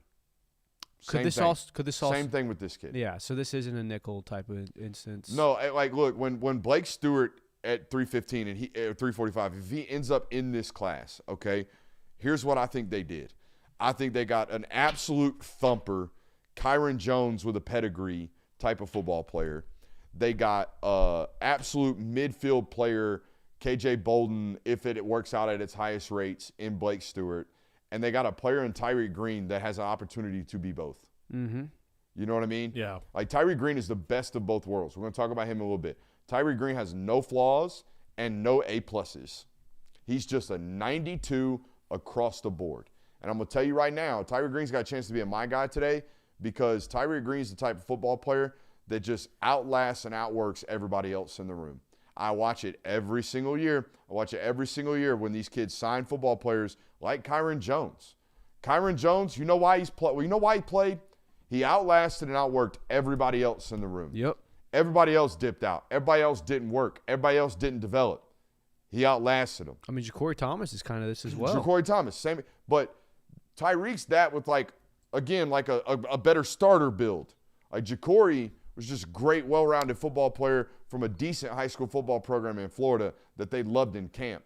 Tyreek's come from two high school football programs that are really, really good in the state of Georgia that Kirby Smart has wanted to take since he was a sophomore.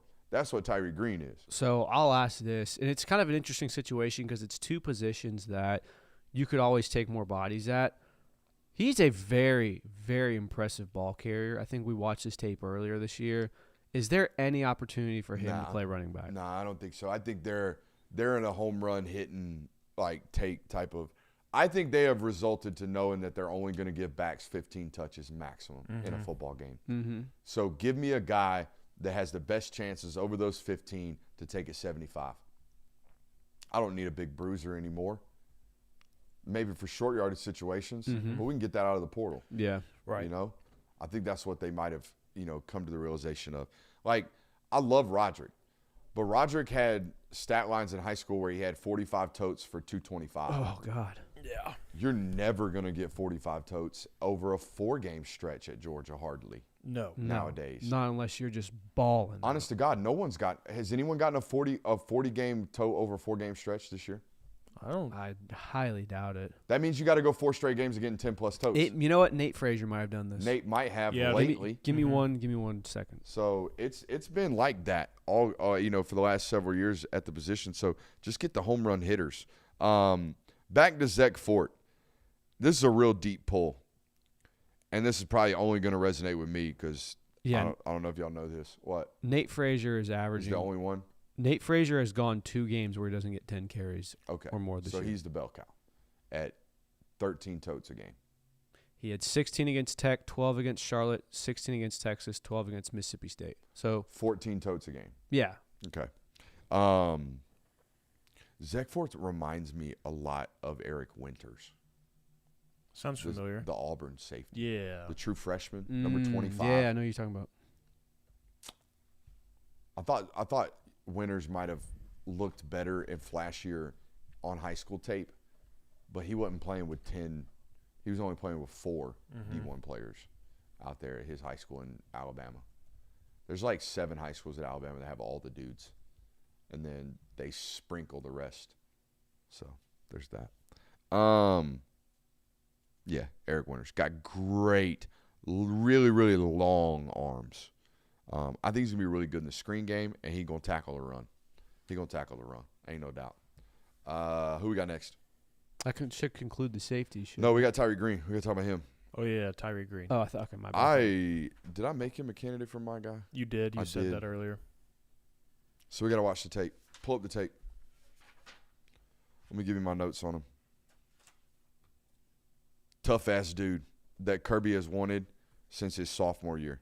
I've been told this was a Kirby Smart, my guy, basically, since he was 15 years old at Kell High School. He transfers to Buford and only becomes an even, continuously more well-rounded football player as he's grown. I'm not saying it's Buford did that to him. I'm saying he's just gotten older and better. Played safety. I see a rep of him playing nickel corner. I've seen reps of him playing traditional corner. I've seen reps of him being an elite running back. Just a damn ball player. He's a great returner for Buford as well. Just an elite, well-rounded football player. Yep. That is no nonsense. No bullshit. Don't talk. Don't do nothing. Showing up, trying to win. That's it. Sounds like a Georgia Bulldog. Sounds like a Georgia Bulldog. I think a sub-11 second 100-meter guy as well, and it doesn't really look that way Looks like Justice Fitzpatrick. because he's 210 pounds. He's big. He's a big football player. I might not be 210. He's good 200 pounds, though. What? No, you keep going. Type of well-rounded football player that always finds his way on the field. That's what my last note has on him. Really clean tackler as well. Let's go watch the tape. Let's do it. Yeah, you're going to see everything right here. I think this is him over number 1 out here, but it's really number 3 because the ball's in the right hash, and we got funky alignments. But, yeah, this is basically him playing almost like a cover nickel right here. Quick trigger, pick the football off, Good Lord. and we cribbing that thing. We cribbing that thing every time. Another high instincts type guy here. Yeah, dude. I think he's played every high school football game he's been available for. Man, I want to say. that's rare. Because I know he started as a true sophomore. I guarantee he started as a true freshman at Kell as well, if my memory serves me. This kid's been playing a lot of ball. Look how patient. Trigger. Good Lord. Yeah, man. He's about it. And this is a return clip. I'm telling you, you're going to see everything. Look how I don't give a shit. Yep, didn't fair catch it. That's like the balls, man. I don't want it. Okay. Say what? Fitzpatrick is signing at 8 p.m. Okay. tonight. Was Miami the threat there? Yeah, I believe Miami's the one that's been consistent there. I'm going to go out on a limb and say we might not be live for that. Probably not going to be live for that. I made a joke on the next round this morning about Miami. They were asking me about Xavier Griffin, and it getting really, really weird down the stretch right here today. Is he going to sign? Is he going to turn it in? Is there going to be drama? And I said, well, there's like 27 college football programs at that high school practice at 5:30 in the morning. And as usual, Miami rolled in 35 minutes late. Oof. That's what they do. That's how Miami recruits. And Miami fans will tell me I'm a hater if they're watching today, and that's fine. I do dislike their processes. I dislike their recruiting process. Their recruiting process is, we'll try to pay you more and come have fun in Miami. Some guys don't resonate with that stuff. Nope. Some guys don't resonate with that stuff. But maybe a kid from St. Thomas Aquinas might. Maybe he wants to stay close to home. Maybe they're giving something different there. I don't know. I'm not tapped into the NFL enough. Minka's back in Pittsburgh, isn't he? Yeah, So he's not on the Dolphins anymore. I don't think so. So then that's not even a Either way. place where you can be like, Either hey, way. go hang out with your brother. He's also a type of football player in a pedigree where it might not matter where you play corner in college. I think Tyreek Stevenson proved that, being a 33rd overall pick. Most definitely. I mean, just no flaw in the game, all right, for me. Is there an opportunity for him to be a returner when he gets to UGA? I don't think he's got enough top-end speed, Okay. considering the options that they're going to have Very available to true. them. Because I remember a while last year, Malachi was returning some punts. Yeah. Now, I ain't going to lie to you, boys. About 3 months ago, I went and spoke to a bunch of Beaufort High School students. There's a letter up there somewhere from Tyreek Green thanking me for coming to speak to that class. Should we wait and hold that for the day he's drafted and then read that? Because I can't go dig through them right now and find it. But it's somewhere up there. Unless we got time. Unless Go he was find the him. only student to not do the task that day. But I doubt he was. That would be a pretty cool thing to do when he's drafted. When he's drafted? Yeah. All right, we'll do that when he's drafted. I bet there's a Go Dogs at the end of that one. All right, let's keep watching. I ain't gonna lie. Set in the back row. The alignments from Buford are very. Hey, but the eye contact was pristine. Okay? That's all that matters. Eye contact was pristine, but we were a little back row Joe in it every once in a while. here we go. Yeah. I mean, You're a big. I want him to play running back. dude, watch guy, him with the aren't ball you? in his hands. Yeah, Like, no, it's great. Watch him strike him off.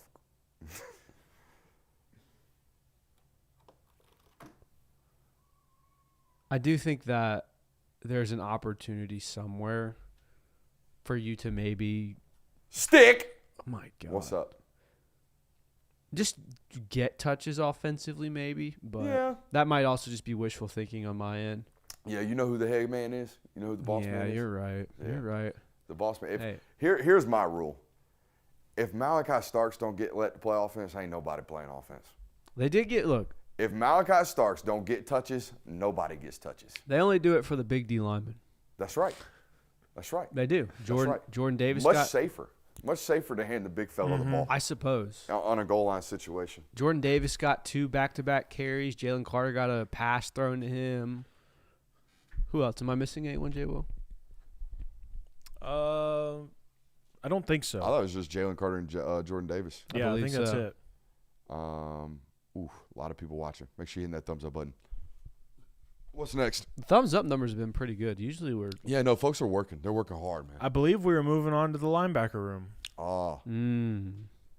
My favorite. We have to talk about some misses first. Jordan Smith has officially signed. Who? Jordan Smith. That one was yours, right? I believe so. Okay. Missed on Jariah Edwards at the safety position. I think he's the best safety in college or in high school football. The kid from St. Francis. Wow. We're going to watch his tape when we get to the national portion of this. It is insane. That kid is really, really freaking good. From the school that Jamon Dumas Johnson came from. Pop. St. Francis. I got it. I'm on it right So now. that was the only real miss I felt like at safety, and you can't really count Calicut as a miss. Yeah. I think he was going to play safety, even though he might be listed at a corner. That kid's tape, man. That kid's tape. Where are we going? Linebackers. Who we want to go with first? We could start with the big name in the group, which would be Nick Abrams.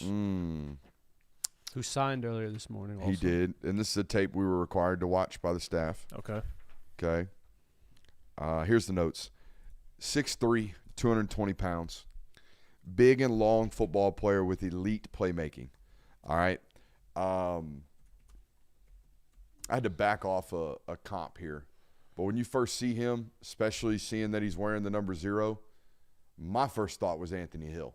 And I've been watching a lot of Anthony Hill tape. But I had to stop myself and go watch Anthony Hill high school tape. He ain't Anthony Hill. But he's pretty good. He's pretty damn good, all right? And I love the playmaking instincts of this football player. The only thing I will note about this, there is no, and correct me if I'm wrong, and especially you, my linebacker prospect over there, there's no flash in the pads.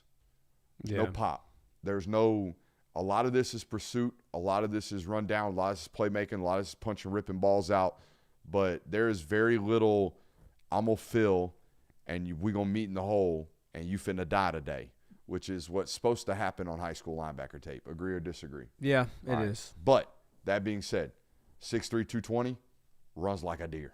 And there is never a moment where this kid's ever compromised.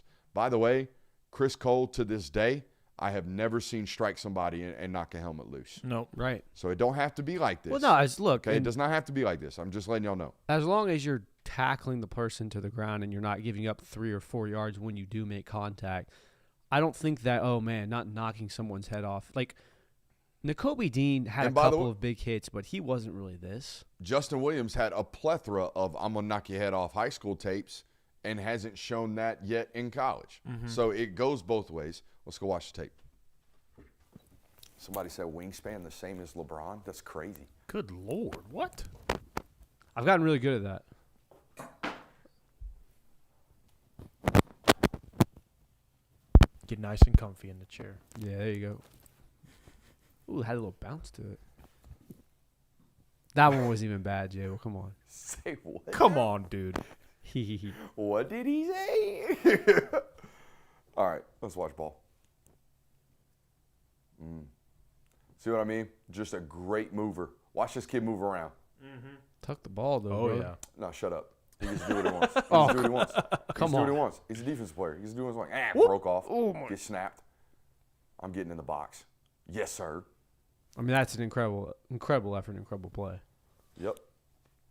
And Kirby, I want to hear you talk about it. I want to hear you talk about zone dropping, making plays. Look at that. That is beautiful. That is exactly what you need. This is when I wrote the note down. Holy shit, might be Anthony Hill. Because, bro, you 6'3", 225, and you running like that, you ain't supposed to be that big, long, and fast. Zone drop, Dude, click, trigger, play recognition is, especially in the passing game, I think is what's been missing from Georgia's linebacker unit since Nakobe Dean was there, honestly. And that's not a slight to anyone else that's played there before or after, but this is something that you really need for Georgia.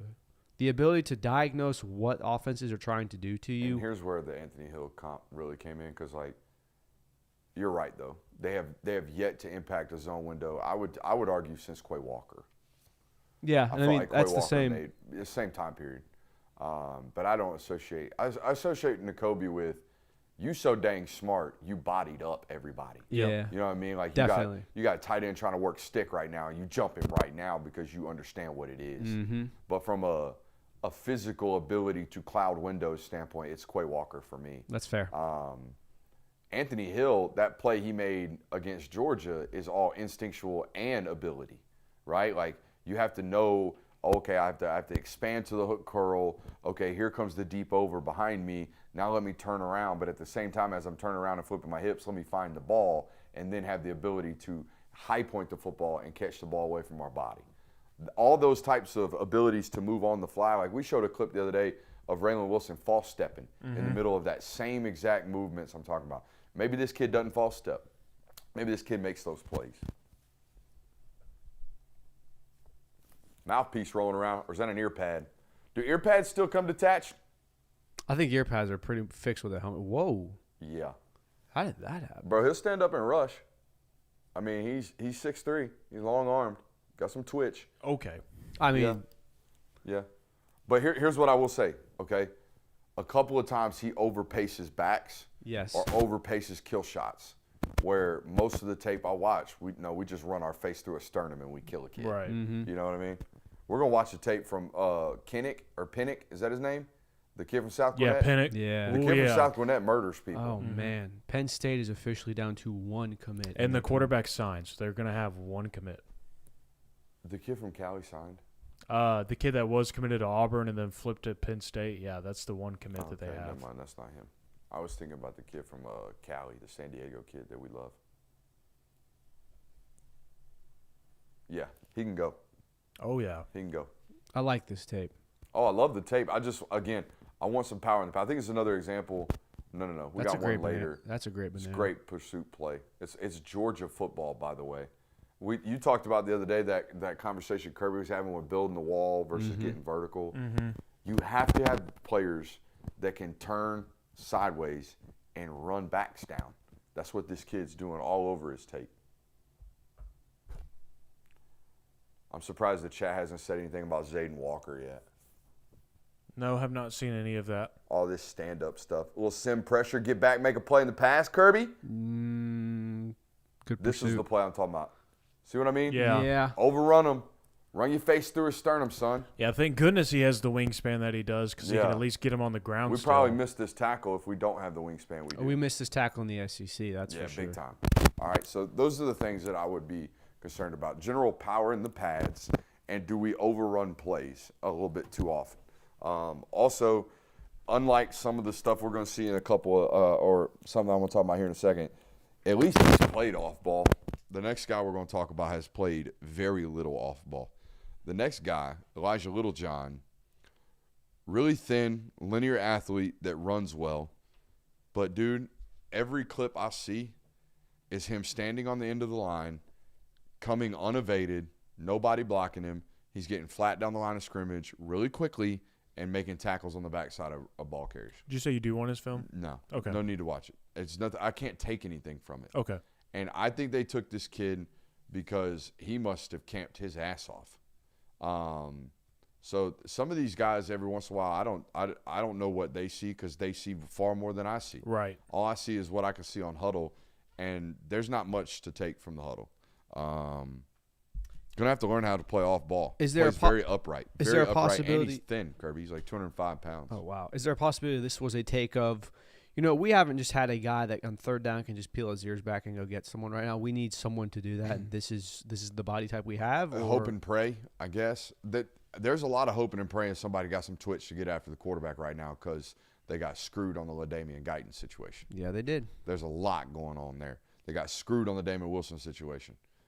There's a lot of hoping a guy like Kamari Brooks turns into a twitchy edge rusher, which right now he's Quintavious Johnson. He's not Damon Wilson. I mean, yeah, they've gotten screwed which is on. Fine. Quintavious Johnson's a great football player, but I don't know if Quintavious Johnson's ever going to have 9 sacks. Yeah.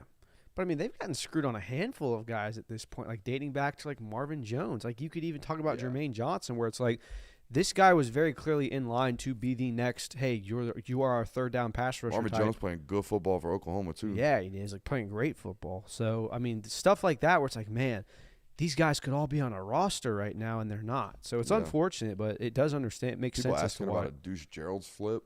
I did just see something pop up about him, but I didn't see. I mean, I don't know about. I can text and see if it's Georgia smoke, but yeah, a kid from Collins Hill, isn't he committed to Oregon? It says LSU 4-star defensive lineman Deuce Geralds will delay his signing until December 5th. Georgia Tech and Ole Miss are among the schools working to flip him. Oh, so he's committed to LSU. Mm-hmm. That's a Lane's deciding whether or not he's going to take that kid, and that kid's deciding whether or not he's going to go play for Lane. Yeah. That makes sense. Just like the Lamar Brown situation, Right. I would imagine. Where are we at? What's next? We have the Pennant kid. Ooh, the Pennant kid. I want to watch this tape. This tape's freaky. Was committed to Coastal. All right. And here's what I'm going to tell you about South Gwinnett. Every time I go down to South Gwinnett, dogs on defense. Dogs. Dudes that hunt, pursue the football, and they crave physicality. I had this conversation on this channel multiple times over. There is a difference between offensive-minded people and defensive-minded people. Every defensive-minded person I want needs to be a fringe lunatic. They need to be fringe borderline. Don't know if that guy might kill me today. They need to be fringe borderline. Might be a bad person, but we can keep them intact. Like, that's what we need on the defensive side of the football. Every time I go to South Gwinnett, defense loaded. Defense loaded with dudes that hunt and strike and get after it, and that's exactly what this kid is. Super excited to watch this one with you. I'm told Blake Stewart signed. No, I think it was a premature posting from Georgia. He's not supposed to announce till 3:45. They popped clutch on that? And then quickly deleted it, I believe. Oh, no. Oops. Somebody's getting fired. Bring me the graphics, God damn it. Coach, it's not that big of a deal. The hell it ain't. Here we go. Watch this tape. Oh, this is murder she wrote. This is murder she wrote every chance he gets against Grayson High School. Best team in 7A right now. Oh, get your ass. I'm telling you, it's death left and right. I watched it last night. It got me hyped at 2:45 in the morning. This is the last player I evaluated, and he might be one of my favorites. Pick. Crib me. Yep. Crib me. Another death right here. I think they're trying to rub him to the flat. You're going to die. Oh, my gosh. Yeah. I'm telling you, bro, Glenn Schumann knows what he's doing. They sniffed around another kid that was over on this roster last year late in the cycle. They know what they're doing. They know what this place provides and what it produces. It produces gritty, mean, physical football players that will kill you. The Georgia put it back up, so they must have gotten the papers. Yeah, he must have been like, yeah, you're right. I ain't no need to hold the news. I'm gonna be a dog. Blake Stewart, a dog. Watch this chase down. Good God, every single tackle is a Dude, murder. Every hit is a murder. That's what I'm saying. I think they balanced it between him and Nick. It's like, all right, Nick's just great athlete, great playmaker, great zone dropper, need to figure out how to get him to strike. This kid, all murder she wrote. This is him playing offense. He's going to high point a football right here. A little swim move, okay. Yeah.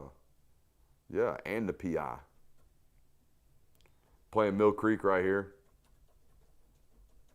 You know what this clip looks like a player at Georgia right now. Plays linebacker too. This to me looks a lot like Raylan Wilson. I was about to say Raylan. The way his knees are always in front of his toes, he looks like Raylan Wilson to me.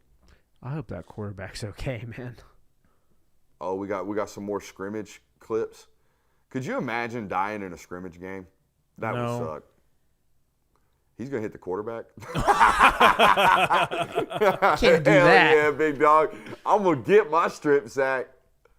This is Terrence Pinnock, for those who are asking about this. Terrence Pinnock, the new Georgia commit, was committed to Coastal. God, could you imagine? man. That'll get you ejected. Could you imagine being the Coastal recruiting coordinator thinking you got this one in the freaking bag, and then December 2nd he pops a Georgia offer? Oh, man. No. What a crime. No. What a crime. I'd quit. Oh, man. My buddy Matt Pierce used to have that job. He's out there in Nebraska now, and I felt it every time for him. I'd text him every time like, hey, they done told me they about to get you, buddy. Watch out. Stick. Yeah, dude. His play recognition is what impresses me most. So what's crazy is, like, if you watch his tape and the Little John tape, they're fake basically punt. the same physical football player from a height, weight, speed standpoint. Uh-huh. This kid's tape's way more impactful. I mean, the explosions that he dude, has it's when death. he tackles That's what I'm people. saying. It's death every time. God dang, man. The knockback. Did we get another one? It reminds me of the Anthony Crua tape from last year. That Marietta tape was scary too last year from that kid. Yeah, it was. That'll be fun to watch. See if that ultimately turns into something. I hope so. It's been a while. Like, C.J. Allen is your thumper right now, but Yeah, I feel like chat says Pinnock is 6'3", 215 and runs 4.56. I would assume Rusty gave those numbers out or something. You read that somewhere. That kid should never end up at Coastal. No. how does he go under the wire for that long? Tremendous recruiting from Coastal. South Gwinnett, one of those places that if you're going to Gwinnett County, you're probably going to North Gwinnett. You're going to start at Grayson, but you're going to go to North Gwinnett. You're going to go right after that. You're going to go to Buford. You might not see them. Like every time I'm out in the spring, there's 35 coaches at Buford. There's 35 coaches at Grayson. And then I hit all of those in the same day. You've seen the schedule. Yeah. I'll go hit them all in the same day. And at South Gwinnett, there's nobody. Or there's a Georgia State coach. Or there's a Coastal coach. Or there's a Furman coach. And you're like, what the hell's going on? And there's Glenn Schumann. Glenn Schumann camps out over there every year. So there's that. Who's next? That's it for the linebackers. Now we're into the trenches, baby. The Bigums. Home stretch of the I was about to say, are we about done? with the signing 2.5 with, hours later. are with we the about local done? signing day. Should let you guys know I don't expect 7 Cloud in the class. and it's a combination of things. Right. But I was under the impression he sustained an injury this last year in JUCO as well. So That sucks. man, it would have been. He still has a chance to be. I'm sure he's too good of a football player. Somebody will take him. Right. Like, honestly, I wouldn't be surprised if he ends up on Oregon's roster. Like, that could be another version of Bear Alexander for him. Like, he's not a problem. I think he had a problematic situation with a female. Are we allowed to say female? With a woman, a significant other. Cops got called, got ugly. That's not why. I think he's not coming because he's not going to be available to play this upcoming fall, and they needed somebody now. Yeah. So that's the unfortunate situation about Seven Cloud, because what a story that was going to be.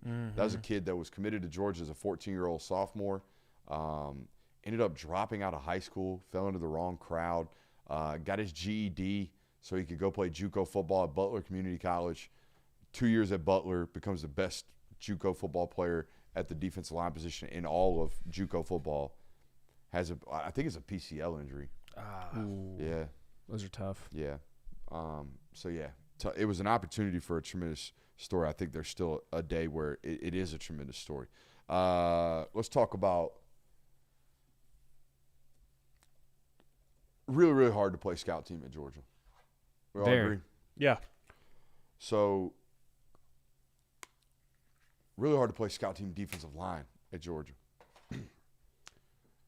I think they were running out of bodies that were willing to stand in there and take that fight for 360 days out of the year or however long it is. You know who will never leave this roster unless asked to do so? Carter Lucky. Carter Lucky's never leaving this roster. He is the brother of Lawson Lucky. He is the son of one of the triplets, the Lucky triplets. They are Georgia bred and born. They ain't going nowhere. So you needed a football player like that. You needed a football player like that to be on this roster. No different than I think Preston Carey fits this mold. I watched Preston Carey play at IMG Academy against Central. And I say I watched him play. I didn't watch him play. He didn't play a lot of snaps.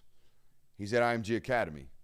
He is a top 1,200 player where everybody in front of him on that roster is a top 200 player. So he wasn't getting a lot of burn during the game that I watched him play. But there wasn't a soul more locked in than Preston Carey. Wasn't a single solitary player on that sideline rooting for his teammates more than Preston Carey. He's also 6'5". He's 315 pounds. One of these two football players might be Bill Norton. And you'll take Bill Norton. Honestly, I think you looking back on it, had you known that Ja Jarrett wasn't going to be playable for you, Bill Norton isn't at Texas. Bill Norton stays at Georgia. Had he known, honest to God, had they known, at both parties known, had Georgia known that Bill Norton was going to go to Arizona and play all Big 12 football and then transfer to Texas and be a meaningful role player on an offense that our defense that we had problems running the football against, had they known, he never leaves. So one of these two football players has an opportunity, in my opinion, to be that type of guy, where 6'5", 6'6", 330 pounds, bitch of a human to move, good luck type of nose tackle. Right. Y'all need those bodies. You absolutely do. So that's what you got going on with those guys. I mean, guys, Carter is 6'6", 285 pounds, and a legacy that's going nowhere. You take him. Absolutely. Yeah. You take him. And not to mention, you could also develop into a player that helps you tremendously on the defensive line. Like, this isn't just welcome to the scout team, buddy. This is where you'll be for 4 years. There's absolutely opportunities for you to earn meaningful minutes. 100%. So apparently, Blake Stewart official. It's all official, yeah. All right, good there. Stop popping clutches, boys and girls. Come on. Let kids have their moment, unless they leaked it to the entire industry. And at that point, the moment's gone. I wonder Who's if that's next? ever happened. I don't know. Ooh, Valdon Sohn. Yeah. Now, this was y'all must watch the tape, but we don't have new tape of him.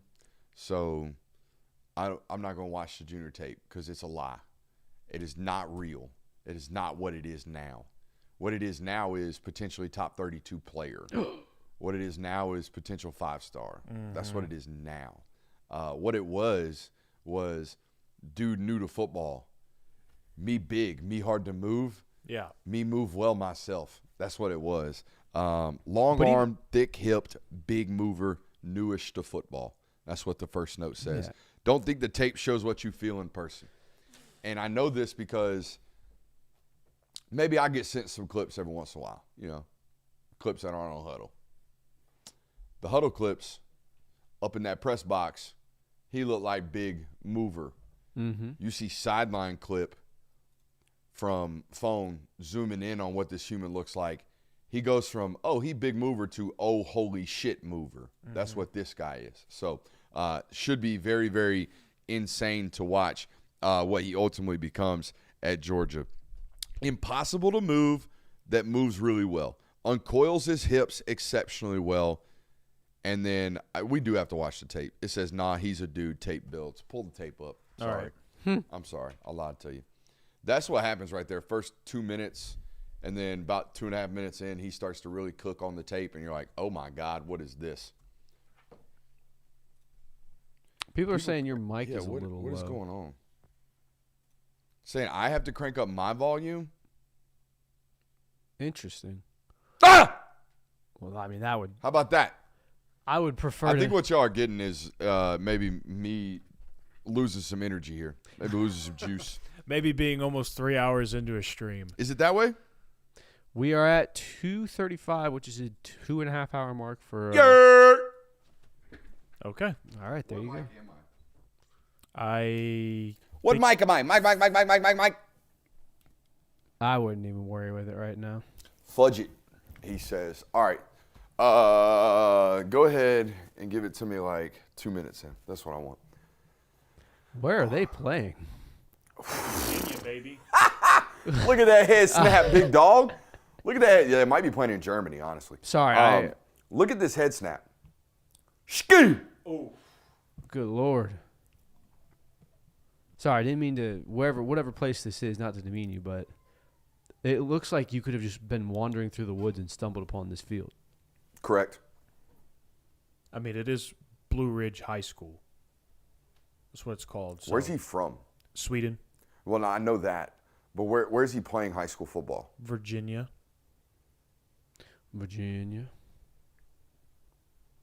I mean, even here, once we start seeing the pressures is what I talked about with the tape building. Hell yeah, we love that.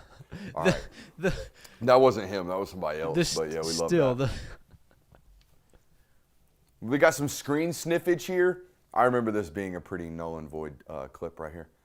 Great job sniffing screen. Probably didn't need it on the clips. Hey, show the instinct. But at this point in time, he's just trying to, put everything out there. Oh, Show buddy, the he's instincts, cooking man. at this point. Show the instincts. I like it. Okay, he's cooking at this point. Oh, there's some more screen sniffing. And there's some more movement. But here's what we really like. This is what I really like. Okay. Ooh. Watch the movements here from this. Again, he's like 320 pounds. Yo. He got held there. Yeah, he did. Big ass feet on him too. He's got very much so a like early aughts defensive line swag with the single banded arms, arm sleeve. He's a mover, man. Yeah, like early 2010s. Yeah. Very Tyler Clark-y. Ooh, yes. I mean, the foundation is there, obviously. Yeah. And this is one of those high ceiling takes that you have, I think. Again, my very first note on it was I think the tape lies. I think the tape versus what it feels like when you're in person, because he's 6'5", 320 pounds. You know, like you have no idea how massive the human is, how big and physical and strong that guy is until you walk up on him. So, yeah, that's probably what's going on there. Should we take a break? Let's take a Lucy breaker. Ooh, there you go. How about a Lucy breaker? You know me, if I'm vicing this season, I'm vicing with quality. I'm vicing with my friends over at Lucy Breakers. I've been vicing this whole entire time. So, matter of fact, I'm actually going to, as we say in the vicing world, de-rig right now. Shout out to our friends over at Lucy. If you use promo code FGN, you'll get 20% off your first purchase. What? I don't know, man. Look, you don't even need a trash can near you. They got it right there for you. It's a matter of convenience, Just Jonathan. That's how I flipped it for real. Hold on. Yeah. Crazy. But no, Shout out to our friends over at Lucy's. If you're wondering if I use them, hell yeah, I do. Lucy Breakers, promo code FGN, 20% off your first deposit. if you're wondering if I use them, hell yeah, I do. That needs to be their quote. Hell yeah, I do. Man. Lovely. Have we watched all? Apparently, I woke a basset hound up from a nap. Huh? I mean, basset hounds are known for hearing. So Who else we got? You've talked about Carter Lucky. Talked about we Preston gotta Carey. watch PJ Dean and Kamari Brooks. We have. I'd have Dean tape pulled up already. I'm surprised. He must be in class. I'm surprised Kamari Brooks isn't in the chat right He now. ain't gotta go class no more. You right. He a dog now. What are they gonna tell you, Kamari? Can't go no more. You done signed the papers. yeah. I'm going to the papers.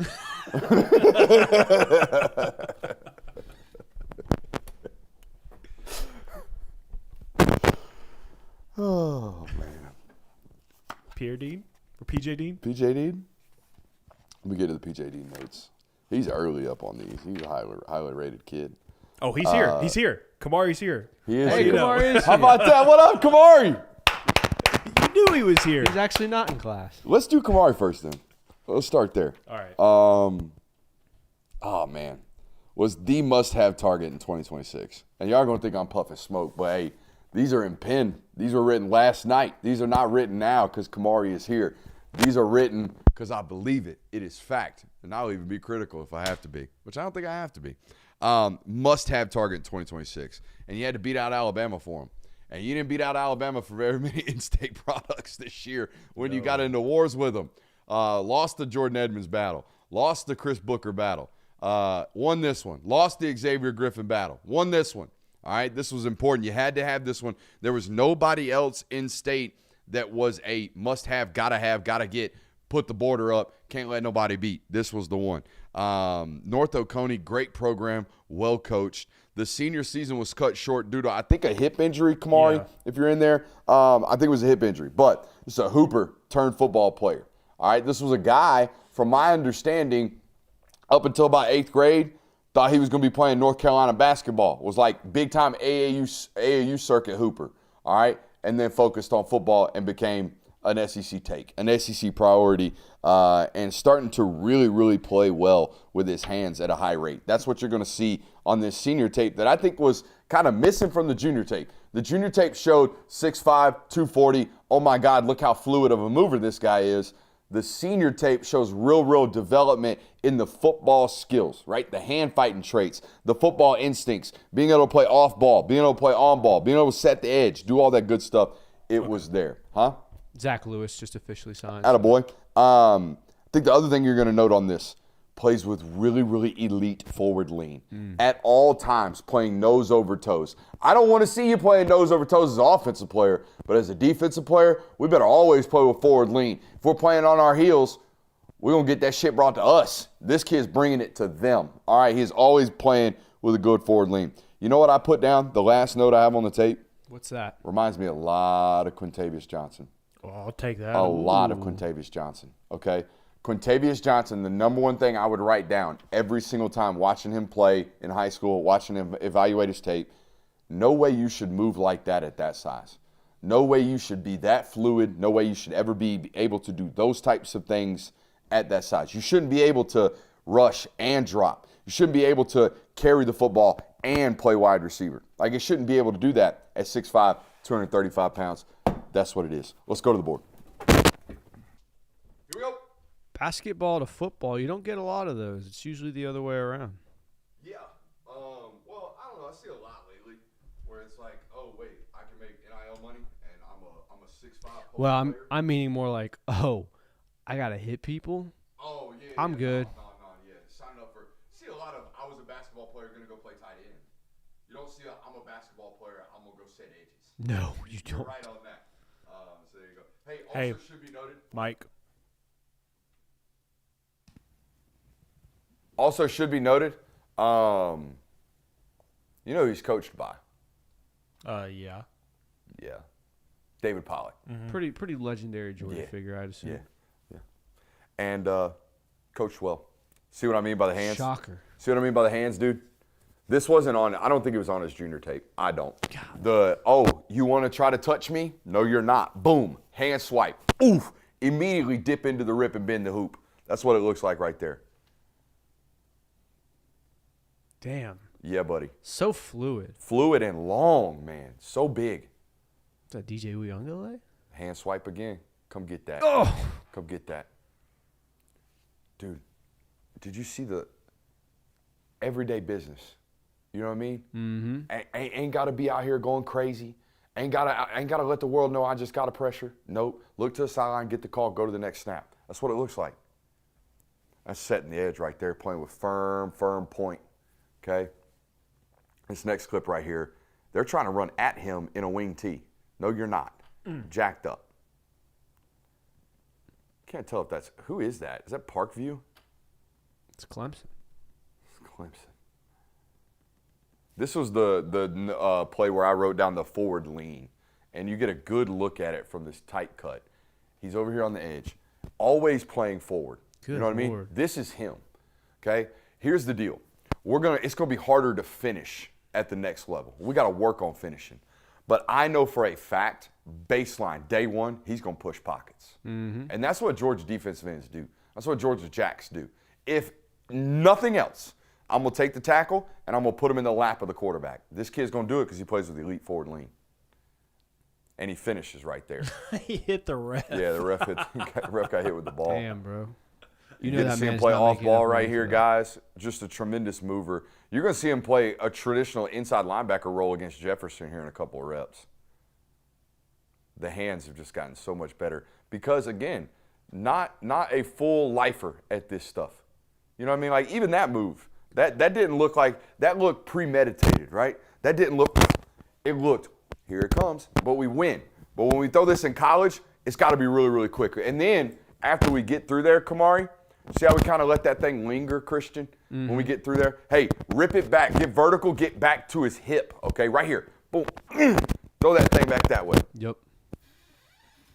I think something that needs to be talked about of him is the angle that he takes. He is always running to the back hip of the quarterback. Yep. Because it prevents spin outs. You see all the time Stetson Bennett mastered this of where someone gets a free edge and you just spin out of it. How about the football instincts right here, Curb? Play off-ball linebacker, good trigger. Pursue the football out, go tackle. There we go. Just tremendous ground coverage from this kid. Covers a lot of turf. Same thing here, go stick. Are they going to ever play him off ball? No. I mean, no more than like they do Quintavious, but this was the clip we had to watch. Right. This clip right here. Woo, buddy. If I were in the rankings business, a clip like this sends you up 75 I think you're getting spots. more static on your mic. I know, I just stood up because of it. A clip like this make you bounce up 75 spots. Every single time. Get out of here, son. Oh, we're playing receiver now. Yeah. Did you not see the get off the line of scrimmage? No, I was looking for an edge. No, he's out here. That's what I'm saying. This type of clip from a defensive end goes up 75 spots on the rankings, period. Boom. Inside stem. Get to his outside shoulder, high point his ass, snatch it away from his body. Good Lord. And give him some. What would be your first down, Sally? I thought about this the other day. I would be a rock the baby first down slime, Sally. It would be one of those right there. Never thought about it. Never thought about it? It's been a big TikTok trend lately. I was never an offensive guy. Yeah, but you ain't used to selling it. You don't know how to do it. Not a first down, Sally, no. I don't know why I'm coming back over here. Aren't we supposed to stay over there? Don't we have one more? We got PJ Dean, don't we? Also, Yes. Let's watch PJ Dean. you played center. What do you mean celebrating first downs? Oh, I'm big Sally. You ain't watched Donnie Glover play football. You don't know. You don't know about big fella with some swag. Now you get the name right. That's all right. Donnie. Big lover of the Glover. PJ Dean. Let's look at this. Now, let me give you some thoughts and some preconceived notes on PJ Dean as you see him just absolutely hunt and maul somebody. This was a former 275-pound offensive line prospect. He's playing at 255 now. He has done a tremendous job working on his body to earn the right to play defensive line. The other thing you should know about him, his older, I think, half-brother maybe same dad, different mom. Jared Wilson, okay? Elite athletic pedigree here with this football player. All right? And he is, like I said, he's went from a top 200 offensive line prospect to a top 100 defensive line prospect. And you see why. Elite athlete. Now, I will say this. If my memory serves me from watching this last night, there is a very clear difference to me on tape watching the clips that I watched, and I don't know if it's going to show up here. A difference between P.J. Dean when he is playing free and P.J. Dean when he is thinking. When he is thinking, we're still real slow. You know who he reminds me of? He reminds me a lot of Joseph Jonah Ajonye. That's who he reminds me of.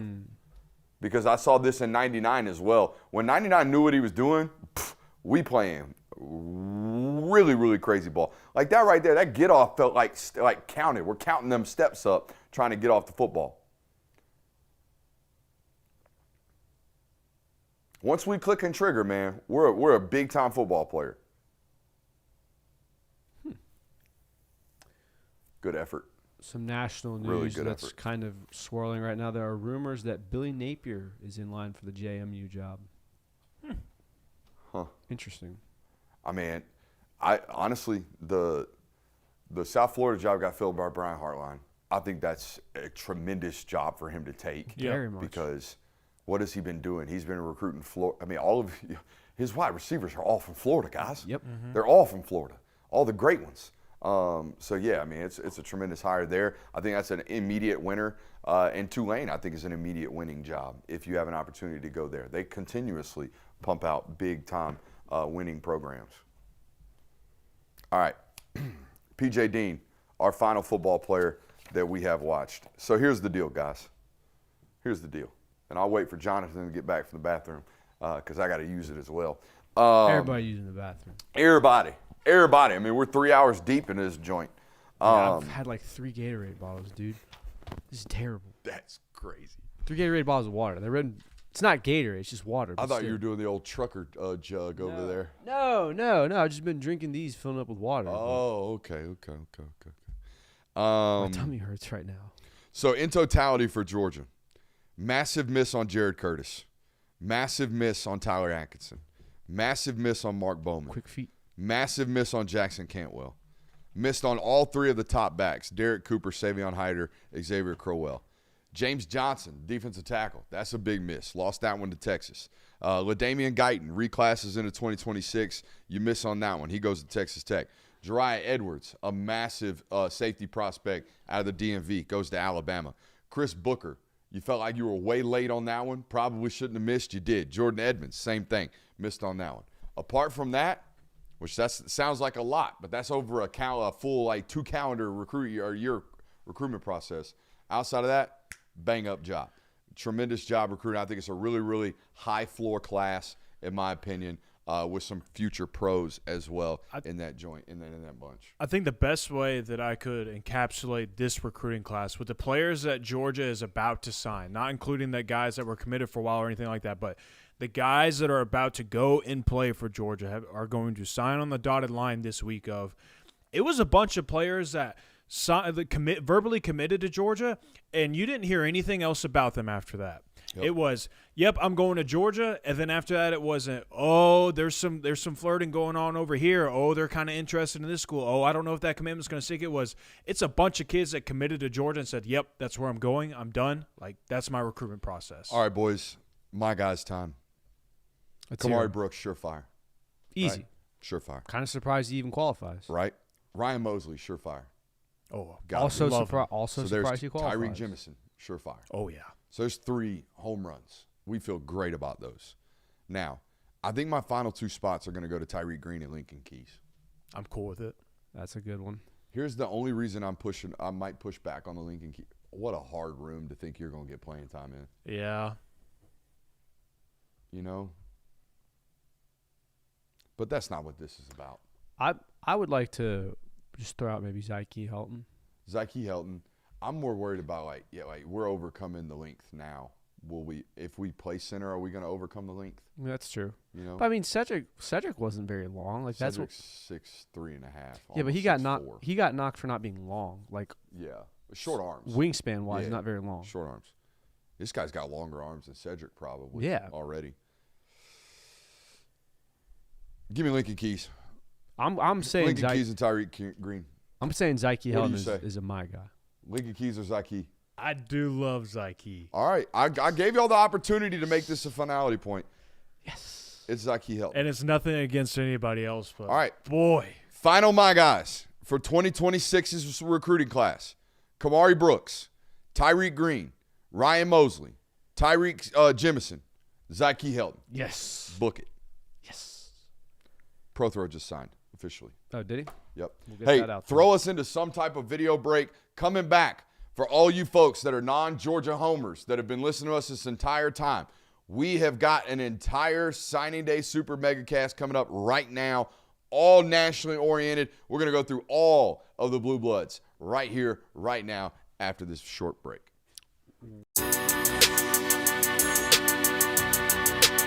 The tape, let's grind. Shut up. The tape. Let's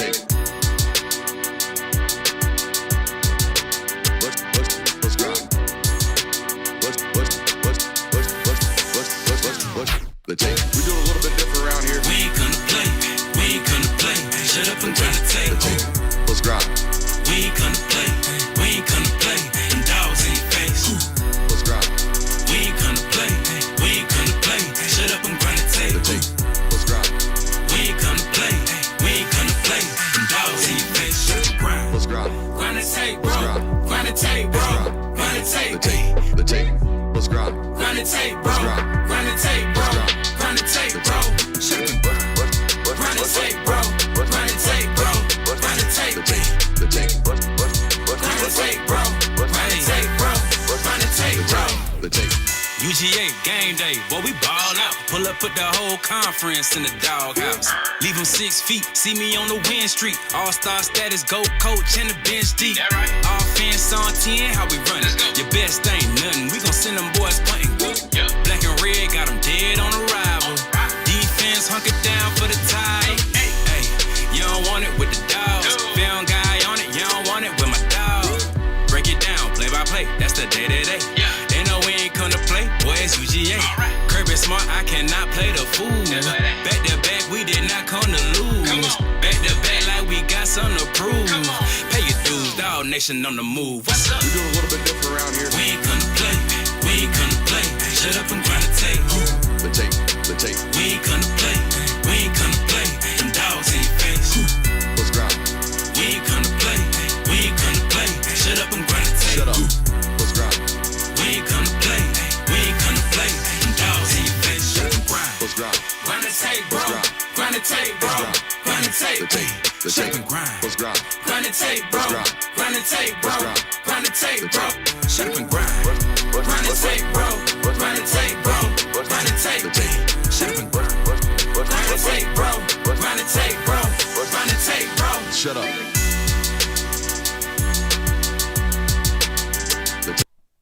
What is up, ladies and gentlemen? We are here. We're having a great time. Got plenty of juice. We wrapped that thing up in 3 hours. That's all it took. That's That's all it. it took. Easy work. Just the Georgia class, 33 3 hours. football players. 33 football players. Went through them all. Talked about them all. Gave them these flowers because what a big day for these young men all around the world of college football and high school football. We love National Signing Day. It is not lip service. I don't do this because y'all asked me to do this. I don't work this hard in the midst of, SEC Championship Week, in the midst of all the other content that we do. We don't do this because we just enjoy doing it, though we do enjoy doing it. We believe this. We believe that these kids should be, celebrated on a day like today when most of the world kind of just forgot that today's National Signing Day. And that I hate that. Unacceptable. This used to be, like, traditional National Signing Day used to be one of the craziest days in the history of football. Mm-hmm. Now it's just kind of a couple of guys. Are they going to flip? All right, how do we want to do this? Where do we want to start? Dude, I got plenty of things. I did several different things, guys. I reached out to every director of player personnel I humanly possibly could, and I got a list of what the world thinks are going to be certified pros. Do you want that list right now? Let's get that list. All right, here's the list of names, consensus names, repeatedly mentioned through sources of who's going to be a pro. Who are guys that if I do a National Signing Day megacast, if I go that hour, that 2 hours, however long I go talking national football, if I go without mentioning this player's name, who are they? And who has to be talked about as this guy's going to impact college football next year? Let's go down the list. LaDainian Guyton was a major name, consensus, guaranteed. I think he's the best pure pass rusher in this class. No offense to Zion Ely, the Maryland commit. I think he ended up signing with Maryland today. Yes, no offense to him. But this wasn't a great edge rushing class. I think you'll hear us talk about that throughout this hour or however long this lasts. There just weren't that many blue chip, I get home now guys. All right. These were all, there's a lot of Carter Meadows. There was a lot of my man Luke Waffle. All right. There was a lot of 6'5.5", 265. He could be a great D end. Maybe he turns into Aiden Hutchinson. Maybe he turns into Michael Williams. There was a lot of that. There was not a lot of, can he be Hassan Reddick? There was not a lot of, can he be Colin Simmons? Do you know what I'm saying? LaDainian Guyton might be that. LaDainian Guyton has a chance to be that. Another football player heavily mentioned, Savion Hyder, which apparently he's got new tape today. So we're going to watch that. Excited to do that. Jariah Edwards, we've talked about. Xavier Crowell, the running back to Alabama, a tremendous football player that was mentioned heavily in this discussion. Mark Bowman, I got beef. With 24/7. I got beef with 24/7. Will you check on 3, see if I got beef with them? Yep. The idea that this kid is not a consensus 5-star is blasphemous. This is the closest thing to Brock Bowers. And I know it ain't been long, but this is the closest we will get.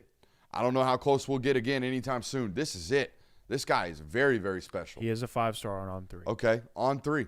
Big dubs. Big dubs in the chat for Charles Power because, I feel like a person with no eyes should be able to see that Mark Bowman is a 5-star. I think that's how good he is. Now, is he worth $11 million? No. That's what USC apparently gave him. That's crazy to me, but damn good football player. We'll watch him today. Isaiah Williams, the linebacker that's committed 7 times over. Is this the correct player? Isaiah Williams, yes. That's the guy that's like, I'm a Florida Gator. I'm an Ole Miss Rebel. I'm a LSU Tiger. I'm a Georgia Bulldog. There's a Louisville thrown in there. I'm a Louisville. Mm-hmm. I'm a Louisville Cardinal was thrown in there. Mm-hmm. Speaking of Louisville Cardinals, I think Jeff Brom has announced he's staying there. So let's go. Did he shout it from the mountaintops? Attaboy, Jeff. Or did he whisper it for the world to know? That's such a niche reference now. I know. I was like, we got to be like the only people that know he's the quarterback whisperer? Well, like, yeah. Supposedly. I thought it was a known fact. Jeff Brom, quarterback whisperer. You seeing what he's doing with Miller Moss right now? Let me put it this way. I think that when we bring up Jeff Brom and start whispering, people probably have no idea why we're doing that. That's okay. What the hell are these guys doing? They need to watch us more often and get the joke. He was mentioned. Tyler Atkinson, obviously, a must-watch today. Joey O'Brien. Notre Dame's done it again. Notre Dame has signed 2 corners that I think are going to walk in there day one and be absolute strippity straps. So we'll talk about that today. Now, I'm not trying to ruffle feathers with this. They've kind of thrown their hat into the ring for being DBU the last 5 years. Oh, yeah. Also, we're going to talk about Notre Dame today. Notre Dame is so Georgia North. They're so Georgia North. What? Okay, that can't be him. Okay. What? I was trying to find Joey O'Brien. I sent it to the chat. It's a different one. He goes by he spells it O''Brien, but it's Joey O'Brien's, one word. Joey O'Brien's, Obrins. Okay, because I pulled up one and it was No.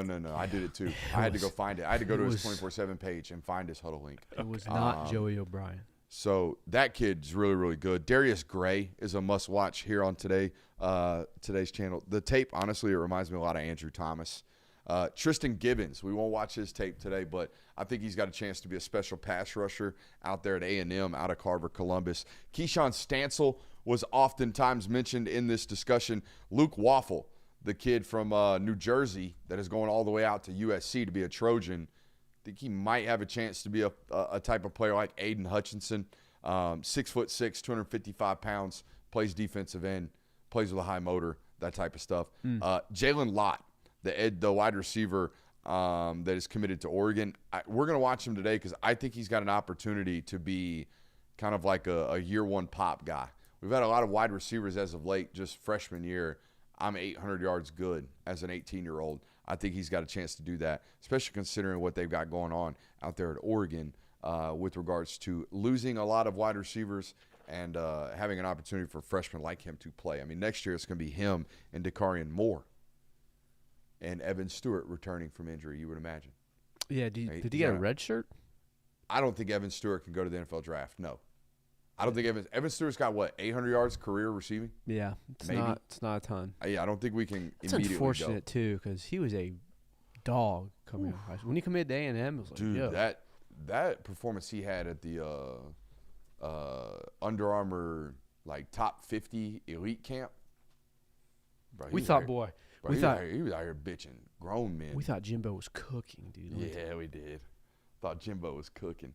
All right. I want to start talking about some of these teams. We'll watch some of these clips later. My overall thought process, bad pass rushing class. Other than that, everything really, really standard. Yeah, Especially that thumbs up button. I think nationally you can just say that the prospect at the pass rushing position weren't top tier. There weren't any names that you could say, and point to. If this player ended up being a number 1 overall pick, I wouldn't be surprised. And that's okay. I mean, there's still going to be development in that. And that's just how classes work sometimes. There's been classes where the quarterback class wasn't super deep. There's been classes where the running back class wasn't super deep. It just so happens that pass rush wasn't necessarily a really deep position this year. Can't sleep on edge rushing and offensive line development. Can't. It's very, very important. Can't sleep on those positions either. Very, very important positions that cannot be slept on. Don't be sleeping. Don't be a sleeper. Never Sleeper. sleep. Sleeper. Promo code Brooks. Promo code Brooks. What do you got for me over there on Sleeper? If you love games and being together with people and being brought together through the two things that we love most, head over to Sleeper now. They are a real money fantasy gaming app that is focused on doing just that. They have over 6 million active users, and they are one of the fastest organically growing fantasy platforms in the entire world. That's not just the country. That's the entire world, dude. Use promo code Brooks today and get a 100% deposit match up to $100. That means you put $100 in, you get $100 for free. What? Don't know why anyone wouldn't do that. It's free money, dude. Promo code Brooks today. Thank you to our friends over at Sleeper. Money, money, money, money. I think at the end of every sentence we have would just be promo code Brooks, Sleeper. Promo code Brooks, Sleeper. Support those who support us. Make sure you hit that thumbs up button. We're dipping below 1,000. Can't believe it. I blame it on the countdown timer. That's what I blame it on. I blame it on Jonathan making us go to a countdown timer. Why do we have to go to a countdown timer? I don't know. Jay will made us do that? Oh, we're back over 1,000. No more blame. No more blame for Jonathan. We're good. Y'all carry show right quick. I'm ADD, and I want to see what this looks like lit up because Damien worked really, really hard on these. And I want to light mine up. Here, you can bring it over here. We've got some things we can just unplug. But no, I do think that there are a couple of schools that had really, really good days that obviously the Alabamas, the Tennessees, the Georgias, the big blue bloods, so you want to save the world, are always going to have these really solid days. I think that there are other teams in the ACC in particular that had really solid days for what they are. North Carolina. The ACC. Yeah. North Carolina, last I looked, had the 17th ranked class with 38 commits. Now, there's not a lot of 5 stars. There's not a lot of blue chip guys. But the fact that you had that season that you had, the fact that there's this much of a mess going around, and you've got plus 35 players that still want to be a part of your team. And by the way, they still have some really, really talented prospects too. The Trayshawn Ruffin kid. Pablo Torre going to find out about the 17th ranked recruiting class. Yeah, the Keon Chapman's a really good wide receiver for them. So they had a really solid day on the recruiting trail for what has not been a solid season at all. And, I mean, if you want to stay inside the ACC, I think the most – Why would you Dude, ever? that's sick. That is so sick. What's it look like? Oh! Dude, that is cold. Looks really That good. shit is sick. Yeah. Yeah, we might have to start selling those. I mean, I'd want one of those. Well, you have one. The more concerning part to me about the ACC recruiting is if you want to go check and see what's happening at Clemson right now, I believe they have the 4th highest rated recruiting class in the ACC behind UNC, behind Florida State. 2 schools that are having down years right now, having non-impressive seasons, and then, of course, behind Miami as well. So that's kind of interesting. I think they have the 20th ranked class in the country. Yeah, and we talked about this. Like, the Clemson kind of model that Dabo Swinney built a success on, it does not appear that it was sustainable. It did not appear that it was going to be something that you could take into the modern world of college football. And it's starting to feel like the sport has left that team behind. Now, it's just a recruiting class. They're still going to be a really solid team. We expect them to bounce back this year, but it very much looks like the days of the Clemson Tigers competing for national championships. Probably that window's closed. Well, we've gone into an era where you kind of got to pay to play. And I don't know how much they're willing to pay. You know? I mean, Very guys, true. the down it's overstated, and it's a take that everybody says it's a transfer portal problem. It's not a transfer portal problem at Clemson. It's an NIL problem at Clemson, in my opinion. You can tie Clemson's downfall directly to NIL being passed in 2021. Quinn Ewers' class was the first class in that 2021 signing class where it actually impacted things. It moved things. That's an interesting text message from a football coach. Just said the amount of people declaring they're in the transfer portal with no years left of eligibility is insane. What was I talking about? The first year, Quinn Ewers' class, the first year with the transfer portal impacts. you can tie Clemson's recruiting success directly to that. It's been prior to that class, Clemson was consistently inside the top 10, consistently recruiting inside the top 10, and now, dude, they're consistently outside the top 15. Mm-hmm. They're 17, 18, 19. What this year? 23. Where are they at right now? They're 20. Last 20. time I saw, or whatever, it was 20th when I checked. I think it also – That's the problem. It's not that, and yeah, it's because they're not going to the portal to rectify those issues. But you want to know what's going on at Clemson football right there. They're not recruiting what they were, and when you don't do that, when you don't recruit like you used to, you have to use the portal because you're not good enough. You're not good enough to just lean on people and just be better. And I think they're schematically a little problematic too. Schematically as well, and development-wise, like the argument that Clemson, when Dabo Swinney doesn't have a 5-star quarterback, Cade Klubnik was a 5-star quarterback. DJ Uiagalelei was a highly rated quarterback. Those players did not develop like Deshaun Watson and Trevor Lawrence did to the point now where you've seen a massive decline in the offense. So I think that's also something worth noting is that the player development hasn't been great. How about what USC? Now, I know we ain't got no Trojans in the chat today, but how about the USC Trojans doing what everybody said they couldn't? Yeah. Just hold on. I mean, we were having this conversation in the summer Everybody of laughs. It's spring. a joke every year. Yeah. Spring. They had 32 guys in the spring. Like, check with me in December. Whatever, We'll see whatever, you. Lincoln Riley. Sure, that's all nice and dandy right now. Shout out to It them. is more than nice and dandy. They solidified it. They got a chance at the number 1 overall signing class, depending on what service you choose to look at. And there's talks about Chris Henry. They don't know if he's going to go to Ohio State right now. Oregon and USC are sniffing around. He's not going to sign, all that stuff. Like, if Brian they add Hartline Chris Henry to leaves. that, Yeah. golly, dude. 34 commits, and they are deep, man. They're 24 stars deep out there at USC right now. Will you give me the name of the general manager? He deserves a shout here. He is the one who's done most of this work. I don't believe it's Lincoln Riley doing all this changing. Chad Bowden. Chad Bowden. And I believe he came from a big Bowden, program. probably. Bowden? All right, it's Bowden. EEN. Bowden.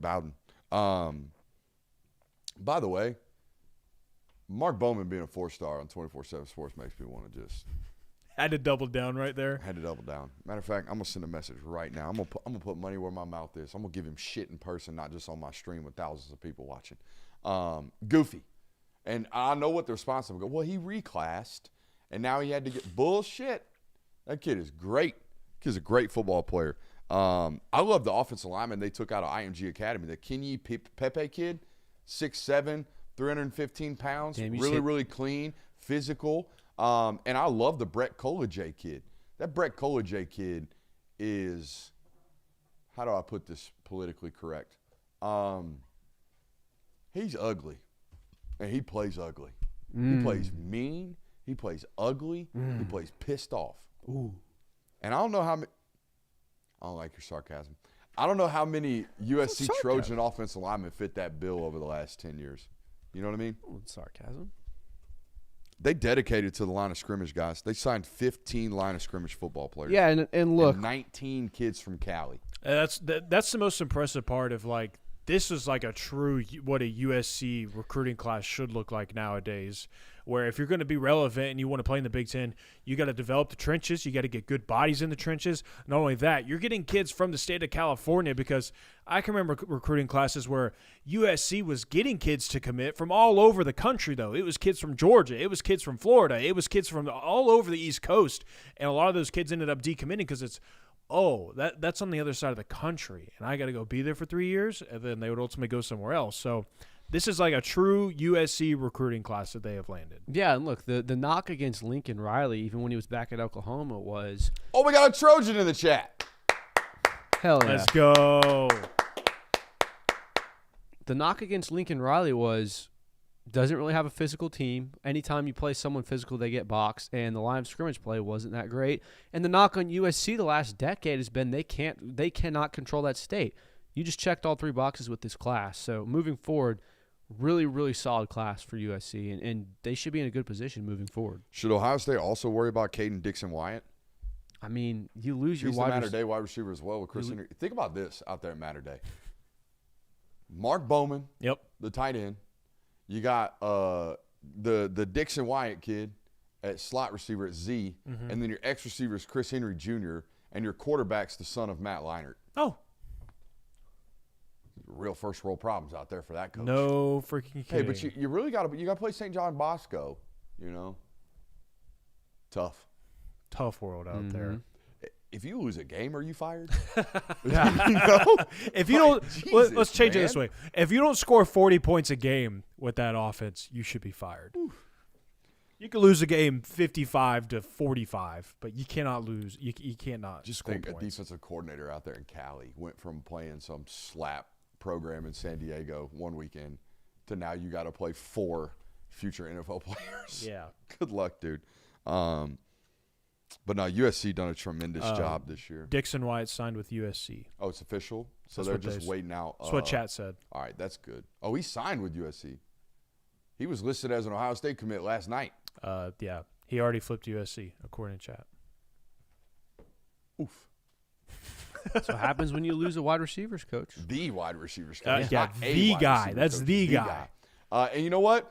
Good for you, Brian Hartline. I'm going to talk nicely about you right now, despite the fact that you chose the opportunity to make sure everybody in Ohio State fandom dunked on my ass on social media last year. Y'all remember that? No, what happened? You don't remember this? Vaguely. So I had the audacity, the absolute unmitigated gall to tweet going into that Ohio State matchup. This is bad. That I thought Tennessee had the better running back and the better passing offense at the time, or the quarterback was playing better football at the time than Ohio State, and that's why they were going to win the football game. They did not. Will Howard went unconscious seeing that tweet. The Brooks Austin curse strikes. And so again. what Brian Hartline chose to do was, after just lambasting that ass in front of everybody out there at Columbus, Ohio, and beating the shit out of Tennessee in that first-round playoff game, decided he would go find that bookmarked tweet of mine, quote tweet it with some laughing emojis. Dang. So you mean we get to take credit for them winning the national title? No, Brooks gets to take credit. I don't want I any get part to of take that. Brooks gets to take credit for Ohio State winning the national title. That's You what heard I just that. heard. I gave them motivation. They were down, out after losing to Michigan, and all it took was one Brooks Austin telling them that they suck, and it was, oh, screw this I guy. didn't even say they suck. I just said the other team was better. I know. This idiot. Look Which, at this dummy. Fair. I'm an idiot. No, we need to win the title now. So That's we it. rub it in that fat guy's face. That's it. That's gonna win a it. national We got to go win. All right, so I guess we got to talk about Ohio State now. They're losing it left and right. They lost Legend Bay to Tennessee. I saw a weird thing about that. I saw someone tweet that he showed up to his commitment ceremony in all Ohio State gear, and Did the whoopsie daisy? no, I think a parent of his might have stepped in and said, "No, You're going to be a volunteer? yeah, we're going back to Tennessee." Buddy, what a class of wide receivers they've signed. Yeah. Holy shit. I'm sure somebody will talk about that today. I want to talk about Bama, though. Let Bramble Brooks get to cooking right quick. I think they have a serious knack for player identification. For Tennessee, this is who you're talking about? No. I'm talking about Alabama. Oh, okay. I think Courtney Morgan, and I think whoever's running that staff outside of Courtney Morgan, whoever's most involved, and I don't know their name because I can't give them credit or else I would, they do such a good job of not just identifying good players but identifying them first. When you come into this state and you have Jordan Edmonds locked up and committed to Alabama before Georgia even realizes he's good enough to take him or prioritize him, you've done an insane job of recruiting. When you do that once, that's a great job. When you do that twice with a player like Chris Booker, how? How did you do that? That is worth talking about. So it's not just player identification either. Guys, they have won wars in this year's recruiting class. Xavier Griffin was not easy. As he signed officially with them, it was not easy all the way down to the wire. That was a 5-star football player in the state of Georgia that everybody wanted, except for maybe Georgia. I don't know how hard Glenn Schumann pushed to make sure Xavier Griffin was a Georgia Bulldog, to be 100% honest with you. But everybody wanted that kid, and they won. Sindarian Morgan was a war. They've signed everybody but 2 players. Who are they? J.J. Finch and Brian Williams. J.J. Finch is an offensive lineman? Defensive lineman. Okay. And who was the other one? Brian Williams, a wide receiver out of Florida. All right. The Sindarian Morgan recruitment was tough. That was Georgia. That was Auburn. I think Ohio State might have sniffed. Like that was a hard recruitment to win. Now, I'm not as sold on Sindarian Morgan as everybody else is. I think Sindarian Morgan is going to have a tough time separating in college. But everybody else told me I was stupid. Everybody else told me, Brooks, you ought to see this kid. Wait till you see him. He looks like Julio Jones. He looks like Colby Young. He looks like that type of physical, oh, my God, roll him first off the bus type of football player, and they won that one. The Jariah Edwards war, absolute gauntlet, impossible recruitment, big boy recruitment, bang, Bama, win. Xavier Crowell felt the same way once he reclassed into 2026. Felt like that was an absolute war, and they won it. And I think they're shaping an identity on the offensive line. The offensive line body types have changed dramatically. Now, I'm not like super high on some of the guys that they've taken, but that's my opinion. I like the top end of the class. Oh, I mean, as an Alabama fan, you have to be super pleased with the class that you've landed. I mean, again, like not to keep dumping this take, but that was one of the bigger talking points about Kalen DeBoer coming down to Alabama was, could he do this? Could he? And he's doing it. I mean, he's done it in back-to-back years now where they've landed one of the best classes in the country, and Kalen DeBoer and that staff are getting some very good players into that program. And not only that, the worry last recruiting class was, man, Hugh Freeze put this guy in a locker. He put strongholds on the state of Alabama as a whole. Maybe Kalen DeBoer can't recruit the Southeast. It seemed like he was kind of relying on relationships elsewhere from when he was at Washington, not this year. Like, he has attacked nationally like you have to, but also has put a very strong emphasis in planting a flag in the Southeast. So shout out to him for that. People in the chat worried about 100-meter times on Jordan Edmonds. Probably shouldn't say this out loud, but I hand-timed him 4.48 at the Under Armour event this year. 100-meter? No, 40. I was like, good God. Oh, my God. This is 4.8 I mean, he's bona fide 6'3". The other thing about him is did not lose a rep. Not a single one-on-one rep have I ever seen this kid lose. So the speed's not a problem, if that was your concern. I think he's a pro. Is he on the board over there? Yes, he is. Yeah, he's up there. Tyler Atkinson, So is Chris Booker, right? Jordan Edmonds, and Jaden Upshaw. So they got 2 of the 4 pros I felt like I saw this year on my spring tour. Yep. And you love Chris Booker as much as I do. And that's a tremendous kid. You don't even love him for the football purposes. You love him for the football player. No, yeah. person. I mean, I like him for that, and I like him for the fact of when you listen to him talk. And this was before he even committed to Alabama, I believe. But I was like, that kid needs to go to Alabama because, I mean, sometimes you can just get a vibe from a kid when they're talking and like how they speak about a school. And when he spoke about Alabama, it was, that's the best place. That's where I feel like I'm at home. And I was like, he needs to be there. If that's where he's going to thrive the most and be the best player, I feel like it's going to be at Alabama. They signed my favorite corner, my favorite safety, and my favorite offensive lineman. That's pretty damn good. Pretty dang good. Are they your favorite because they signed him? because you just love Bama that much? I mean, I'm a big-time Bama homer. You know this. They're Big-time my Bama favorites. homer. Yeah, All they're How my much money you favorites. throwing to that program right now? Chill out, bro. Chill out, bro. Hey, man, I got it. Chill out, bro. Bro, the chat tries to make me wear Auburn fandom. I mean, you did pick them. There's evidence on my phone right now that you wear Auburn gear. That is a fake picture. I don't know. My hairline is looks not that pretty bad. real. What No. picture looks more real? The picture of him wearing Auburn or the picture of me sitting by a fire with Kalen DeBoer? I don't know if I've seen that one. Oh, it's great. Chat, send that in the Discord right now. If Yeah, you're listening, send yeah. that in the Discord. My phone I gotta number get is- I got to get everybody to see that one. Yeah, that one's way too good. That one almost made me wonder, was I there? Did that happen? What the hell is that? Yeah. So here we go. Y'all got any other schools you want to talk about? I got plenty. I thought that Washington needs to be talked about today because, I'm just scrolling through the 2026 recruiting The rankings. Huskies? Yeah, they got a top 15 class, Brooks. Jed Mafish? Jed Fish and them boys up there in Washington have a top 15 class, or at least they did this morning. Yep, 13th ranked class. They got 23 commits. They got a 5-star. The 5-star has officially signed Cody Green, the offensive tackle, who is from the state of California. And it's all West Coast kids, but they've also got a sprinkle of some kids just all across the United States. They got a kid from Louisiana. They got a wide receiver from there.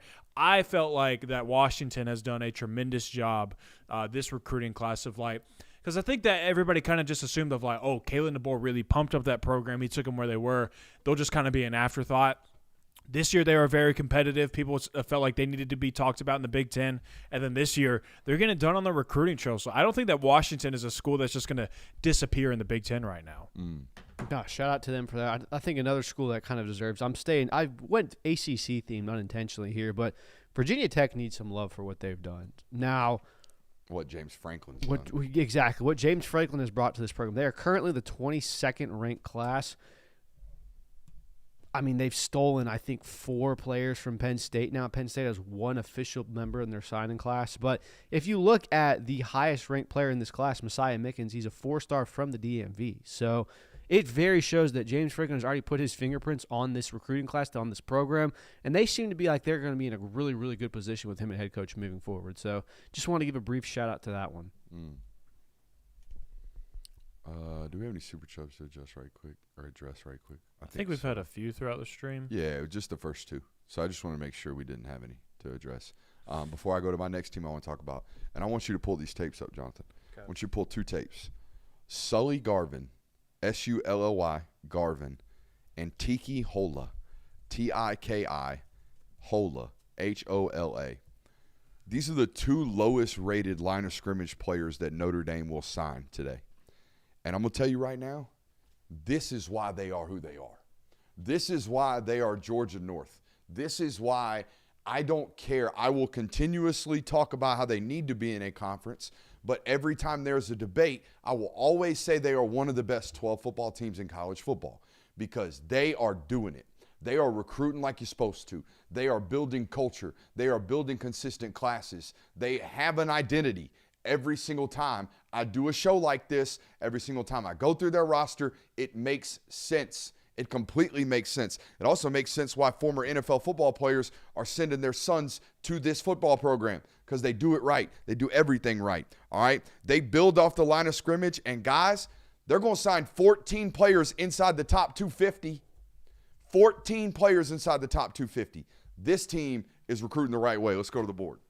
Give me Sully first. Give me the offensive lineman first. This tape right here, again, lowest rated offensive lineman that they will sign in this class.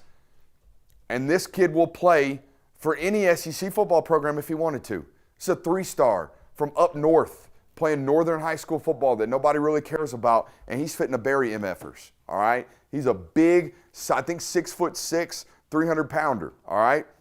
And he plays with that kind of power in his hands. He just throws people. What is that field? That field is northern high school football is what that is, all right? But this is what I'm talking about. This is why Notre Dame is who they are, all right? They don't miss a lot on the bottom end of their classes. Guys, they got 4- and 5-star offensive linemen signed in this class, okay? This is the bottom of the barrel for them per the recruiting services.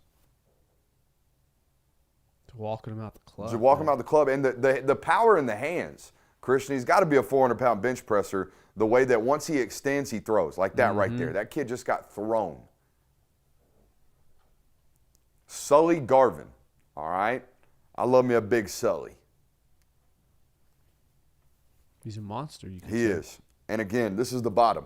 All right? This is as bad as it, quote unquote, gets from a blue chip status. Now, show me the Tiki kid, because I see 1,000 of these at Notre Dame every time I turn on the tape. Just line of scrimmage football players that look impossible to move. They play fundamentally sound. Again, bottom of the class. This is as bad as it gets. They have 14 250 players. Look at this kid, okay?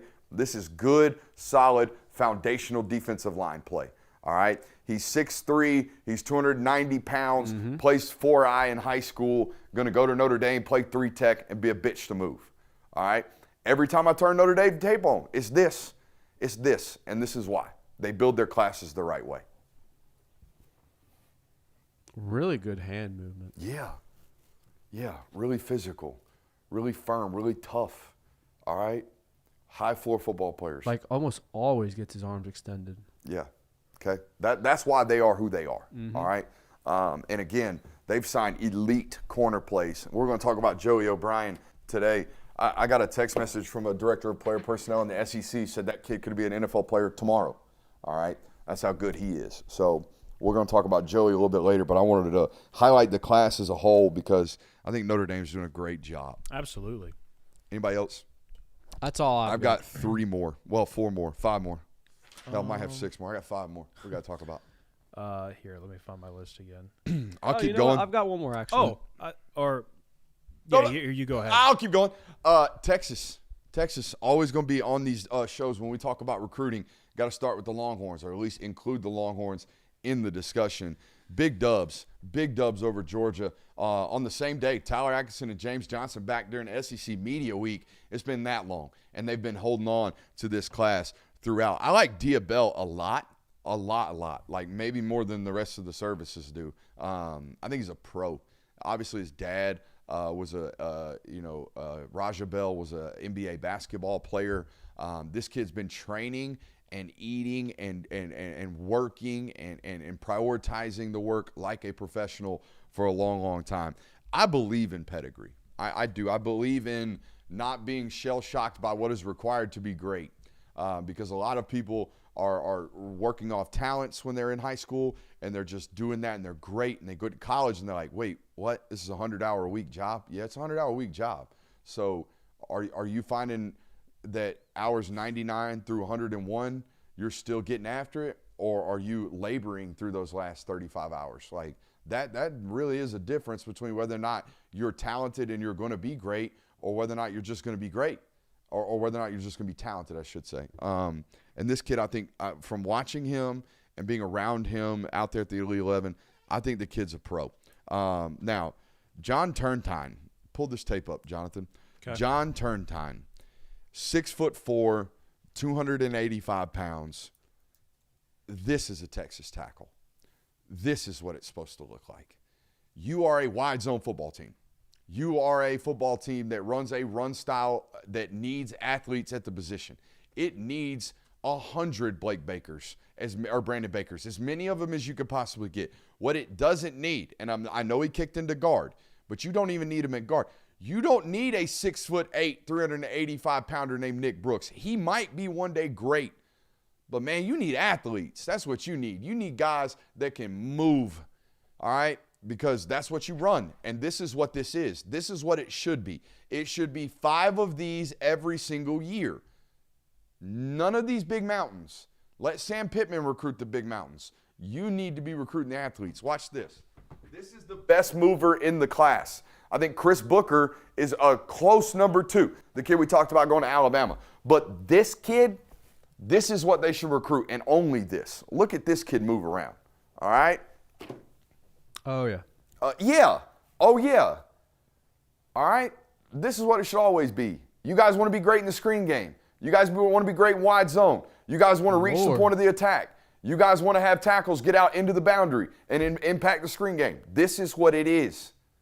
As I say that, this is what it is. I love when the player and the prospect match the identity of the football program. It should be nothing but this. Yeah, I mean, getting out and setting edges and being able to not outrun, but out-leverage linebackers in the SEC exactly what Texas needs to do.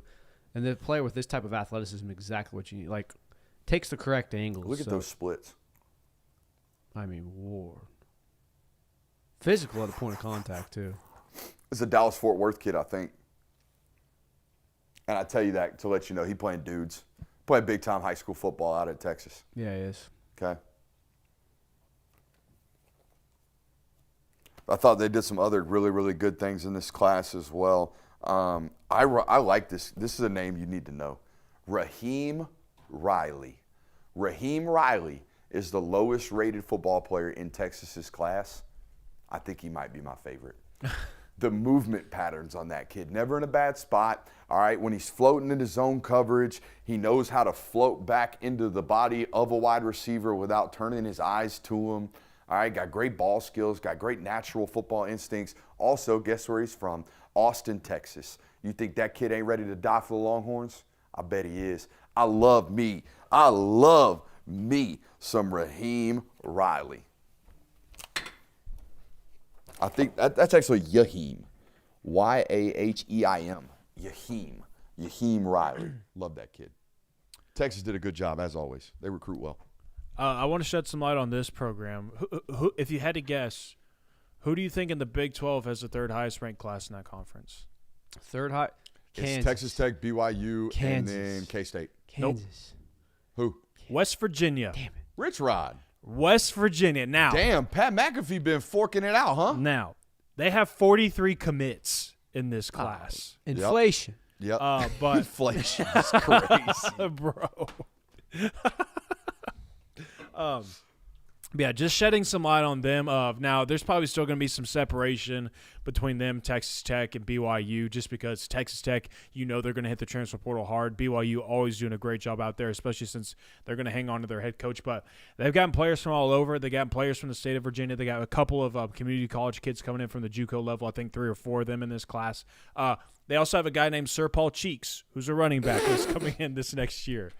So, I mean, this class just has it all. Hey, I yeah. think for You got to call him Sir Cheeks, right? definitely Sir Cheeks. Oh, drop the Paul. You're just Sir Cheeks. Yeah, I agree with you. He's a Sir running back, Cheeks. so that should be a fun time for them up there. Nickname him Bussin'. We don't need it. Sir Cheeks is plenty. Sir Cheeks I think is you did plenty. enough with Sir Cheeks. But, yeah, I just want to shed some light on the West Virginia class because that program, another one's kind of been down. But maybe they're on the up. Another class I want to also shed light on, ironically enough, is also in the ACC. What has been the biggest hang-up and the biggest criticism we as a whole have had against Mike Norvell? Too much transfer portal. When it Yeah, comes to way too acquiring, much like portal. way too much of a reliance Way on the too much transfer portal. portal. It's come and bit them in the ass 2 seasons in a row now. They have the 14th ranked class with 30 commits, and they've got a handful of really talented receivers. The Xavier Tiller kid at tight end, really, really good. The Langston Hughes. Yeah, Ephraim White. They've got some dogs in this class. It's very obvious that Mike Norvell has shifted his focus from, all right, we can't just be a solely portal team. We need to invest in the high school recruiting department. Whether or not it's going to pay off for them in the future, we don't know, but they definitely took a right step this year. Chat's paid to tell us this. Look up Jermaine Bishop Jr.'s stat line last week in 6A Texas playoffs. I'm betting that's a running back, and I bet he did something goofy. So there's that. I want to give some love to the Tennessee Volunteers. First off, tremendous job bordering the state. Okay, they were never in on Jared Curtis. They prioritized Faison Brandon way early in the process, and that's something we'll talk about with them as we get further into this. Maybe missed on Caden Harris, probably a little late there. Chaston Smith, another corner, went to Notre Dame. Probably don't like 2 good corners from the state of Tennessee, one going to Georgia, one going to Notre Dame. That doesn't feel good, especially knowing what's going on at defensive back right now out there at Tennessee and how banged up they've been. All that being said, and maybe you probably missed on Craig Tutt. People will say you missed on Craig Tutt. He went to Ole Miss. I think y'all let Craig Tutt go to Ole Miss. And I don't know if Tennessee people will tell you that, but I got a feeling they did. You got 9 players from the state of Tennessee, including 2 5-stars. That's not a state that normally does this. That's not a state. I mean, hell, normally they sign 4 kids from the state of Georgia. Normally they have to come down here and sign 8 or 9. Yeah. All right, they have to go into North Alabama and sign kids. They got to go over to Memphis and hope there's somebody out there, right? Got to work in the Virginias. Like, normally Tennessee is a bordering state recruiting, And if there's a good player in the state, we get them. Y'all got 9 players from the volunteer state. That's important. That's really, really important. As Tennessee high school football continues to improve, y'all have got to continue to border their state. I think most importantly, when it comes to Tennessee, no football program associates themselves, for me, with identifying and landing the quarterback that they want more so than Tennessee. Oh, yeah. They identify him 12 months before everybody else. Who's going to be their guy? They go get that guy, and that's it. And it's done. It's done. It ain't no wavering, ain't no waffling, ain't no what's happened to Georgia 3 years in a row. Nope. If you commit to Tennessee as a quarterback, you going to go to Tennessee as that quarterback, and that speaks a lot to what that staff does with recruiting that position. Faison never wavered. George McIntyre never wavered, nor did they. They felt solid about their identification process. The thing I'm most excited about, if you watch Tristan Keys' highlight tapes, if you watch him play football, I am dreaming of the day I get to watch that kid track footballs down in that system. The amount of times Tristan Keys has tape where he's doing this and making a miraculous catch with the ball coming down, insane. That kid is going to eat in that system. He is totally different than a kid like Mike Matthews.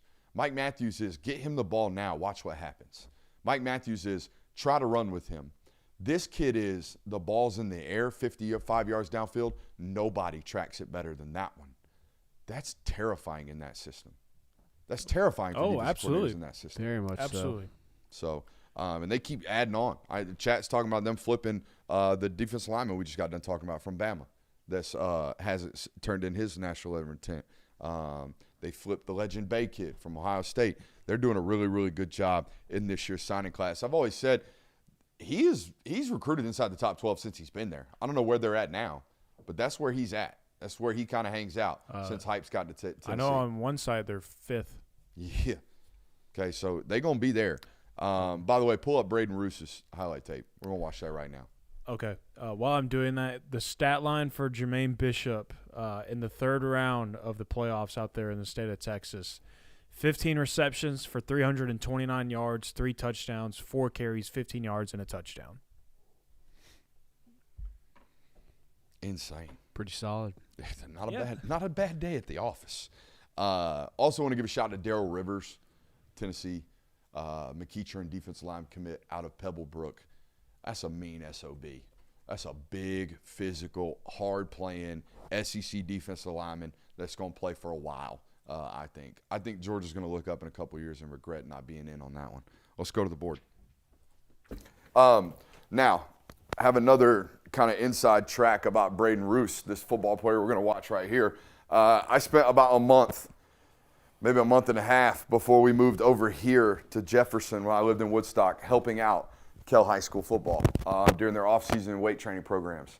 And there was this little 14-year-old freshman at the time that looked like a baby giraffe. I mean, he was 6'4", maybe 185 pounds, but very quiet, still very quiet. And they called him Bray because his name is Braden.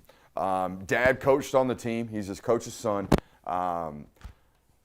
But very clearly was one of those football kids that you ask him to jump, he's going to jump as hard as he can after asking you how high. Not just, hey, what do you want me to do? No, how do I do it?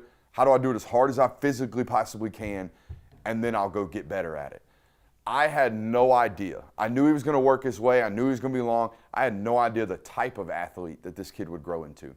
There are scouting departments that think this is the best athlete pound per pound in the 2026 recruiting class. They think he's that freakish. I think he's that freakish. Tennessee got a good one. Let's watch it. Shout out to Colby Martin and Will Rejecki. You're going to see him everywhere, by the way. He's going to play linebacker. He's going to play tight end. He's going to play wide receiver. He's going to be on the kickoff unit. He is going to do it all. By the way, 6'4", 230 pounds. Yeah. Shout out to BT. Shout out to Blessed Trinity. Off-ball linebacker, which I think he's going to play at Tennessee. I think they think he could be Arian Carter on steroids. That's what I think they think. Is this him playing deep safety? Yes, it is. Looks that way. The pedal doesn't look terrible. We're just floating right now. We're going to pick that ball off, aren't we? Yes, we are. Now we're playing tight end. We're going to get the ball. Yep. That's Skip Pope. Whew. Is that them Sequoia folk? Yeah. Uh-oh. Who won that game? Oh, I'm sure you guys did. There you go. Go Stick. Yep. Yeah, I see Arian Carter with even better movement patterns, if that's even possible. Okay. Yep, we love ball.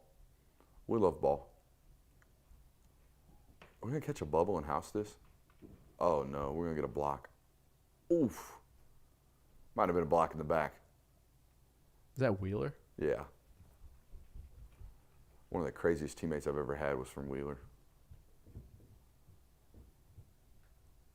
Little punt coverage? Yep.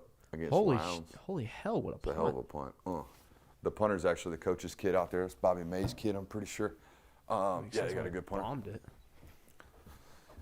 Good football player. Very. I think there's going to be a little pain and regret right there. That was down to Texas, Tennessee, and Georgia. He ended up going to Tennessee. Great job by those guys, the Vols. It wrapped up a really, really good class. It's a great today. class. Yeah. Speaking of, guys, the Florida Gators are going to sign a top 20 football class with no head coach. Mm-hmm. I don't ever want to hear about that place not being what it's always been told to be. Yeah, I mean, They had no football coach, and they signed 12 4-stars today. Yeah, I mean, that's been the weirdest thing about that program is recruiting has never really been the issue. Like they've always landed good players. They've just had bad coaches. Yeah, and that's been the weird. But for a program like that to get it wrong that many times with that good of players and look as bad as they have at times. I told you guys before the stream, I was up till 3:30 this morning watching John Summerall's introductory press conference. Mm-hmm. That guy almost made me want to call people and be like, how do I go work for him? He's that type of likable. He's that type of invigorating. I loved everything that he said, but there was one comment where he was asked, hey, how are you going to go about your hiring practices? Are you going to hire any of your friends from previous jobs or what? He immediately stopped the reporter and said, I don't hire my friends. Never hired my friends. In fact, I lost friends when I got my first job at Troy because buddies were calling me saying, hey, why didn't you hire me? And I said, well, you're not the right fit for this job. He said, there's going to be a lot of guys that worked with me previously that aren't right for these roles, that aren't right for this job. Every job is different. Every job is different. So what I'm hearing is you'd play for that guy? Yeah, I I would 100% no. play He's for that. cooked in 2 years. Sorry, Florida fans. Maybe sorry, next time. Sorry, guys. I would Brooks- 100% play for that guy. Honestly, I would work for that guy. Oh, done. Cooked. Oh, it's over. I would work for that guy. More years of doom and misery for the Florida Gators. You know who else did a really, really good job? Even without the crumble money. They just now getting the crumble money. But BYU signed a top 20 class with a dude at the quarterback Yeah. position. This name right here is BYU football. But Milutulalo, Oh, yeah, that's a BYU Cougar. That is a BYU Utah offensive tackle. Cougar. Yep. That's an effing mauler. Mm. I mean, just an absolute mauler. That roster, looking at that signing class, just filled with nothing but Samoans and Mormons, and then immediately going one spot down and looking at Syracuse's signing class, two totally different football teams. Understandable. Two totally different football teams, two totally different, mindsets on who we gonna go get. It's like Fran Brown was like, hey, we are only going to recruit the Metroplexes. We're going to recruit Metro Atlanta. We're going to recruit Miami. We're going to recruit Houston. We're going to recruit New Jersey. We're going to recruit Philadelphia, PA. We're going to recruit the Metroplexes, and we're going to sign the best, biggest, tallest, longest, fastest football players we can sign. It should be noted that Ryder Lyons has not officially signed with BYU yet. Where he going to go? I don't know. That's just I'm sure that has more to do with making sure that Kalani Sitake is indeed the head coach. Just putting that out there, just stating fact, something to be aware of. Size, strength, Samoan. BYU football. And on that note as well, talking about Syracuse, Calvin Russell postponed his signing today as well. Yeah, that's interesting. Mm. Oh, they even recruit Baltimore as well. They got the DMV on lock out there. Those are my notes. Here's a weird question. With James Franklin no longer being at Penn State, obviously he's going to still recruit the DMV, but you'd have to imagine you don't have as much, or you do. You're at Virginia Tech. Never mind. Yeah. He's still going to be a DMV guy. He's clearly doing a bang-up job right now recruiting. Yeah. And I know it's very early, and getting those kids to go from Penn State to Virginia Tech, probably not that difficult of a thing to do considering you have them to commit to you there. You can go to Virginia Tech and do the same thing. There also might not be a national letter of intent from Lions because he might not turn it in until he gets back from his sabbatical. Again, I know nothing about all that stuff, so. Ooh, another door entry. Another suspicious door open. Another interesting thing that I saw today was the potential of South Carolina losing quarterback commit Landon Duckworth. Yeah, that's interesting. Oh, no. That would be pretty bad for That's South like Carolina. the kiss of death if you're Shane Beamer. They don't have a very impressive class as is right now. Like, all the momentum that we had this time last year of, hey, Lenora Sellers might be a Heisman contender. He might be the first overall pick. This team in general might be a college football playoff contender. It has all come crashing down now to where you kind of need a big recruiting class. You kind of need – What's up, buddy? guys? Oh, is this the special guest? No, I just got a note from the special guest that says, "Go Dada." Let's go. There we go. I like it. Carter, do you want to say anything to the people? Anything on Landon Duckworth from Carter? Nope, no takes on the Duckworth. Understandable. But, yeah, I mean, this would be very detrimental for the South Carolina Gamecocks because this is one that they've had to earn back multiple times already. Like, they've had to get Duckworth back in this class. They put a lot of time and effort in making sure that he commits to them. And if this one does end up going the other way, and I believe the other school that's in the mix right now is LSU, so this would be Lane Kiffin's doing at the time. I mean, what exactly is a Tusi, by the way? Are you going back to Syracuse? Yeah, someone says someone signed a Tusi. What's a Tusi? It's the rap name that player has that signed with Syracuse. What's that Tusi open? Okay. Get open You Tusi? trying to get us demonetized, dude? What the hell is that? You know, what is a Tusi? I don't know. Tootsie Roll? Look, I don't know. To the Tusi roll! To the Tusi roll! All right, what else we got? We are very clearly in hour 4 of this stream right now. No kidding. Approaching up on hour 4 right now. Hey. We're not even cracked into our MBR. You No, have we another haven't. special guest on the stage right now. Oh, yeah?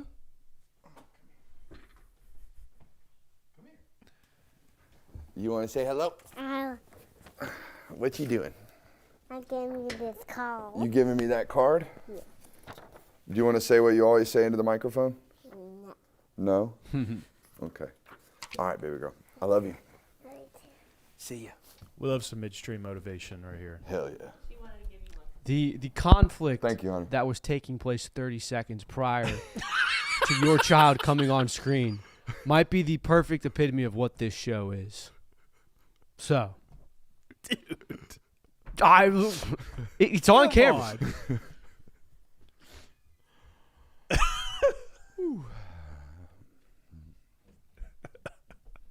I don't have any other classes to shout out, though. I think it's pretty standard ops for a lot of these other programs, but solid work from a lot of the teams that, like Tennessee, I think won the day the most. Oh, man. I love working from home, man. By the way, if anybody asks, you guys are not employees. Apparently not supposed to have multiple employees working in here.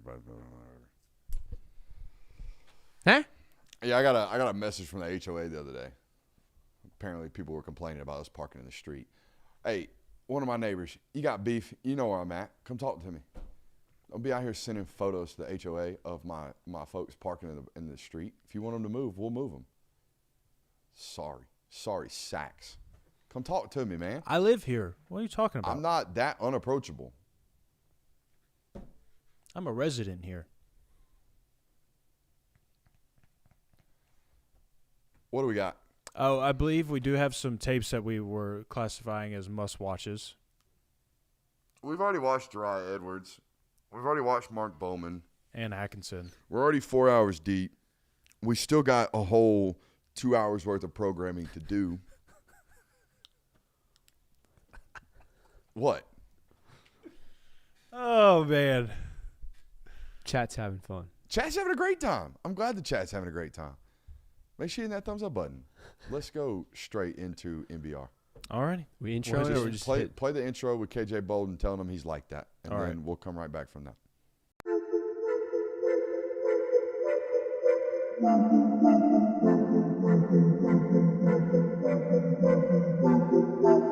welcome in, ladies and gentlemen, to MBR, or as we like to call it around here, Nothing But Rants, the show where I find topics that I'm oddly passionate about and I pontificate upon them. These are not hot takes, but rather takes that I'm hot about. What's up? You really like that?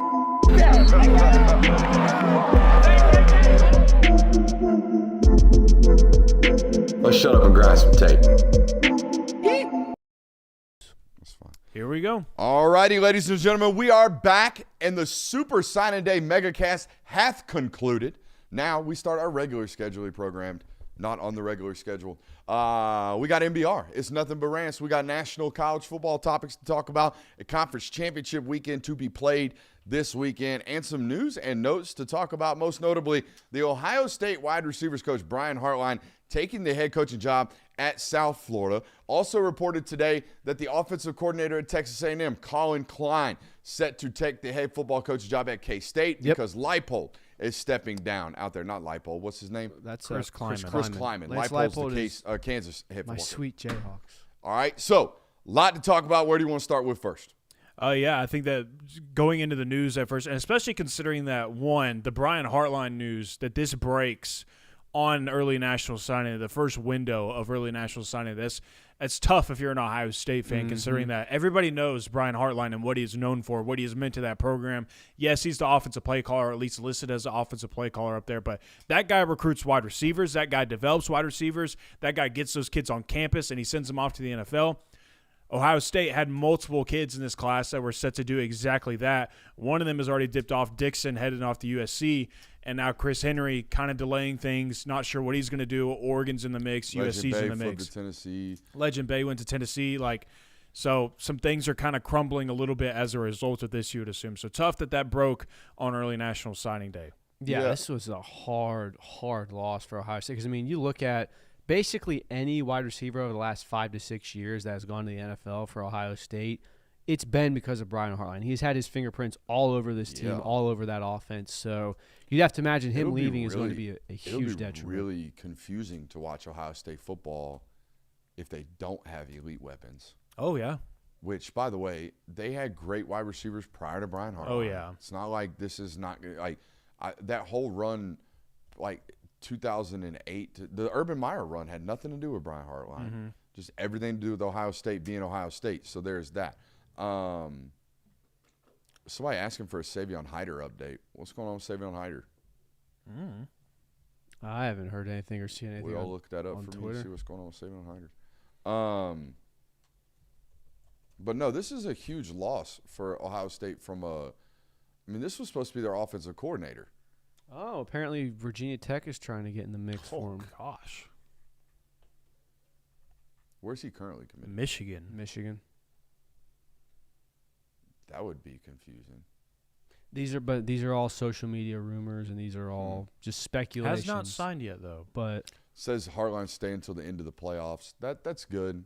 It's good for everybody involved. Yeah, good for the team that they get to have that guy on the staff still through their playoff run. A little one last run with him. Yeah, but I think it's also important to note that we were made aware that Hartline interviewed for the Toledo job last year, and that's what should have tipped every commit off that this might be an opportunity. Also, he interviewed for the Kentucky job. If you're Chris Henry Jr., can you be surprised? You can't be surprised that this happened. And I don't think you can be surprised. I think more so than anything, I'm sticking here if Hartline is going to be here, and if not, then I'm going to reconsider things. And I think that's exactly what has happened here. Other news that we've got, I think we've kind of touched on Kalani Sitake's going to be staying at BYU. This also popped up while we were going through recruits. Brent Key has reportedly signed an extension with Georgia Tech, so he is staying there. I know that the available jobs that he would go to. I didn't think Penn State was ever a threat. I thought if anybody might have pulled him out of Georgia Tech, it was going to be Florida. Correct, but this is basically solidified. He's not going anywhere this year. So big news for the Yellow Jackets. They've got their guy. I believe the contract runs through 2030. So. I think it's a 5-year extension for Brent Key. So good on him. He's done tremendous jobs for that Georgia Tech program, done a lot of good things.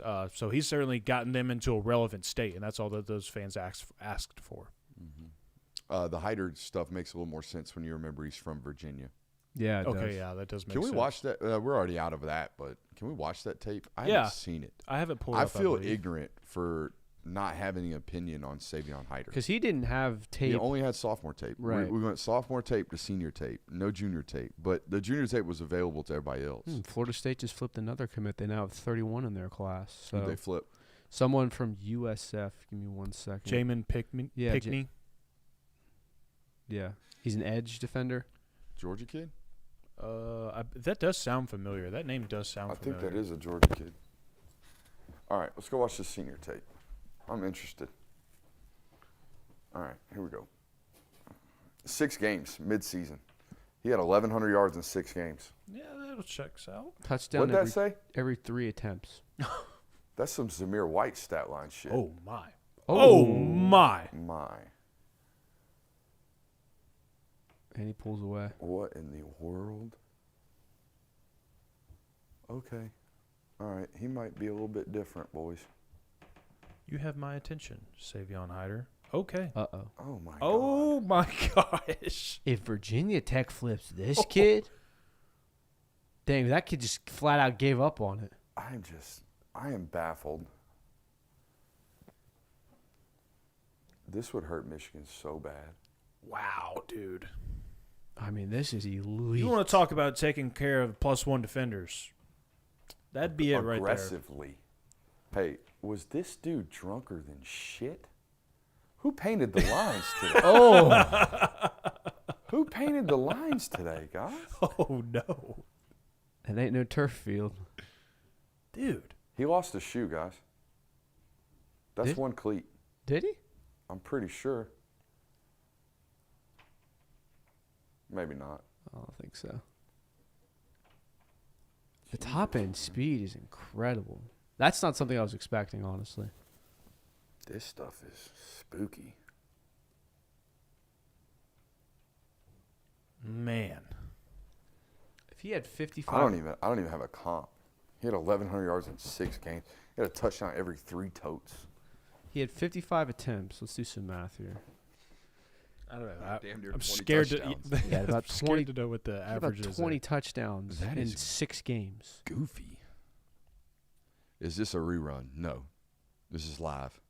We're still here. I was a little surprised by how many people thought we re-record things.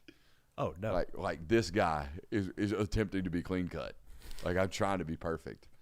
It was on the Auburn video I tweeted the other, or the Georgia Alabama. Like you don't feel confident. Get out of here. You're crazy. You know you are. And I said, let me remind y'all of a 2023 SEC championship game. It was 2021. Correct. They rightfully corrected me. My brain don't work like that, guys. It don't. It's not perfect. It's not clean. It never will be. And I'm okay with that. I like to laugh at myself. What else we got? It is Wednesday. Yeah, we could hit some What If Wednesdays. I don't know how many. Does that tickle your fancy?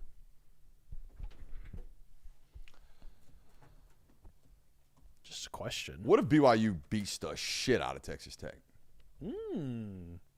That's a good. Actually, I like this better. What if BYU barely beats Texas Tech and Georgia, despite the fact that everyone on this desk has picked Alabama to win, beats the shit out of Alabama?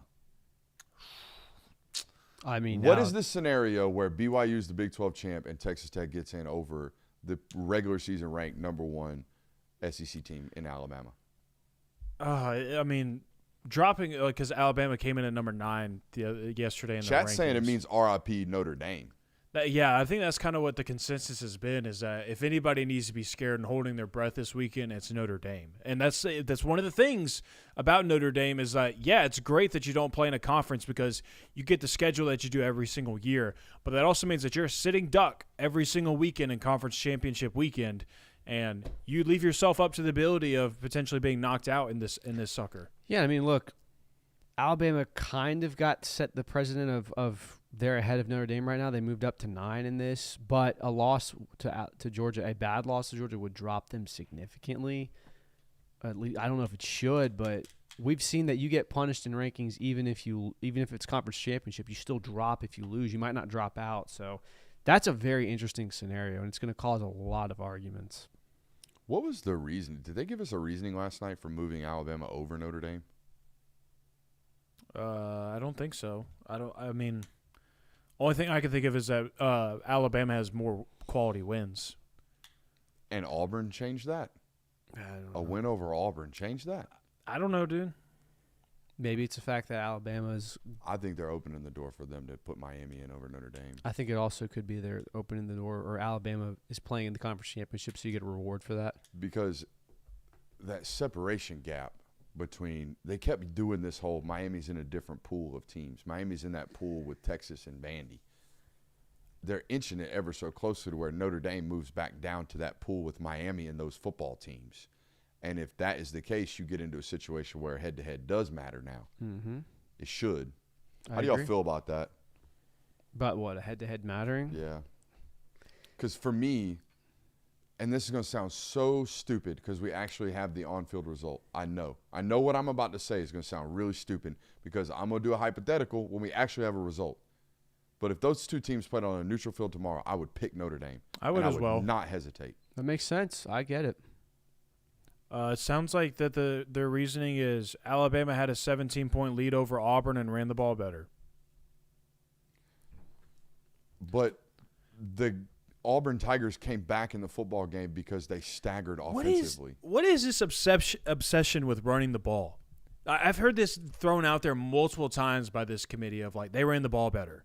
Like, and I understand, like, yeah, running the ball is great. It's impactful in football games, no duh. But why is this having such weight in these rankings? Yeah, I don't know. I think the committee's just hoping that Alabama loses, or Alabama wins, so you can kind of just say, all right, you guys are in, and that BYU loses, so it can kind of be, hey, sorry, but I don't know. They're setting up for a lot of chaos. Look, is there anybody in that 11 to 15 range in the rankings right now you even think can win a national title? No. All I'm asking is in the long run, the long scheme of things, does this even matter? No. Probably not. Like, I love Texas fans. I love them. I don't think they could win 4 games in a row against top 12 teams. They can't play clean 4 weeks in a row. No. And we're going to argue. We're going to sit here and we're going to say it's the stupidest thing in the world. I hate the fact that Duke's not ranked or we have no idea where they're at. I don't hate the fact that they're not ranked. I hate the fact that they have a chance to be an ACC champ this week, and then next week they're going to tell us that JMU's ranked higher or Duke's ranked higher or whoever to avoid giving 2 mid-major opponents a walk to the college football playoff, all the while sending Miami home. But we have no idea. We have no idea where they're at. It's so stupid. I want to throw out this, and when I say this, what if I understand that the person that would be partially responsible for this will not be there at the end of this season, but what if Ole Miss looks the same without Kiffin?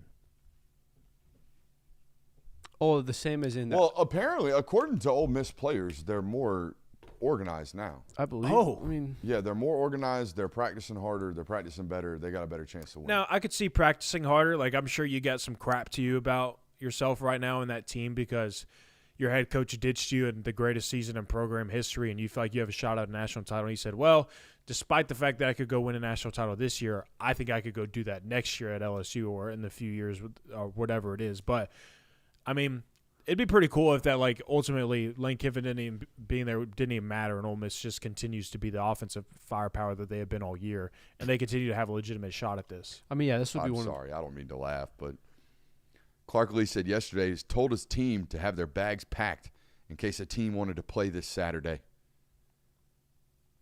No way he said that, right? Like, this is legitimate. He said this? Mm-hmm. They're just going to go. He said he'd prepare his team to play in 2 days if called. Who's calling you to play in 2 days? I don't know. Somebody. We're going to have. I'm going to sanction a scrimmage. Yeah, we're going to have random pop-up games now of like. The real question is, how do you televise it? Because that's what you're trying to do. You're trying to prove that you're one of these teams. Great question. Maybe that's what we ought to do. Instead of getting lawsuited by the ACC this weekend, maybe ought to let Miami and Vandy play each other. There we go. Playing games. Let's have playing games. Let's do that. I don't know. You got any what-ifs, Kirby?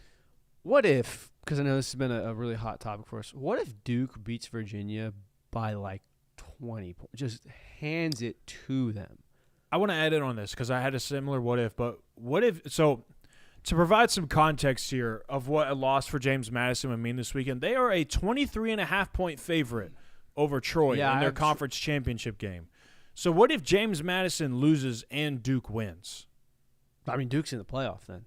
Duke will close out their season with a top 25 win in a conference championship. Meanwhile, James Madison, the 25th ranked team, will fall out. And I get it. So freaking stupid. I agree. So Is Chesney coaching? Stupid, man. Is he's coaching. But Okay. the whole idea that an 8-5 football team is about to win the ACC is just crazy. I agree. I mean, the idea that so stupid. yeah. And they're going to sit there and bitch, moan, and complain and threaten to sue the sport because Miami's left it home. Oh, man.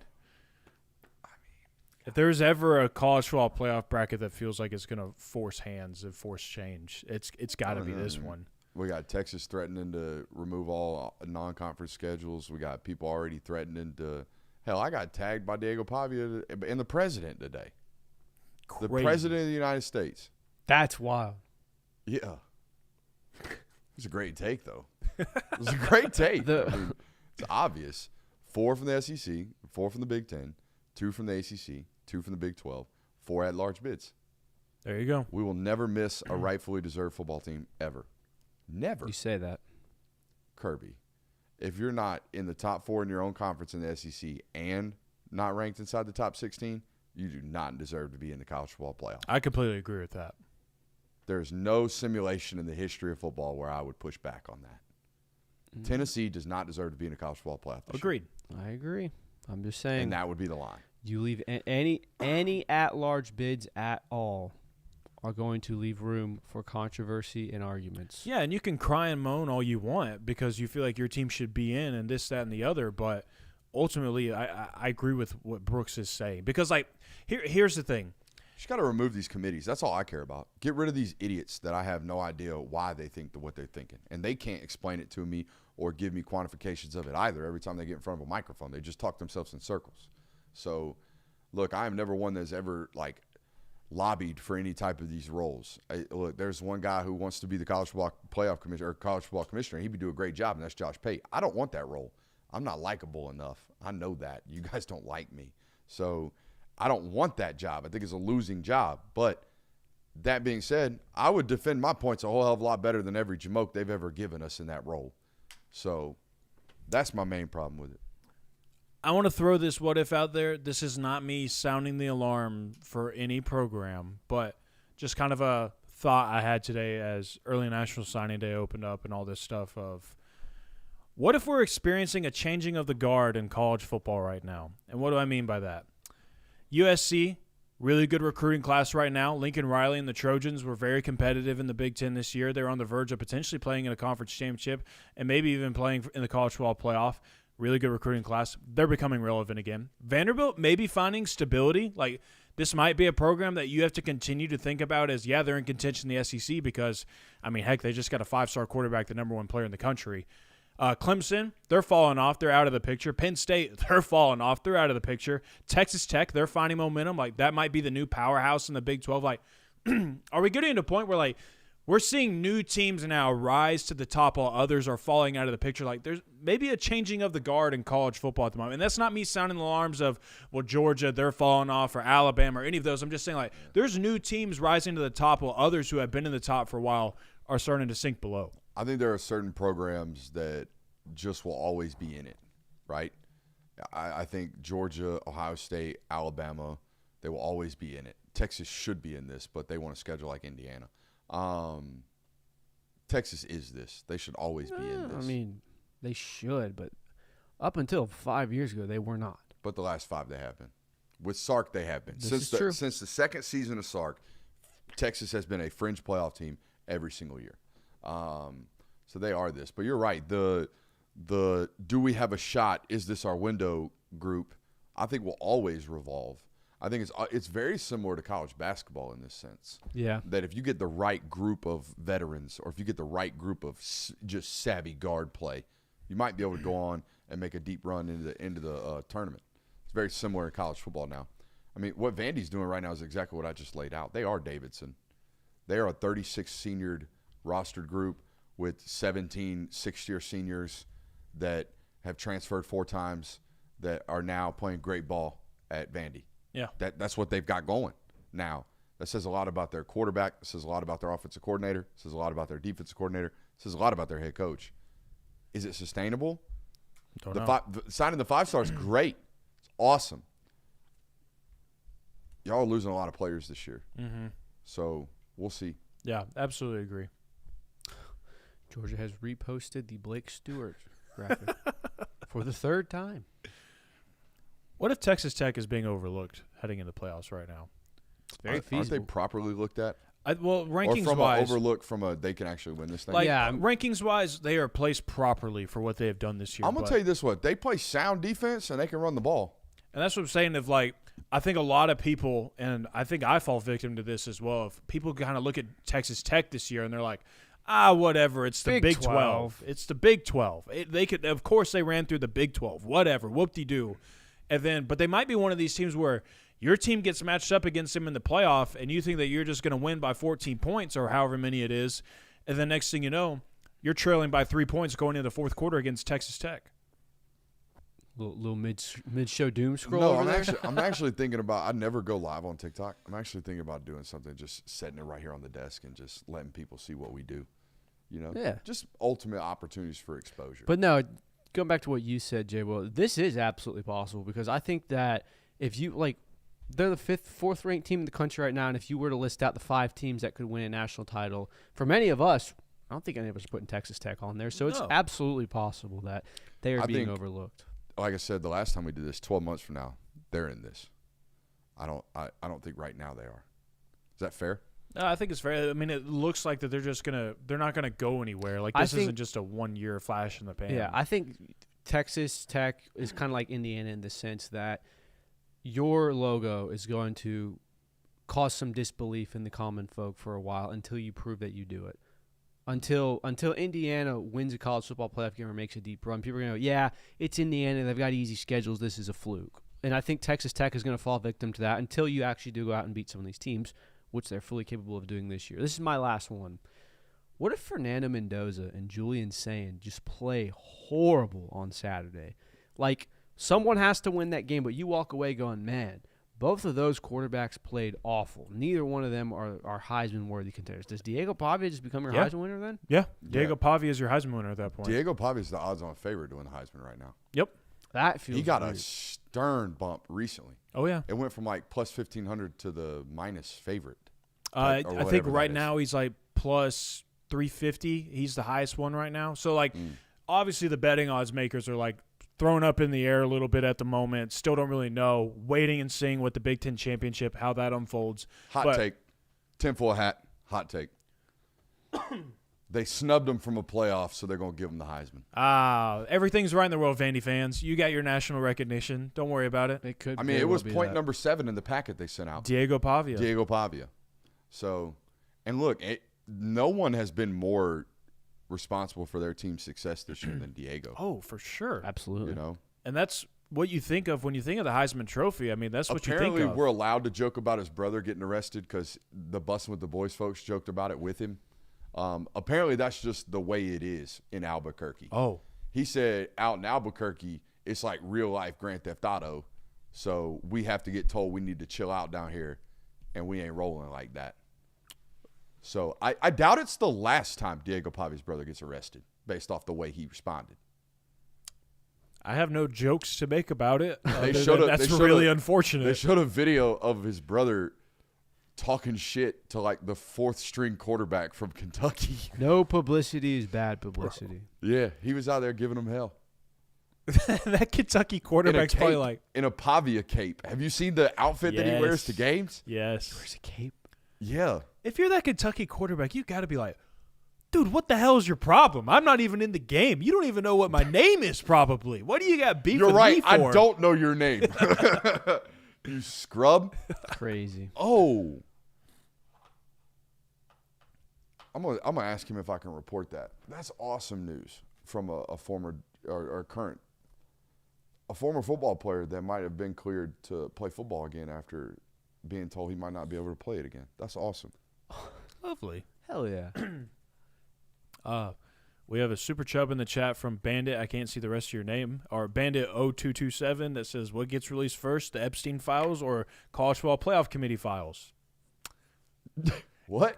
Give me the playoff committee files first. This feels mildly political. I got 3 Just making dots. sure we're taking care of business. Let's see here. We are waiting and seeing. We're waiting and seeing. Stand by. Please hold. Pierce Spurlin's gotten medical clearance to return to the game of football. Hell yeah. Yes. We'd love to hear that, That's man. awesome, actually.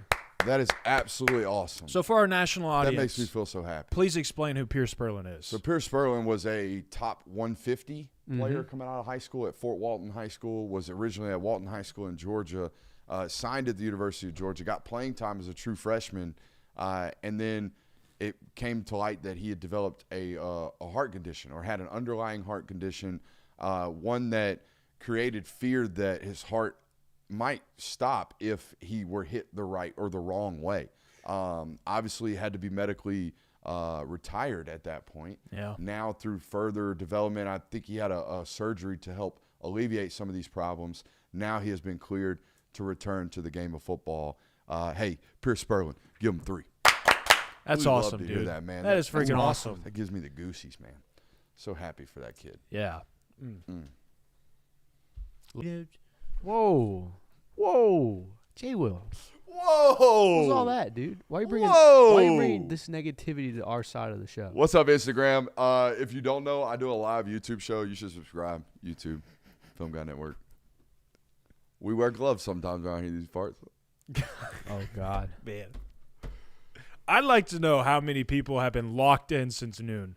Who in the chat right now? Who in the chat been locked in has since been noon? binge watching the Film Guide Network all day today? It's 4:20 right now. We could probably use a break, but we got show to continue right about now. We got best bets, not 1 game, not 2 games, Not 3 3, games, not not 4. We got 5. We got 5. 5 games that we are going to select from for the conference championship weekend. Oh, look at all these people. Good They've been Lord. fiending for Film Guide Network today. Shout out to y'all.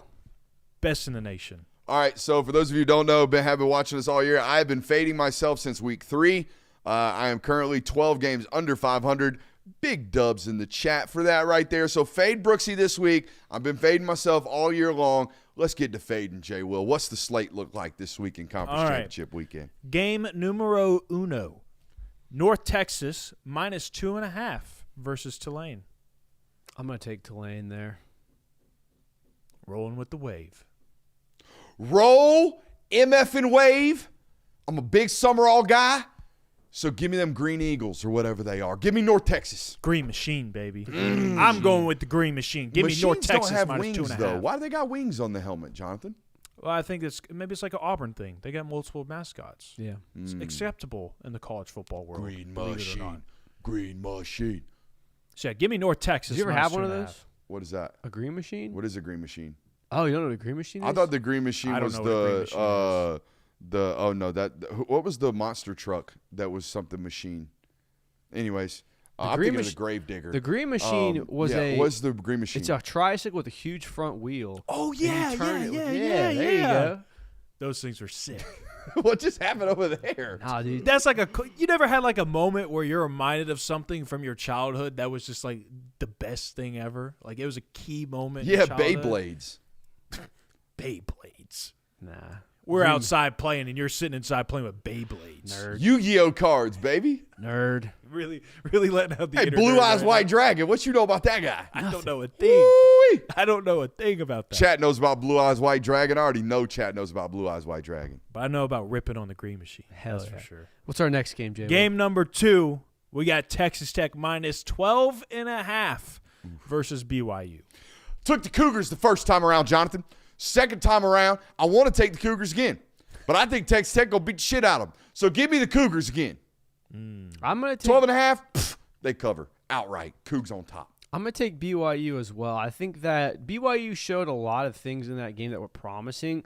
They just didn't have the offensive firepower to keep up with what Texas Tech does. I don't think BYU wins this game, but I do think 12.5 points might be a little steep, especially in a conference title matchup. Yeah, 12.5 points is a lot. However, I do think Texas Tech is going to handle them once again. So give me Texas Tech minus 12.5 in that matchup. All right, moving on to game number 3. We got Ohio State minus 4.5 versus the Indiana Hoosiers. The entire mortgage. The entire mortgage this month, honey, if you're listening, on the Buckeyes this weekend. I think they win this game by 14 points plus. So give me the Indiana Hoosiers. You've been very adamant about this, that you just think Ohio State rolls. I think they roll. I do think Ohio State has the better talent and the defense to stop this kind of RPO-style offense that Indiana has really made really successful this season. I think it'll be closer than what people are thinking, but I still think Ohio State covers. Oh, yeah, Ohio State minus 4.5. That's very intriguing. I think Ohio State wins. I think they win by 6. I'll take Ohio State. Yeah, you and I are on the same wave there. Yeah. Did you see that press conference from Ryan Day yesterday? Ryan Day was asked about the helmet comms going out at Michigan, and he said, I had an inkling in the week that might happen, so we prepared for it. And they were like, you had an inkling? He's like, yeah, I mean, the staff thought I was crazy. The staff thought I was paranoid, but yeah, I mean, it's a rivalry game. It's a big-time football game. We prepared for everything. So Friday we worked on wristbands, and we had no helmet comms. Fascinating. And magically his helmet comms went out. So in other words, helmet comms are tampered with. In other words, he thought the helmet comms might be tampered with, and the helmet comms suspiciously went out. No, not the helmet comms. Excuse me. The entire power on the sideline of Ohio State. So no communication whatsoever. No. They couldn't steal the sign, so they had to shut the power off. Oh, okay. But Michigan men, wasn't them. Michigan men, they do not. You know, they're upstanding citizens.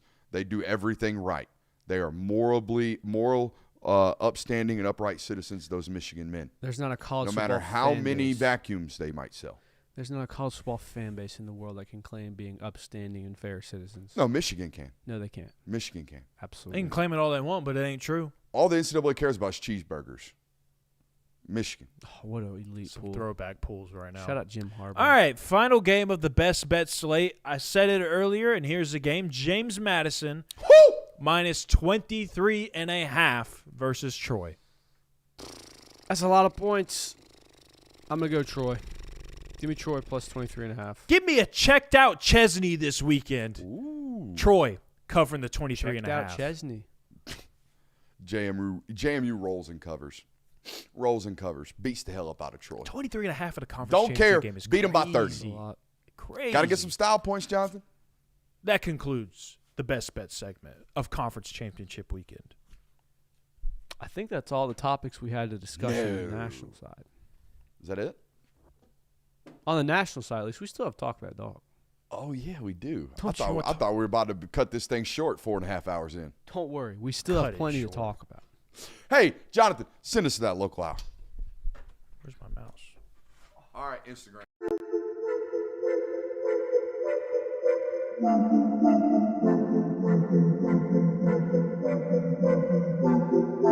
Welcome into Talk the Dog, the show where we find a bone to pick and a take to give. These are not hot takes. These is dog takes. Can I talk that dog?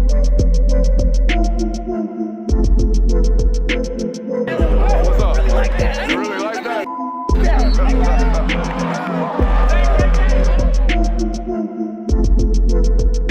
Let's shut up and grind some tape. All right. Here we are, the local hour. Hour number, I guess we're right smack in the middle of hour number 4 of our MEGACAST / MBR hour / now Talk That Dog hour. So here we go. Talk that dog. We've been talking, if you missed the earlier parts of the show today, we covered Georgia's recruiting class. We talked about all the players, watching film there, watching film in the national hour, all that good stuff. We've been talking about some pristine players. Now, I believe there may have been a bit of an oversight, though, of us talking about Georgia's recruiting class because according to my Twitter account, according to my mentions, all that stuff, there was one player that we did not talk about that deserves all the love in the world, more love than anybody else in the entire country, and that is one Haran Zurakat, the number 1 kicker in the country. Now, why am I bringing this up? Why am I talking about it? Because you love the foot fairies, Jonathan. That's why. Well, so, kickers, they are important. They serve a role. They serve a purpose. They put points on the board. They can either win you a game or they can lose you a game. This is not me flexing, but that article that I posted has 889 likes on Twitter right now. Every other article that I put out today in regards to recruiting for Georgia, 45 likes, 70 likes, things like that. 889 for the number one kicker in the country. I would like to read you some of the comments under this post. Man, I love this era with kickers. This is one of the most important recruits of this season. UGA's commitment to special teams and having top-tier kickers wins them a fair amount of games. That has 27 likes. Let's go from Jason. Let's go. Straight and down the middle, go Dogs. Another go Dogs. The field goal. The field goal. Yes. So, obviously, special teams, either I am being completely trolled by a bunch of people on Twitter. I'll even read you some of the quote tweets. I love how much Kirby prioritizes kickers. Hell yeah. Special teams is 1/3 of the game. Hell yeah. Love this. Hashtag go Dogs. This is as big a signing as any. How many times a team has lost a championship opportunity due to a bad kicker, ? See, what y'all don't know is that Wade Register, the punter, is also an all-county football player at linebacker. And he gets he plays running back. Yeah, he's their leading rusher down there. He's their leading tackler, and he got a boot. Yeah. So, Hey, that boy Kirk Benedict, give him 3.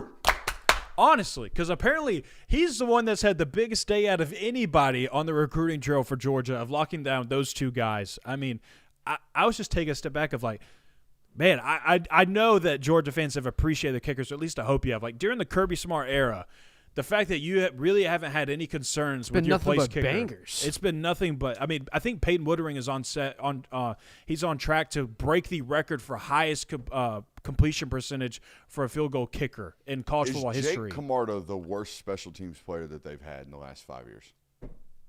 And I asked that because he got drafted. Least consistent. Yeah.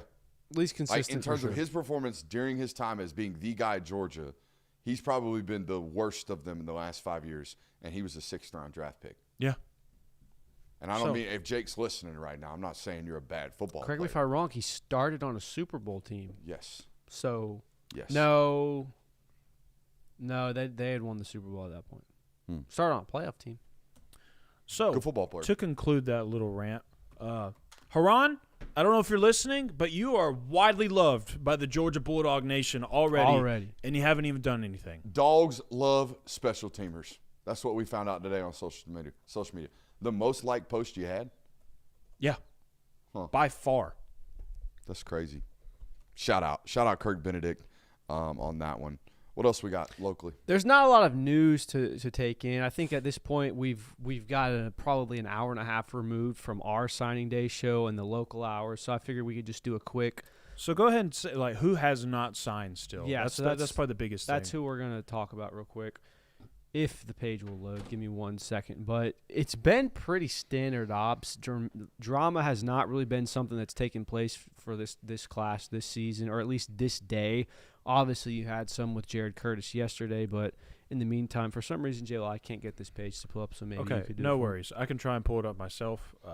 Internet's kind of being whack right now, but it's another one of those things where Might be the 5-hour stream going on right about now. it could be. My laptop's No, getting mine's pretty not warm. working either. Uh-oh. What are we trying to get? We're just trying to find the recruiting class, find out who's signed and who hasn't. Oh, Yeah. here we go. I think I might have. Let's see. Justice Fitzpatrick, who is set to make his announcement or At sign 8, right? at 8 p.m. tonight. Brady Marchese, he still has not signed. Seven Cloud has not signed. We mentioned that in the local portion of our National Signing Day show. Probably not expected to sign. Chase Calca, another player not expected to sign, or we don't believe he will. And then the final one, Wade Register, the punter. So, Dog fans, you better be sitting on the edge of your seat waiting for that one. Need him. Kirk Benedict would never. Yeah, you're right. He would never lose a Kirk recruit. Benedict would He would never let that happen. You guys goated. But no, for as much as we talked about how there's been a lot of drama and you've had a lot of misses, like when it's come time to put pen to paper, there really hasn't been anything dramatic happening today. Obviously, the Jared Curtis news is its own thing, but it's been a fairly quiet signing day for Georgia, and that's a good thing, honestly. Okay, so Brady Marchese is going to sign tomorrow at 4 p.m. So there you have some finality to that one as well. I'm glad you brought this up though, Kirby, because obviously Jared Curtis has been a big talking point of recruiting, as it should be when Vanderbilt flips the number one quarterback in the country, the best player in the country, a 5-star quarterback. That should be talked about, especially from Georgia. But I do think it is worth noting that it isn't just Georgia, or like this isn't just a Vandy thing of like Keyshawn Henderson, one of the top players in the country. He's going to Houston.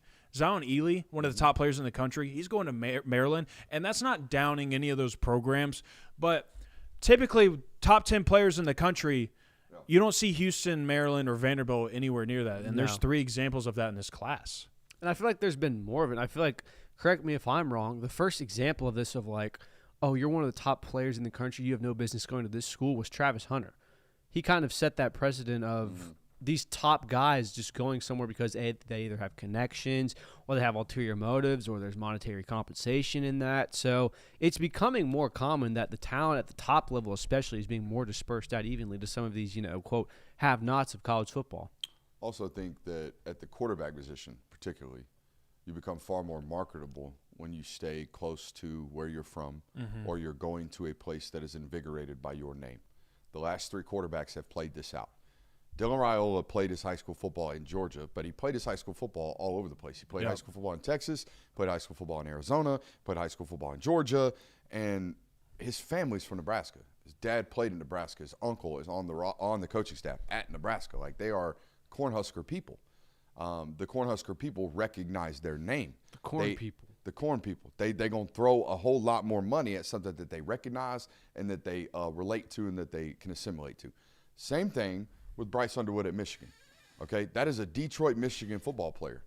Okay, Dave Portnoy, if Bryce Underwood were a Louisiana prospect and he was a 5-star quarterback, do you think Dave Portnoy is giving him $12 million? No, or do you think that had a lot to do with the fact that he's from Detroit, Michigan?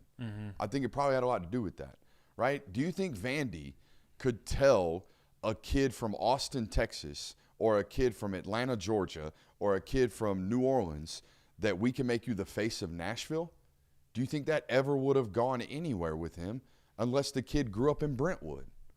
You know what I mean? Yeah, right. It means a whole hell of a lot more when the kid's right from down the road. No, that's a great point. It's the same reason why they they have a chance to flip the other kid from the state of Tennessee today. So that's what it. Stars are aligned with a lot of these kids. It's not like a big storyline to keep talking about. No, the consistent storyline was there.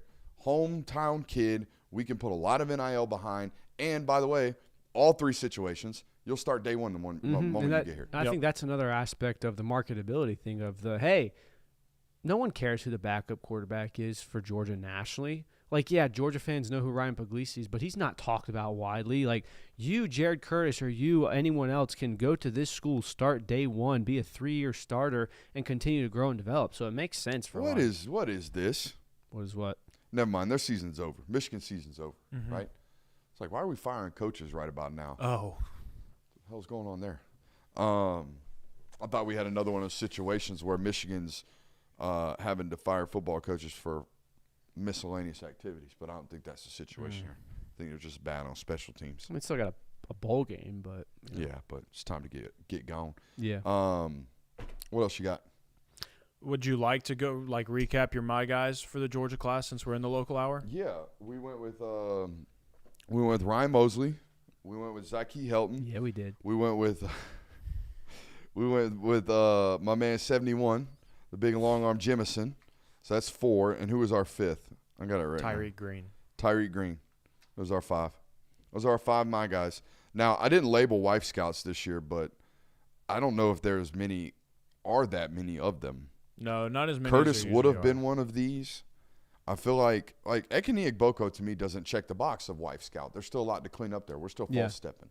Like, if you would have told me Jackson Cantwell, wife scout, anybody can see that kid's. You don't think though, if you walk up on Ekene Igboko though, you would be like, I would look immediately down at his ankles and I'd be like, nope, not guaranteed. That's not your wife's not doing that though. You're right. Your wife's not going. They would look at him and say, "Oh, he's definitely playing." I don't know, at Georgia. husband. His ankles don't look as defined as some others.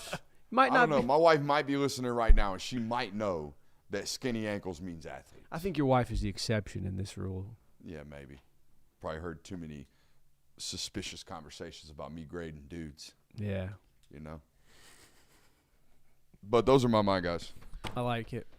Hey, we opened the national hour with this. We might as well do it in the local hour as well. Let's get a little What If Wednesday going. The earliest we've ever hit a What If Wednesday in the history of this show. What if you jump out on them? Hadn't happened. It has. Hadn't happened in a long time. That used to be the narrative That around was this the game. narrative. Really? Kirby Smart would jump out on Alabama, and Alabama came storming back. Squander the lead. Did you know that 3rd and Kirby was a thing at Alabama? I didn't know. That Alabama fans think of him on 3rd downs like Georgia fans think of Grantham. No. Yes. I was on 2 Alabama podcasts this week, and I said, statistically speaking, there's no way in hell Ty Simpson performs the way he did on third down in that first matchup. AL.com immediately. Brooks, you didn't know about third and Kirby? I thought he was playing. I was like, ha, ha, ha. No, seriously, it was a thing. And then I go on the next round today, and I confirm it. It's like with them, it's like, hey, is this the thing you guys talked about? Is this real? People worried about this when he was there? He said, yeah. But they said it was probably more to do to the fact that they put people in a shitload of them. That if you put your opponent in 100 more third and 19s than everybody else that watches football because you're that good on first and second down, you're opening up yourself to allowing them to be converted more often than normal. Yeah, also, Alabama consistently had one of the best defenses in college football during Kirby Smart's time there. Todd Grantham, I think, had Georgia in, like, top 15 at best.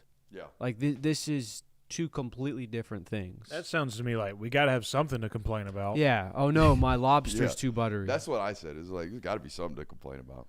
Because, I mean, over the last 5 weeks, or in the month of November here, let me pull up these stats because I already have it pulled up over here.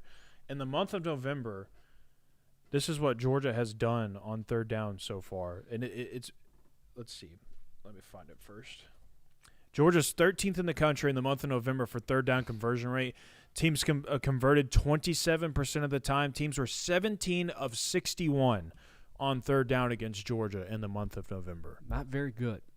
So, but to go back to the original what if Georgia jumps out in this game, you've got to feel wonderful about their chances. I can't name a second half that Georgia has lost where they did not already have the game in hand, where there was like, man, they just got flat out beat. I think you have to go all the way back to Ole Miss of last year to really count down to when they truly lost a second half and lost the football game. Georgia, for the last 2 years, for all the criticisms we've had about how they start out, for how there's been slow starts, they are a second-half football team, and they have cleaned it up, and they've played better in the second half consistently. If you have a lead, if you have a 10-point lead against Alabama going into halftime, you've got to feel pretty good about that. Yeah, I mean, it plays into what one of my keys of the matchup was offensively of you got to give your defense a chance to where their defensive adjustments in the second half help you win this game. Like, you got to play good enough to where that matters, not to the point of, all right, we've given up 24 points and our offense has only scored 14. We might shut them out in the second half, but we're not sure if our offense can do enough in the second half. Remember the name. Sorry. Just sitting over here, and I got to say this now because I just remembered it. Shout out to Hunter Lacey. Hunter Lacey is the first listener to send us a screenshot of his year-end review. He is in the 0.01% of listeners on this network. I believe him. He shows up every single day. I just got tagged in another one, Alexander Ebosali at Coastal Spark 23. 0.1% of viewers. Not as elite as Hunter Lacey. Hunter Lacey is the Film Guy Network. He's a standard right now. He is a stamped, certified ball knower. Getting a lot of those tags. Appreciate you guys, man. I appreciate all those that listen to us as admirably as they do and religiously as they do. We love that. All right. Sorry. What if Ty Simpson is just as good this time around as he was the first time they played against Georgia, but Georgia's pass game is better too? I think that game probably favors Georgia then. Yeah. Like, I mean, even how great he played last time, they only scored 24 points. They only scored 24 points. We'll give them 27 because you shank a pretty easy field. Chip shot field goal. They had 27 points. Ty Simpson played great. It felt like to me, though, Georgia lost that game in the mistakes they made. If Georgia's passing game is going to be better, if Georgia is going to be more buttoned up, that game favors Georgia. So if Ty Simpson can still play a great game, I also don't think that 9 for 9 on your first 3 third down attempts is ever going to happen. Like, that is such a statistical anomaly that I don't even know if Ty Simpson playing up to the level he played last time, they're converting that many. So I think that kind of favors Georgia if they're playing a buttoned-up passing game. Here's one I want to talk about, and this is kind of a national hour topic that we've discussed. Say that everything else works out in their favor like BYU loses, there's no worry there for that. But what if Alabama just gets destroyed in this game? And I say that to bring it up, and I'm not capering for them to be kicked out of the college football playoff. But if Alabama loses, the last 6 weeks of their college football schedule would be a really, really bad loss to Georgia, a 7-point victory against Auburn where you squandered a 17-point lead. Eastern Illinois, solid win there. A loss to Oklahoma, an unimpressive win against LSU, and squeaking by against a bad South Carolina team. Like, the last month and a half of Alabama football would not be very good if you get your doors blown off in this game. I think that's something to at least consider for the college football playoff. If you destroy Alabama, then there might be some property damage in the state of Georgia on Saturday night if that happens. But, I mean, yeah, that'd be a keynote moment, and I think that I don't know, because it's so funny to me how Alabama fans, for as much right as they have to just walk into every single one of these matchups and tell Georgia fans that they don't have a chance, that they own Georgia, all this, all I continue to see from Alabama fans is that they feel like they don't have a chance, that they feel like they're going to lose this weekend. Shut up, all of you. And I don't understand it. Because, I mean, I even saw an Alabama fan on social media a couple of days ago saying, guys, let's be real. We shouldn't have even won the first game because Talon Taylor should have caught that touchdown and Cash Jones was inches away. Oh, is this the picture? I mean, I looked at it and was like, was I there? Did that happen? Oh, my God. You know what I mean? AI's getting too damn good. That is we don't need to definitely- be out here wilding like that. That's crazy. So, I don't know. It's weird how, like, even Alabama fans feel this way about going into that matchup, in my opinion. And obviously there's going to be some that are confident going into this weekend, which they should be, but just interesting. All right, Jay, well, you asked one similar to Ty Simpson. Here's my question. What if Gunner has another bad day, like he played against Georgia Tech, but the defense plays so much more buttoned up? Honestly, I think that's what's going to happen. I think these two defenses are really, really good. I think they're going to make it hard on both these quarterbacks. I think we're going to have a defensive battle. That's why I don't think it's a what if. I think it's almost a guarantee. Well, one of my what ifs was what if both offensive struggle? What if it does happen? Who do you think it favors then? Probably Alabama right now. They're really, really good on critical downs. Mm-hmm. Like if you're in 3rd and 9 all game, you're in deep shit. If they're in 3rd and 9 all game, that's where they've been living. They've kind of figured that out. I mean, they've been standing in the fire all year. There's no bones or no worry about that for them offensively if that's what it is. Yeah. So it would definitely favor them. If it's constantly 3rd and 10, Bama will win. Oh yeah, I believe that.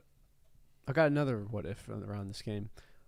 This game has always, like we've said, we talked about it yesterday. I talked about it, when the first loss happened for Georgia. Georgia loses this game because of mistakes. And there are mistakes that are always made on both sides. That's just what happens when two high-profile football teams play against each other.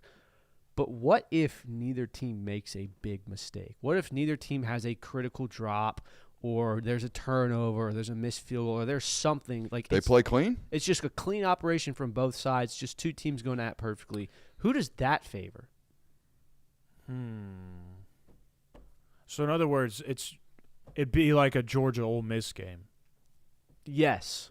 Where both teams, I mean, defensively, obviously, that's not the case, but there wasn't turnovers or anything. Like, it wasn't a crucial turnover that suddenly flipped that game into Georgia's favor. It was just that both offenses were humming the entire time, and Georgia's defense was the one that came up with the most crucial stop. So, like, that style of game, I mean, I'd still lean Bama just because, like, I don't know, man. That's hard. It's fair. I've got one more what if. Do you have any others, J-Will? Yeah, I mean, one of the what ifs I put in there was what if Nate Frazier and Gunnar Stockton both play better than they did the first go around. I think that's going to be. I mean, that.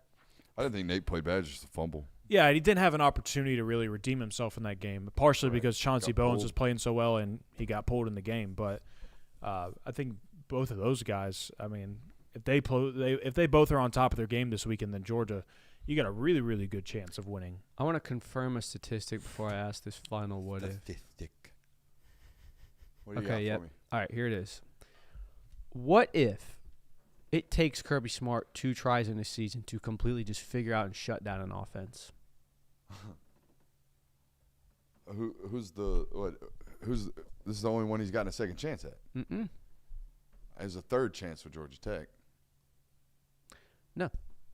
In the same season, 2 chances. You play a team twice. On your second chance, you figure that offense out. Oh, Texas? Let's look at some statistics. Texas figured him out twice. Let's figure this out here. Just give me the answers. 2017, Auburn scores 41 on you in Auburn. Playing the SEC championship, handle them.